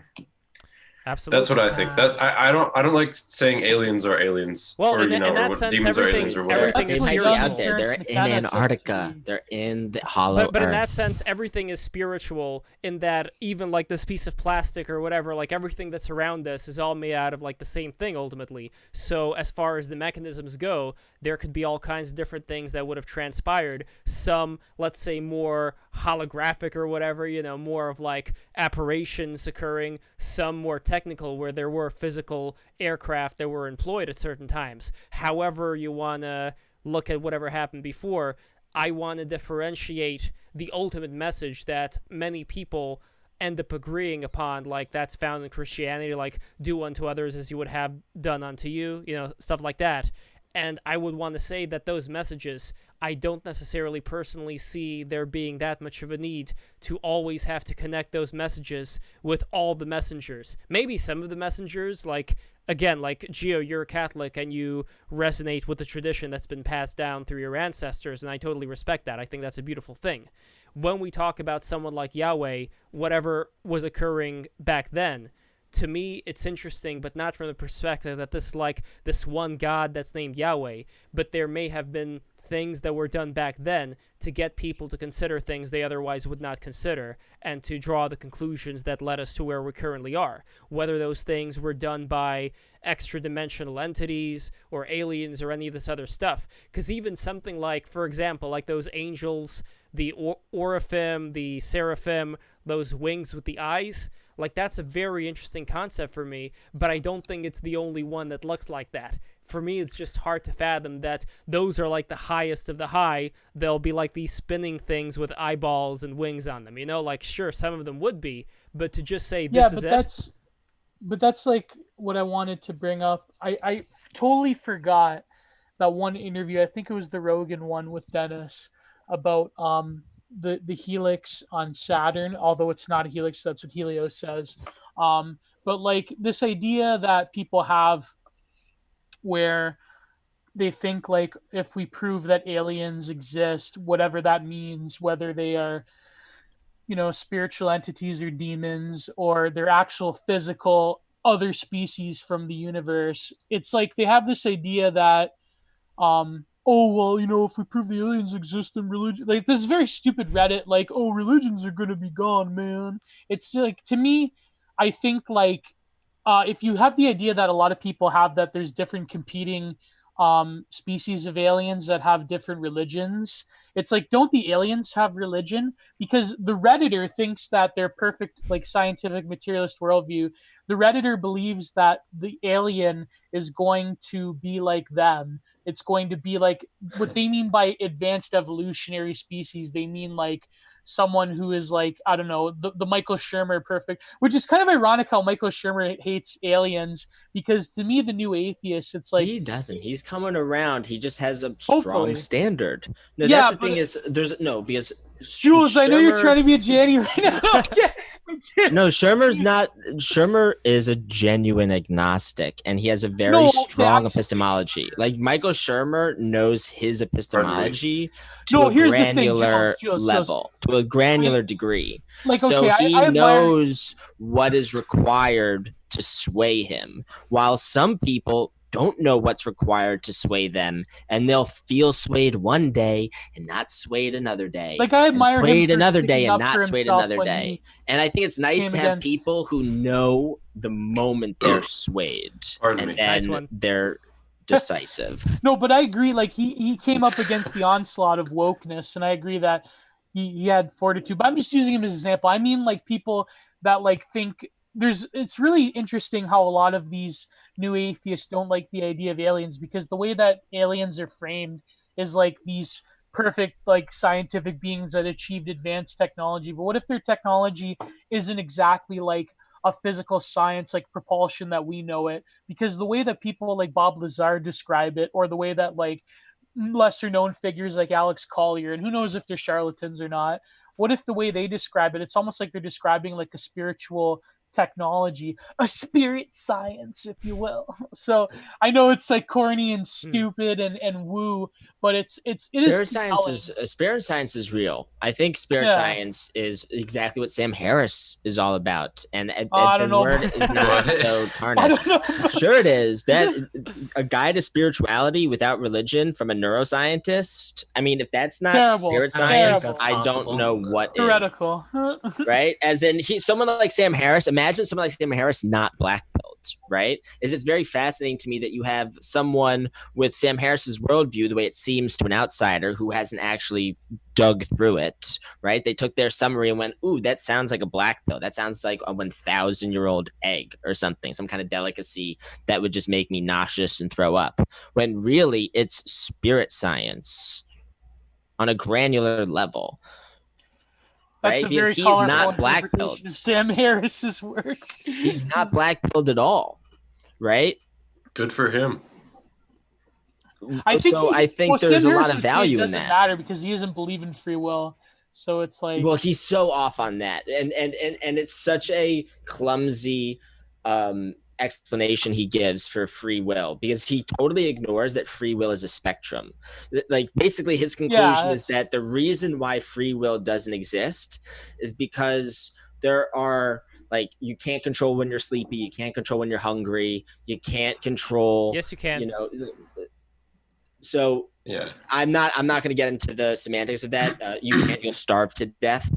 You'll, like, that's what it means, as in, if you don't eat, you're going to starve to death. So ask the breatharians. We got to get a breatharian on. Yeah. Just listen to these people over here that genuinely believe that there are people that don't have to eat. Wait, I could seriously do it. I'll do it. I'm going to get a breatharian on. I'm telling you. Yeah, but that person is lying to you. Jules. That person is like, yo, it doesn't matter. It's just whatever. It's just like that person is lying to you, or just like so delusional. And to present yourself as someone that you're like, I think this person's credible. Yeah, but if the person is not hungry, then dude, let's just get homeless people on the street on, like, run around breatharians. Yeah, I want to get that guy Jim that I met down by the river. No, that's fine. Just bring everybody on the show. But you're BTR literally talking about breatharians right now. Live blood sports, BTR. Dude, just use earwax candles. Here's what's gonna happen. Jules, in the future, hot wax in the into your future, ears. Jules, in the future, once New York goes full escape from New York mode, you're gonna armor yourself up with like a webcam, and the webcam looking at your face. Yes, and you're just gonna go around the streets, Frank Castle style. and interviewing people, but also you'll have a sword at that point because there's gonna be no laws. Yeah. It's just gonna be like a free for all. What are you You're just gonna be slicing motherfuckers up while interviewing. Like C.A. Schultz with his I'm sword. never gonna be in that situation ever. I'm never gonna be in that situation ever. Find the craziest, most really, you won't, Jules? No. You gotta find the, Why? Why would I ever want to be in that situation? Schizophrenic homeless person you can find and just walk up to him and be like, "So, what do you think of the aliens?" The aliens. That's honestly a good idea for Michael's like a segment. that. I had an experience with that once. Yeah. I mean, it's. I want to talk really quick more about this guy that I met, because I mentioned him briefly before, the guy who worked at UC Berkeley as a researcher. Yeah. So this guy, I just met him down by the river, and he looked like a total bum, and he had long blonde hair and like a very pronounced brow ridge and bright blue eyes, and he was like dirty and like that's literally barefoot. me, bro. Yeah, it was you, actually. No, but yeah, he was I don't know, he seemed like a genius, to be honest with you. But he had like the ID cards for Berkeley, and it was him like dressed up in like a suit, and he had these little glasses on like Lev wears. And but yeah, he was just like this crazy homeless guy up in my little town in Montana, and he was talking about how they put like a gold rod up like connecting to the top of his tooth. It went up into his head, and that he used that to talk to the like interdimensional beings, and he was like making all these weird sounds, and like these people want to pull the gold tooth out of my mouth, like in Marathon Man. That's how I feel right now. I feel like these people are freaking spooky dentists. The other me over there. You're all me, Oh, me? right? I Wait, just feel Rusty, like is you're a this bunch true? of Is this stinky a true dentists. story? You want to Yeah. put I'm put not even a joking. Not at all wrench in my mouth, or what do you, pliers in my mouth? What You wanna is pull out UC my Berkeley? gold tooth, So I'm because you not people surprised. are crazy. Because you are crazy people. We have crazy people on the show, everybody, and I love it. I love I it think too. But it is. can I beautiful finish my thing. story about Jim? Dude, So that he was me. You're talking about. I thought that you were talking about me. So- I'm the Okay, homeless Jules, person Jules, with he the gold was te- tooth. No, with let- the let him freaking finish his Shut the story. satellite. fuck up, bro. He was he was telling me how like he'd gotten in trouble with the feds and stuff, and he'd been all over, and like he had all these rich friends, and he owns like a vitamin C company now, and apparently all these people in Hollywood are like buying his vitamin C because he's just such a good chemist and he makes it so well. And he talked about how he like was synthesizing LSD for a while, like that was the job he had for a while. And yeah, it was just what are you saying Rusty in the chat for, Jules? Dude, Rusty, I've been on to you since your handle on Twitter. Rusty Shackelford. What do you mean, Jules? I mean, I love you, dude. Oh, I'm good. I'm glad. I love you too. Hold on. What's the bit? What's the bit? This is, yeah, what is the bit? This is so random. I don't know. Jules is obsessed with me. He's Jules been on some new stalking me medication or since I made this. something? Bro, you're all, dude. You're all just excited to go to Antarctica. Here we go. Jules, I'm happy where I am. I don't even know what to The say. imagination. Hey man, you doing all right? Do you need to like talk to somebody? Love Want some it. medicine? You okay, bro? I love it. Jules needs a Listen, shaman. talk to Auntie Jill. I'll take care of you. Okay? Love it. Dude, we're learning over here. Everybody is learning. It's gonna be so. Look at this. Look at who's watching this Jules right is now. like he's perpetually We have on 27 opium. people still He's watching this. perpetually on Yeah, something. right. Who are those 27 Jules. people right now? I feel like I'm learning when I May watch they these streams. I remain feel like I'm nameless. learning until you ask one of your questions, Jules. But is there a real Jules, What? or it's some kind of abstraction? You touch Jules Jules's is an hand and he Igor. touches yours, and maybe that there is no Jules. Yo, please don't explode this. Maybe Oh, Jules man. is some kind of abstraction. No, it's me, guys. It's your boy. It's your. Skinny penis. Let me look. Oh man, guys. Okay, I think now is the time to get to the. There's an idea yeah. of Jules, some kind of abstraction, but there's no real Jules, only an entity, something illusory. And though he can hide his whole cold gaze, and you can shake his hand and feel flesh gripping yours, and maybe you can even sense that me and Jules's lifestyles are probably compatible. Jules simply is not there. Wait, what is this from, Gio? Drive. It's Uh, from Drive. No, it's from American It's Psycho. from Drive. Like American It's- Psycho. Oh, yeah. Drive. Dude, the only Jules. Bret Easton Ellis story I know is Zoolander. Watch, We have to get him on the- I just know watch that how Bret he Easton recoils. Ellis sued Zoolander because he was like, that is like verbatim my story. He's like, every single thing about that, the entire plot, that's my work. Wait, and the people that made Zoolander were like, psh. Wait, isn't there a Jules, theory have you about? ever had a gas Isn't fight? there a theory about how Zoolander predicted the future? Like there are some. I'm not exactly sure what exactly. Like there, I think it involved the Epsteins too. Like one of the people in Zoolander, like one of the characters that was supposed to represent Epstein.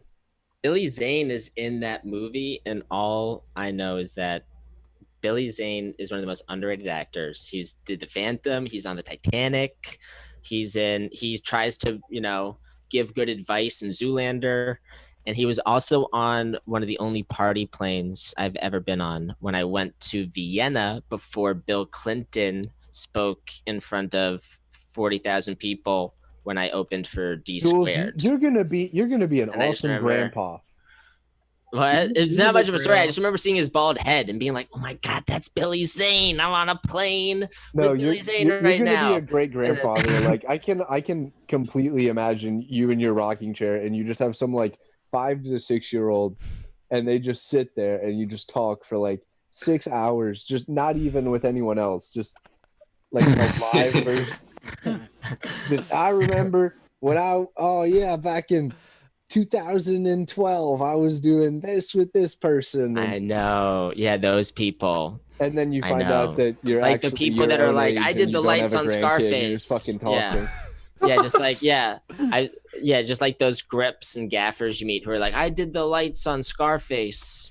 Oh, by the way, if you guys want to see a great plenty of example of grips and that, gaffers. if you want to see a great example of that, and I know that some people here love Tim and Eric, some people hate Tim and Eric, but I highly recommend this sketch to watch. It's called All Dolled Up. I don't know how many people saw that, but no Tim and no Eric, just these two guys. One of them passed away recently. Hollywood vets Barry Stem and Frank Slayton have a candid conversation about the biz, and it's them doing exactly what you said, Jules, talking about like how they were rigging the lighting on Mork and Mindy, which was like the series with Robin Williams, who played like an alien or something, and just talking about like this obscure one-upsmanship when it came to like who they work with and who they know. It's a pretty interesting thing.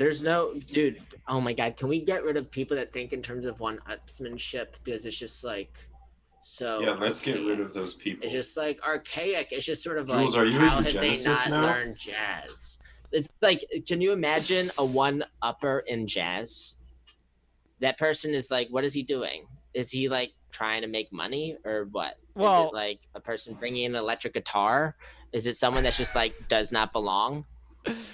But don't people in jazz try to not one-up themselves, but kind of like play a bit of like a dueling banjos type of thing, you know? Dude, they're freaking dueling banjos, They're right? charming. Dueling banjos. Dueling Yeah, like a walk-off.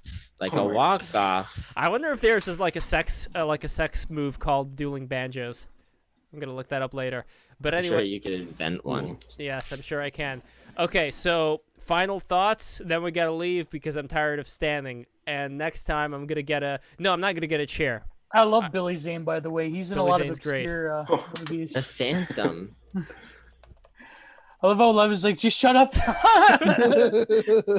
I'm on left side. No. Lev could just put his hand in the air and go, "Good night, everybody," and then boom, it'd be perfect. Good night, everybody. Okay, that's from Animaniacs, which I think Animaniacs is a great series, by the way. Chicken Boo, we talked about Chicken Boo last time. Let's see what else. The hippos, they were all right.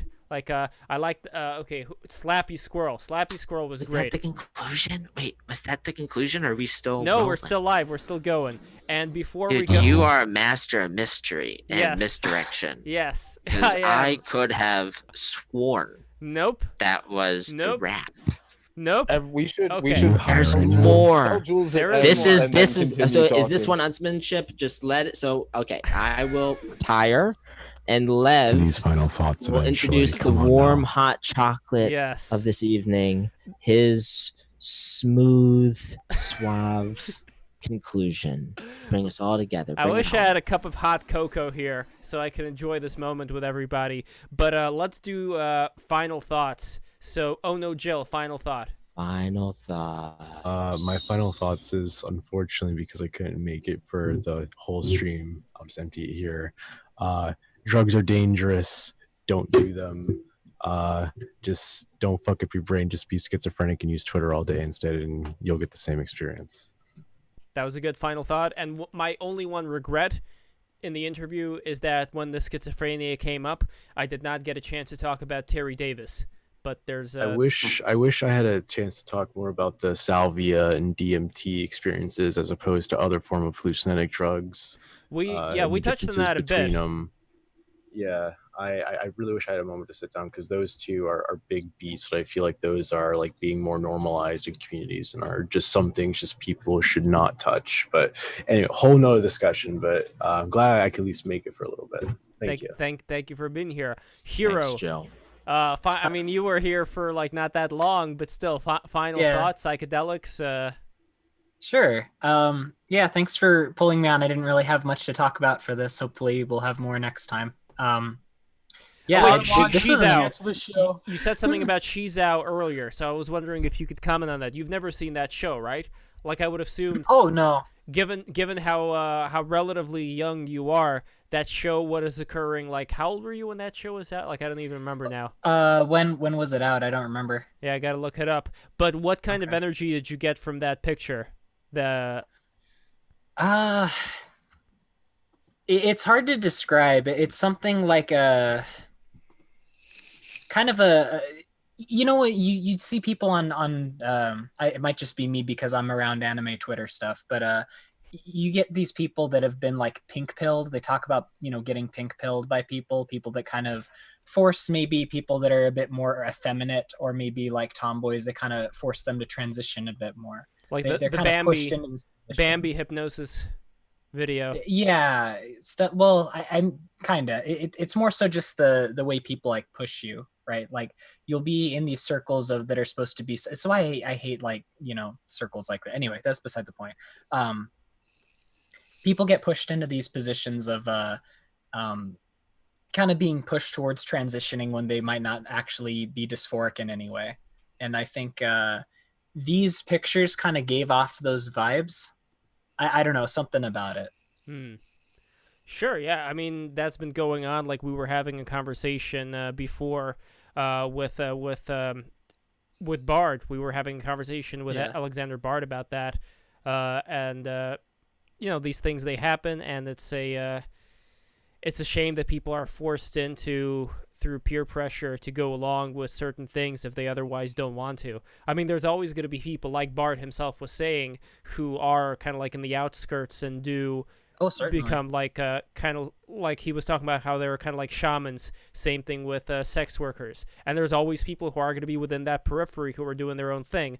And I don't think you're ever going to have like a perfect society where you know, like everybody's gonna be just like, then there's just a bunch of robots, and that's no fun either. So a little bit of spice. But it kind of comes to like how much you want to deny the objective state of nature and things like that, and how far you want to push people into that, you know, because these people, they're not dysphoric, they're just naturally more effeminate. I guess I kind of fall into that crowd a little bit. We know a lot of people that kind of fall, maybe they're definitely men, but they kind of fall more into the effeminate side, or girls that kind of fall more into the tomboy areas of the spectrum of things, and they're pushed into these positions. That's right. One of my favorite memes. Yeah, it's so good. But yeah, stuff like that. Excellent. And by the way, any thoughts about psychedelics? Sure. This was really interesting. I thought hearing that was really, really lovely. He's got a whole lot to say about that. Dennis is very interesting to hear. That said, I'll say that my own personal take is hear what he's saying and take what he's saying at what you will.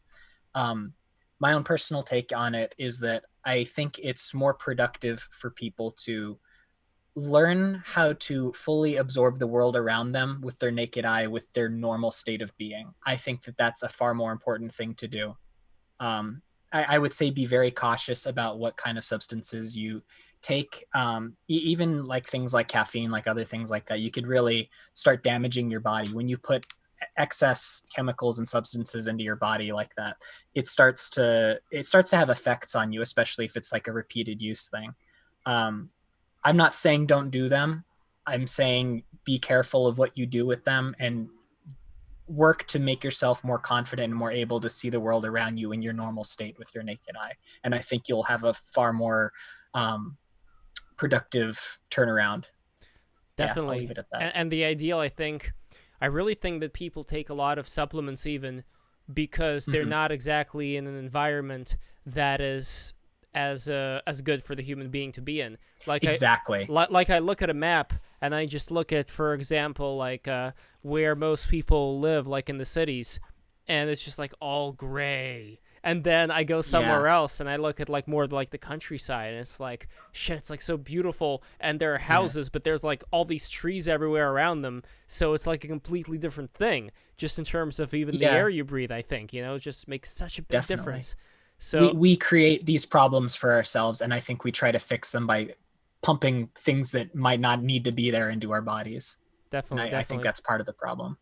Gio, I know you had a final thought before, but this is like your final thought, extra special.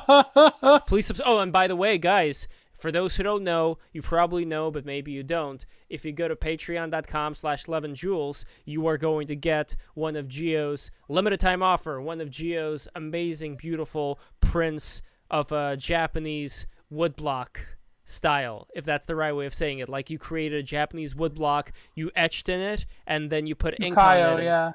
it's such a masterpiece, and I can't wait to get mine really soon. I know it's on its way, and I'm looking forward to hanging it up. So yeah, $20 membership that gives you a free print from Geo's, and yeah, Geo, take it away, my man. Yeah, I already had my final thought, and I know the chat can kind of like go off the rails sometimes, but hopefully, I'm glad that I mean, it's good to be directed in the first, at least the first half of the show, and then it's sort of like the after hours. Like tomorrow, I don't know if there's Free for All Friday, but it's like no Free for All Friday tomorrow, but we are gonna have, like I said before, Tony Hinchcliffe coming up this Tuesday, so I'm gonna be preparing for that one. He's only gonna be able to stay an hour though. That's the only down. But again, we have conversations like this afterwards. One warning though, that show, it starts at 9 p.m. Eastern, so that's gonna be a very late show. But then again, it's already 11 p.m. here, so I look forward to... I hope you can make it, Geo, because he is a big wrestling aficionado. I don't know if you know this about Tony. So I think you guys are going to have a lot to talk about. In fact, I think this one we're going to break the rules a little bit, like the title, and actually have... I would love to have you in the beginning.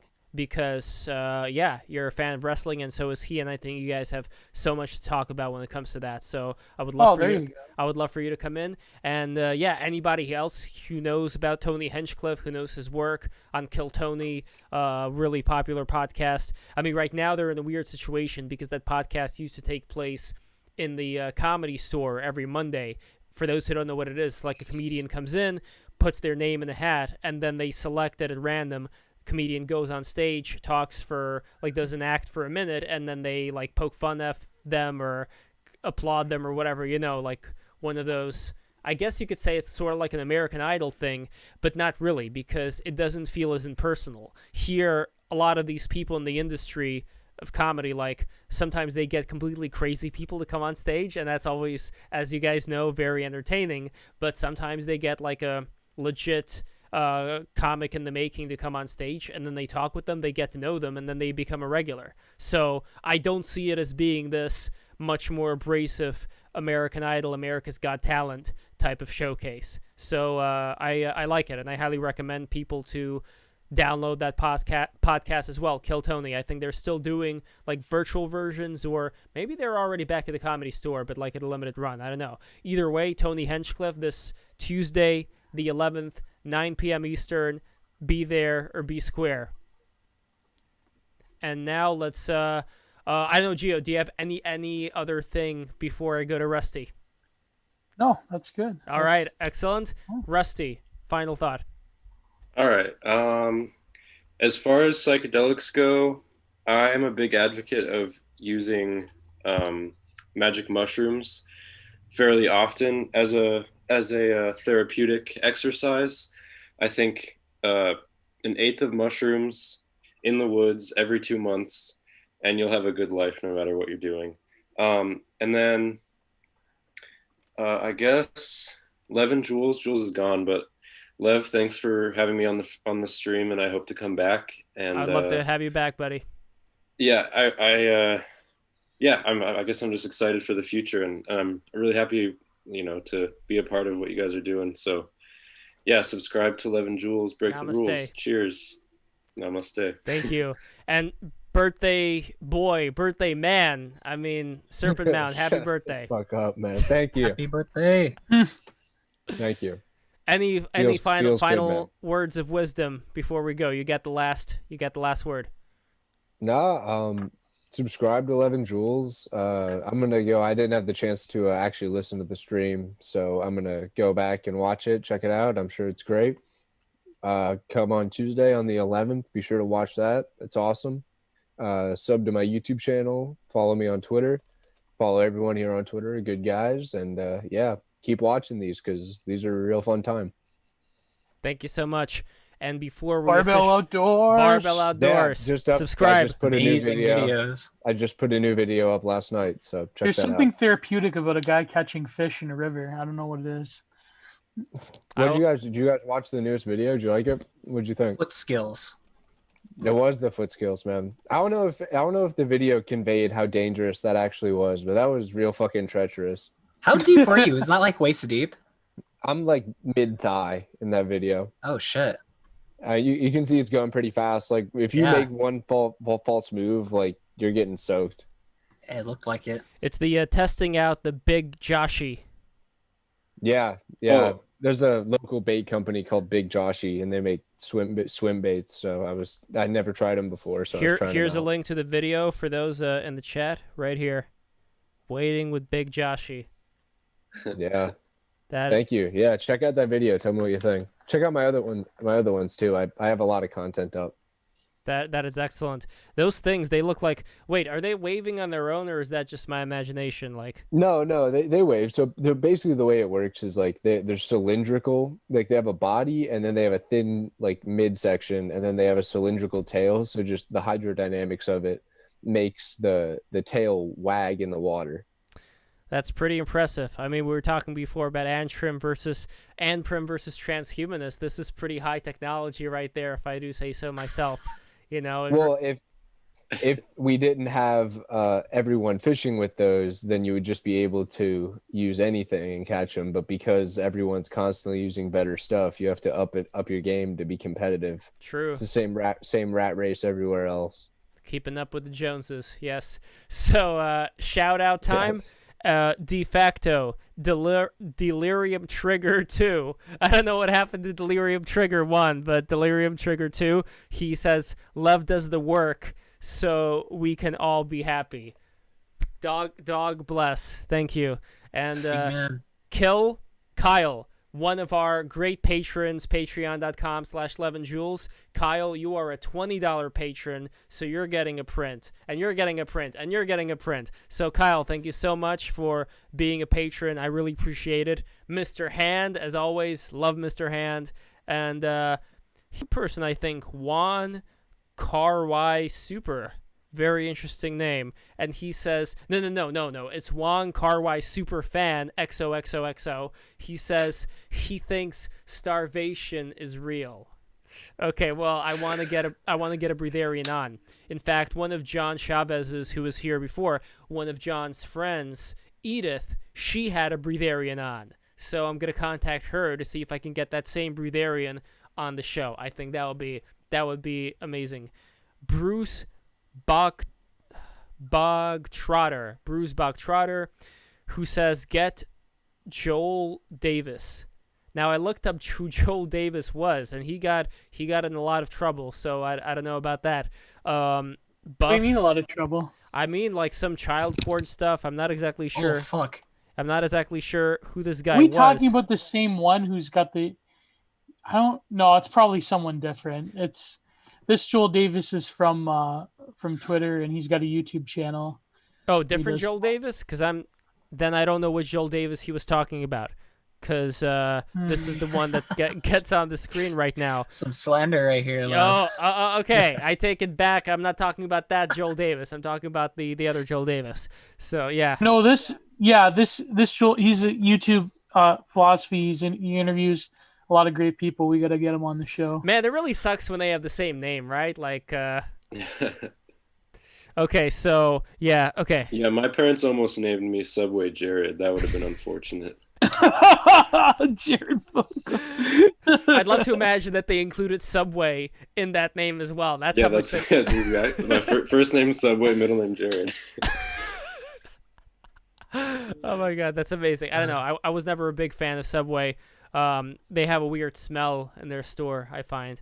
Not that satisfying. It's the owners.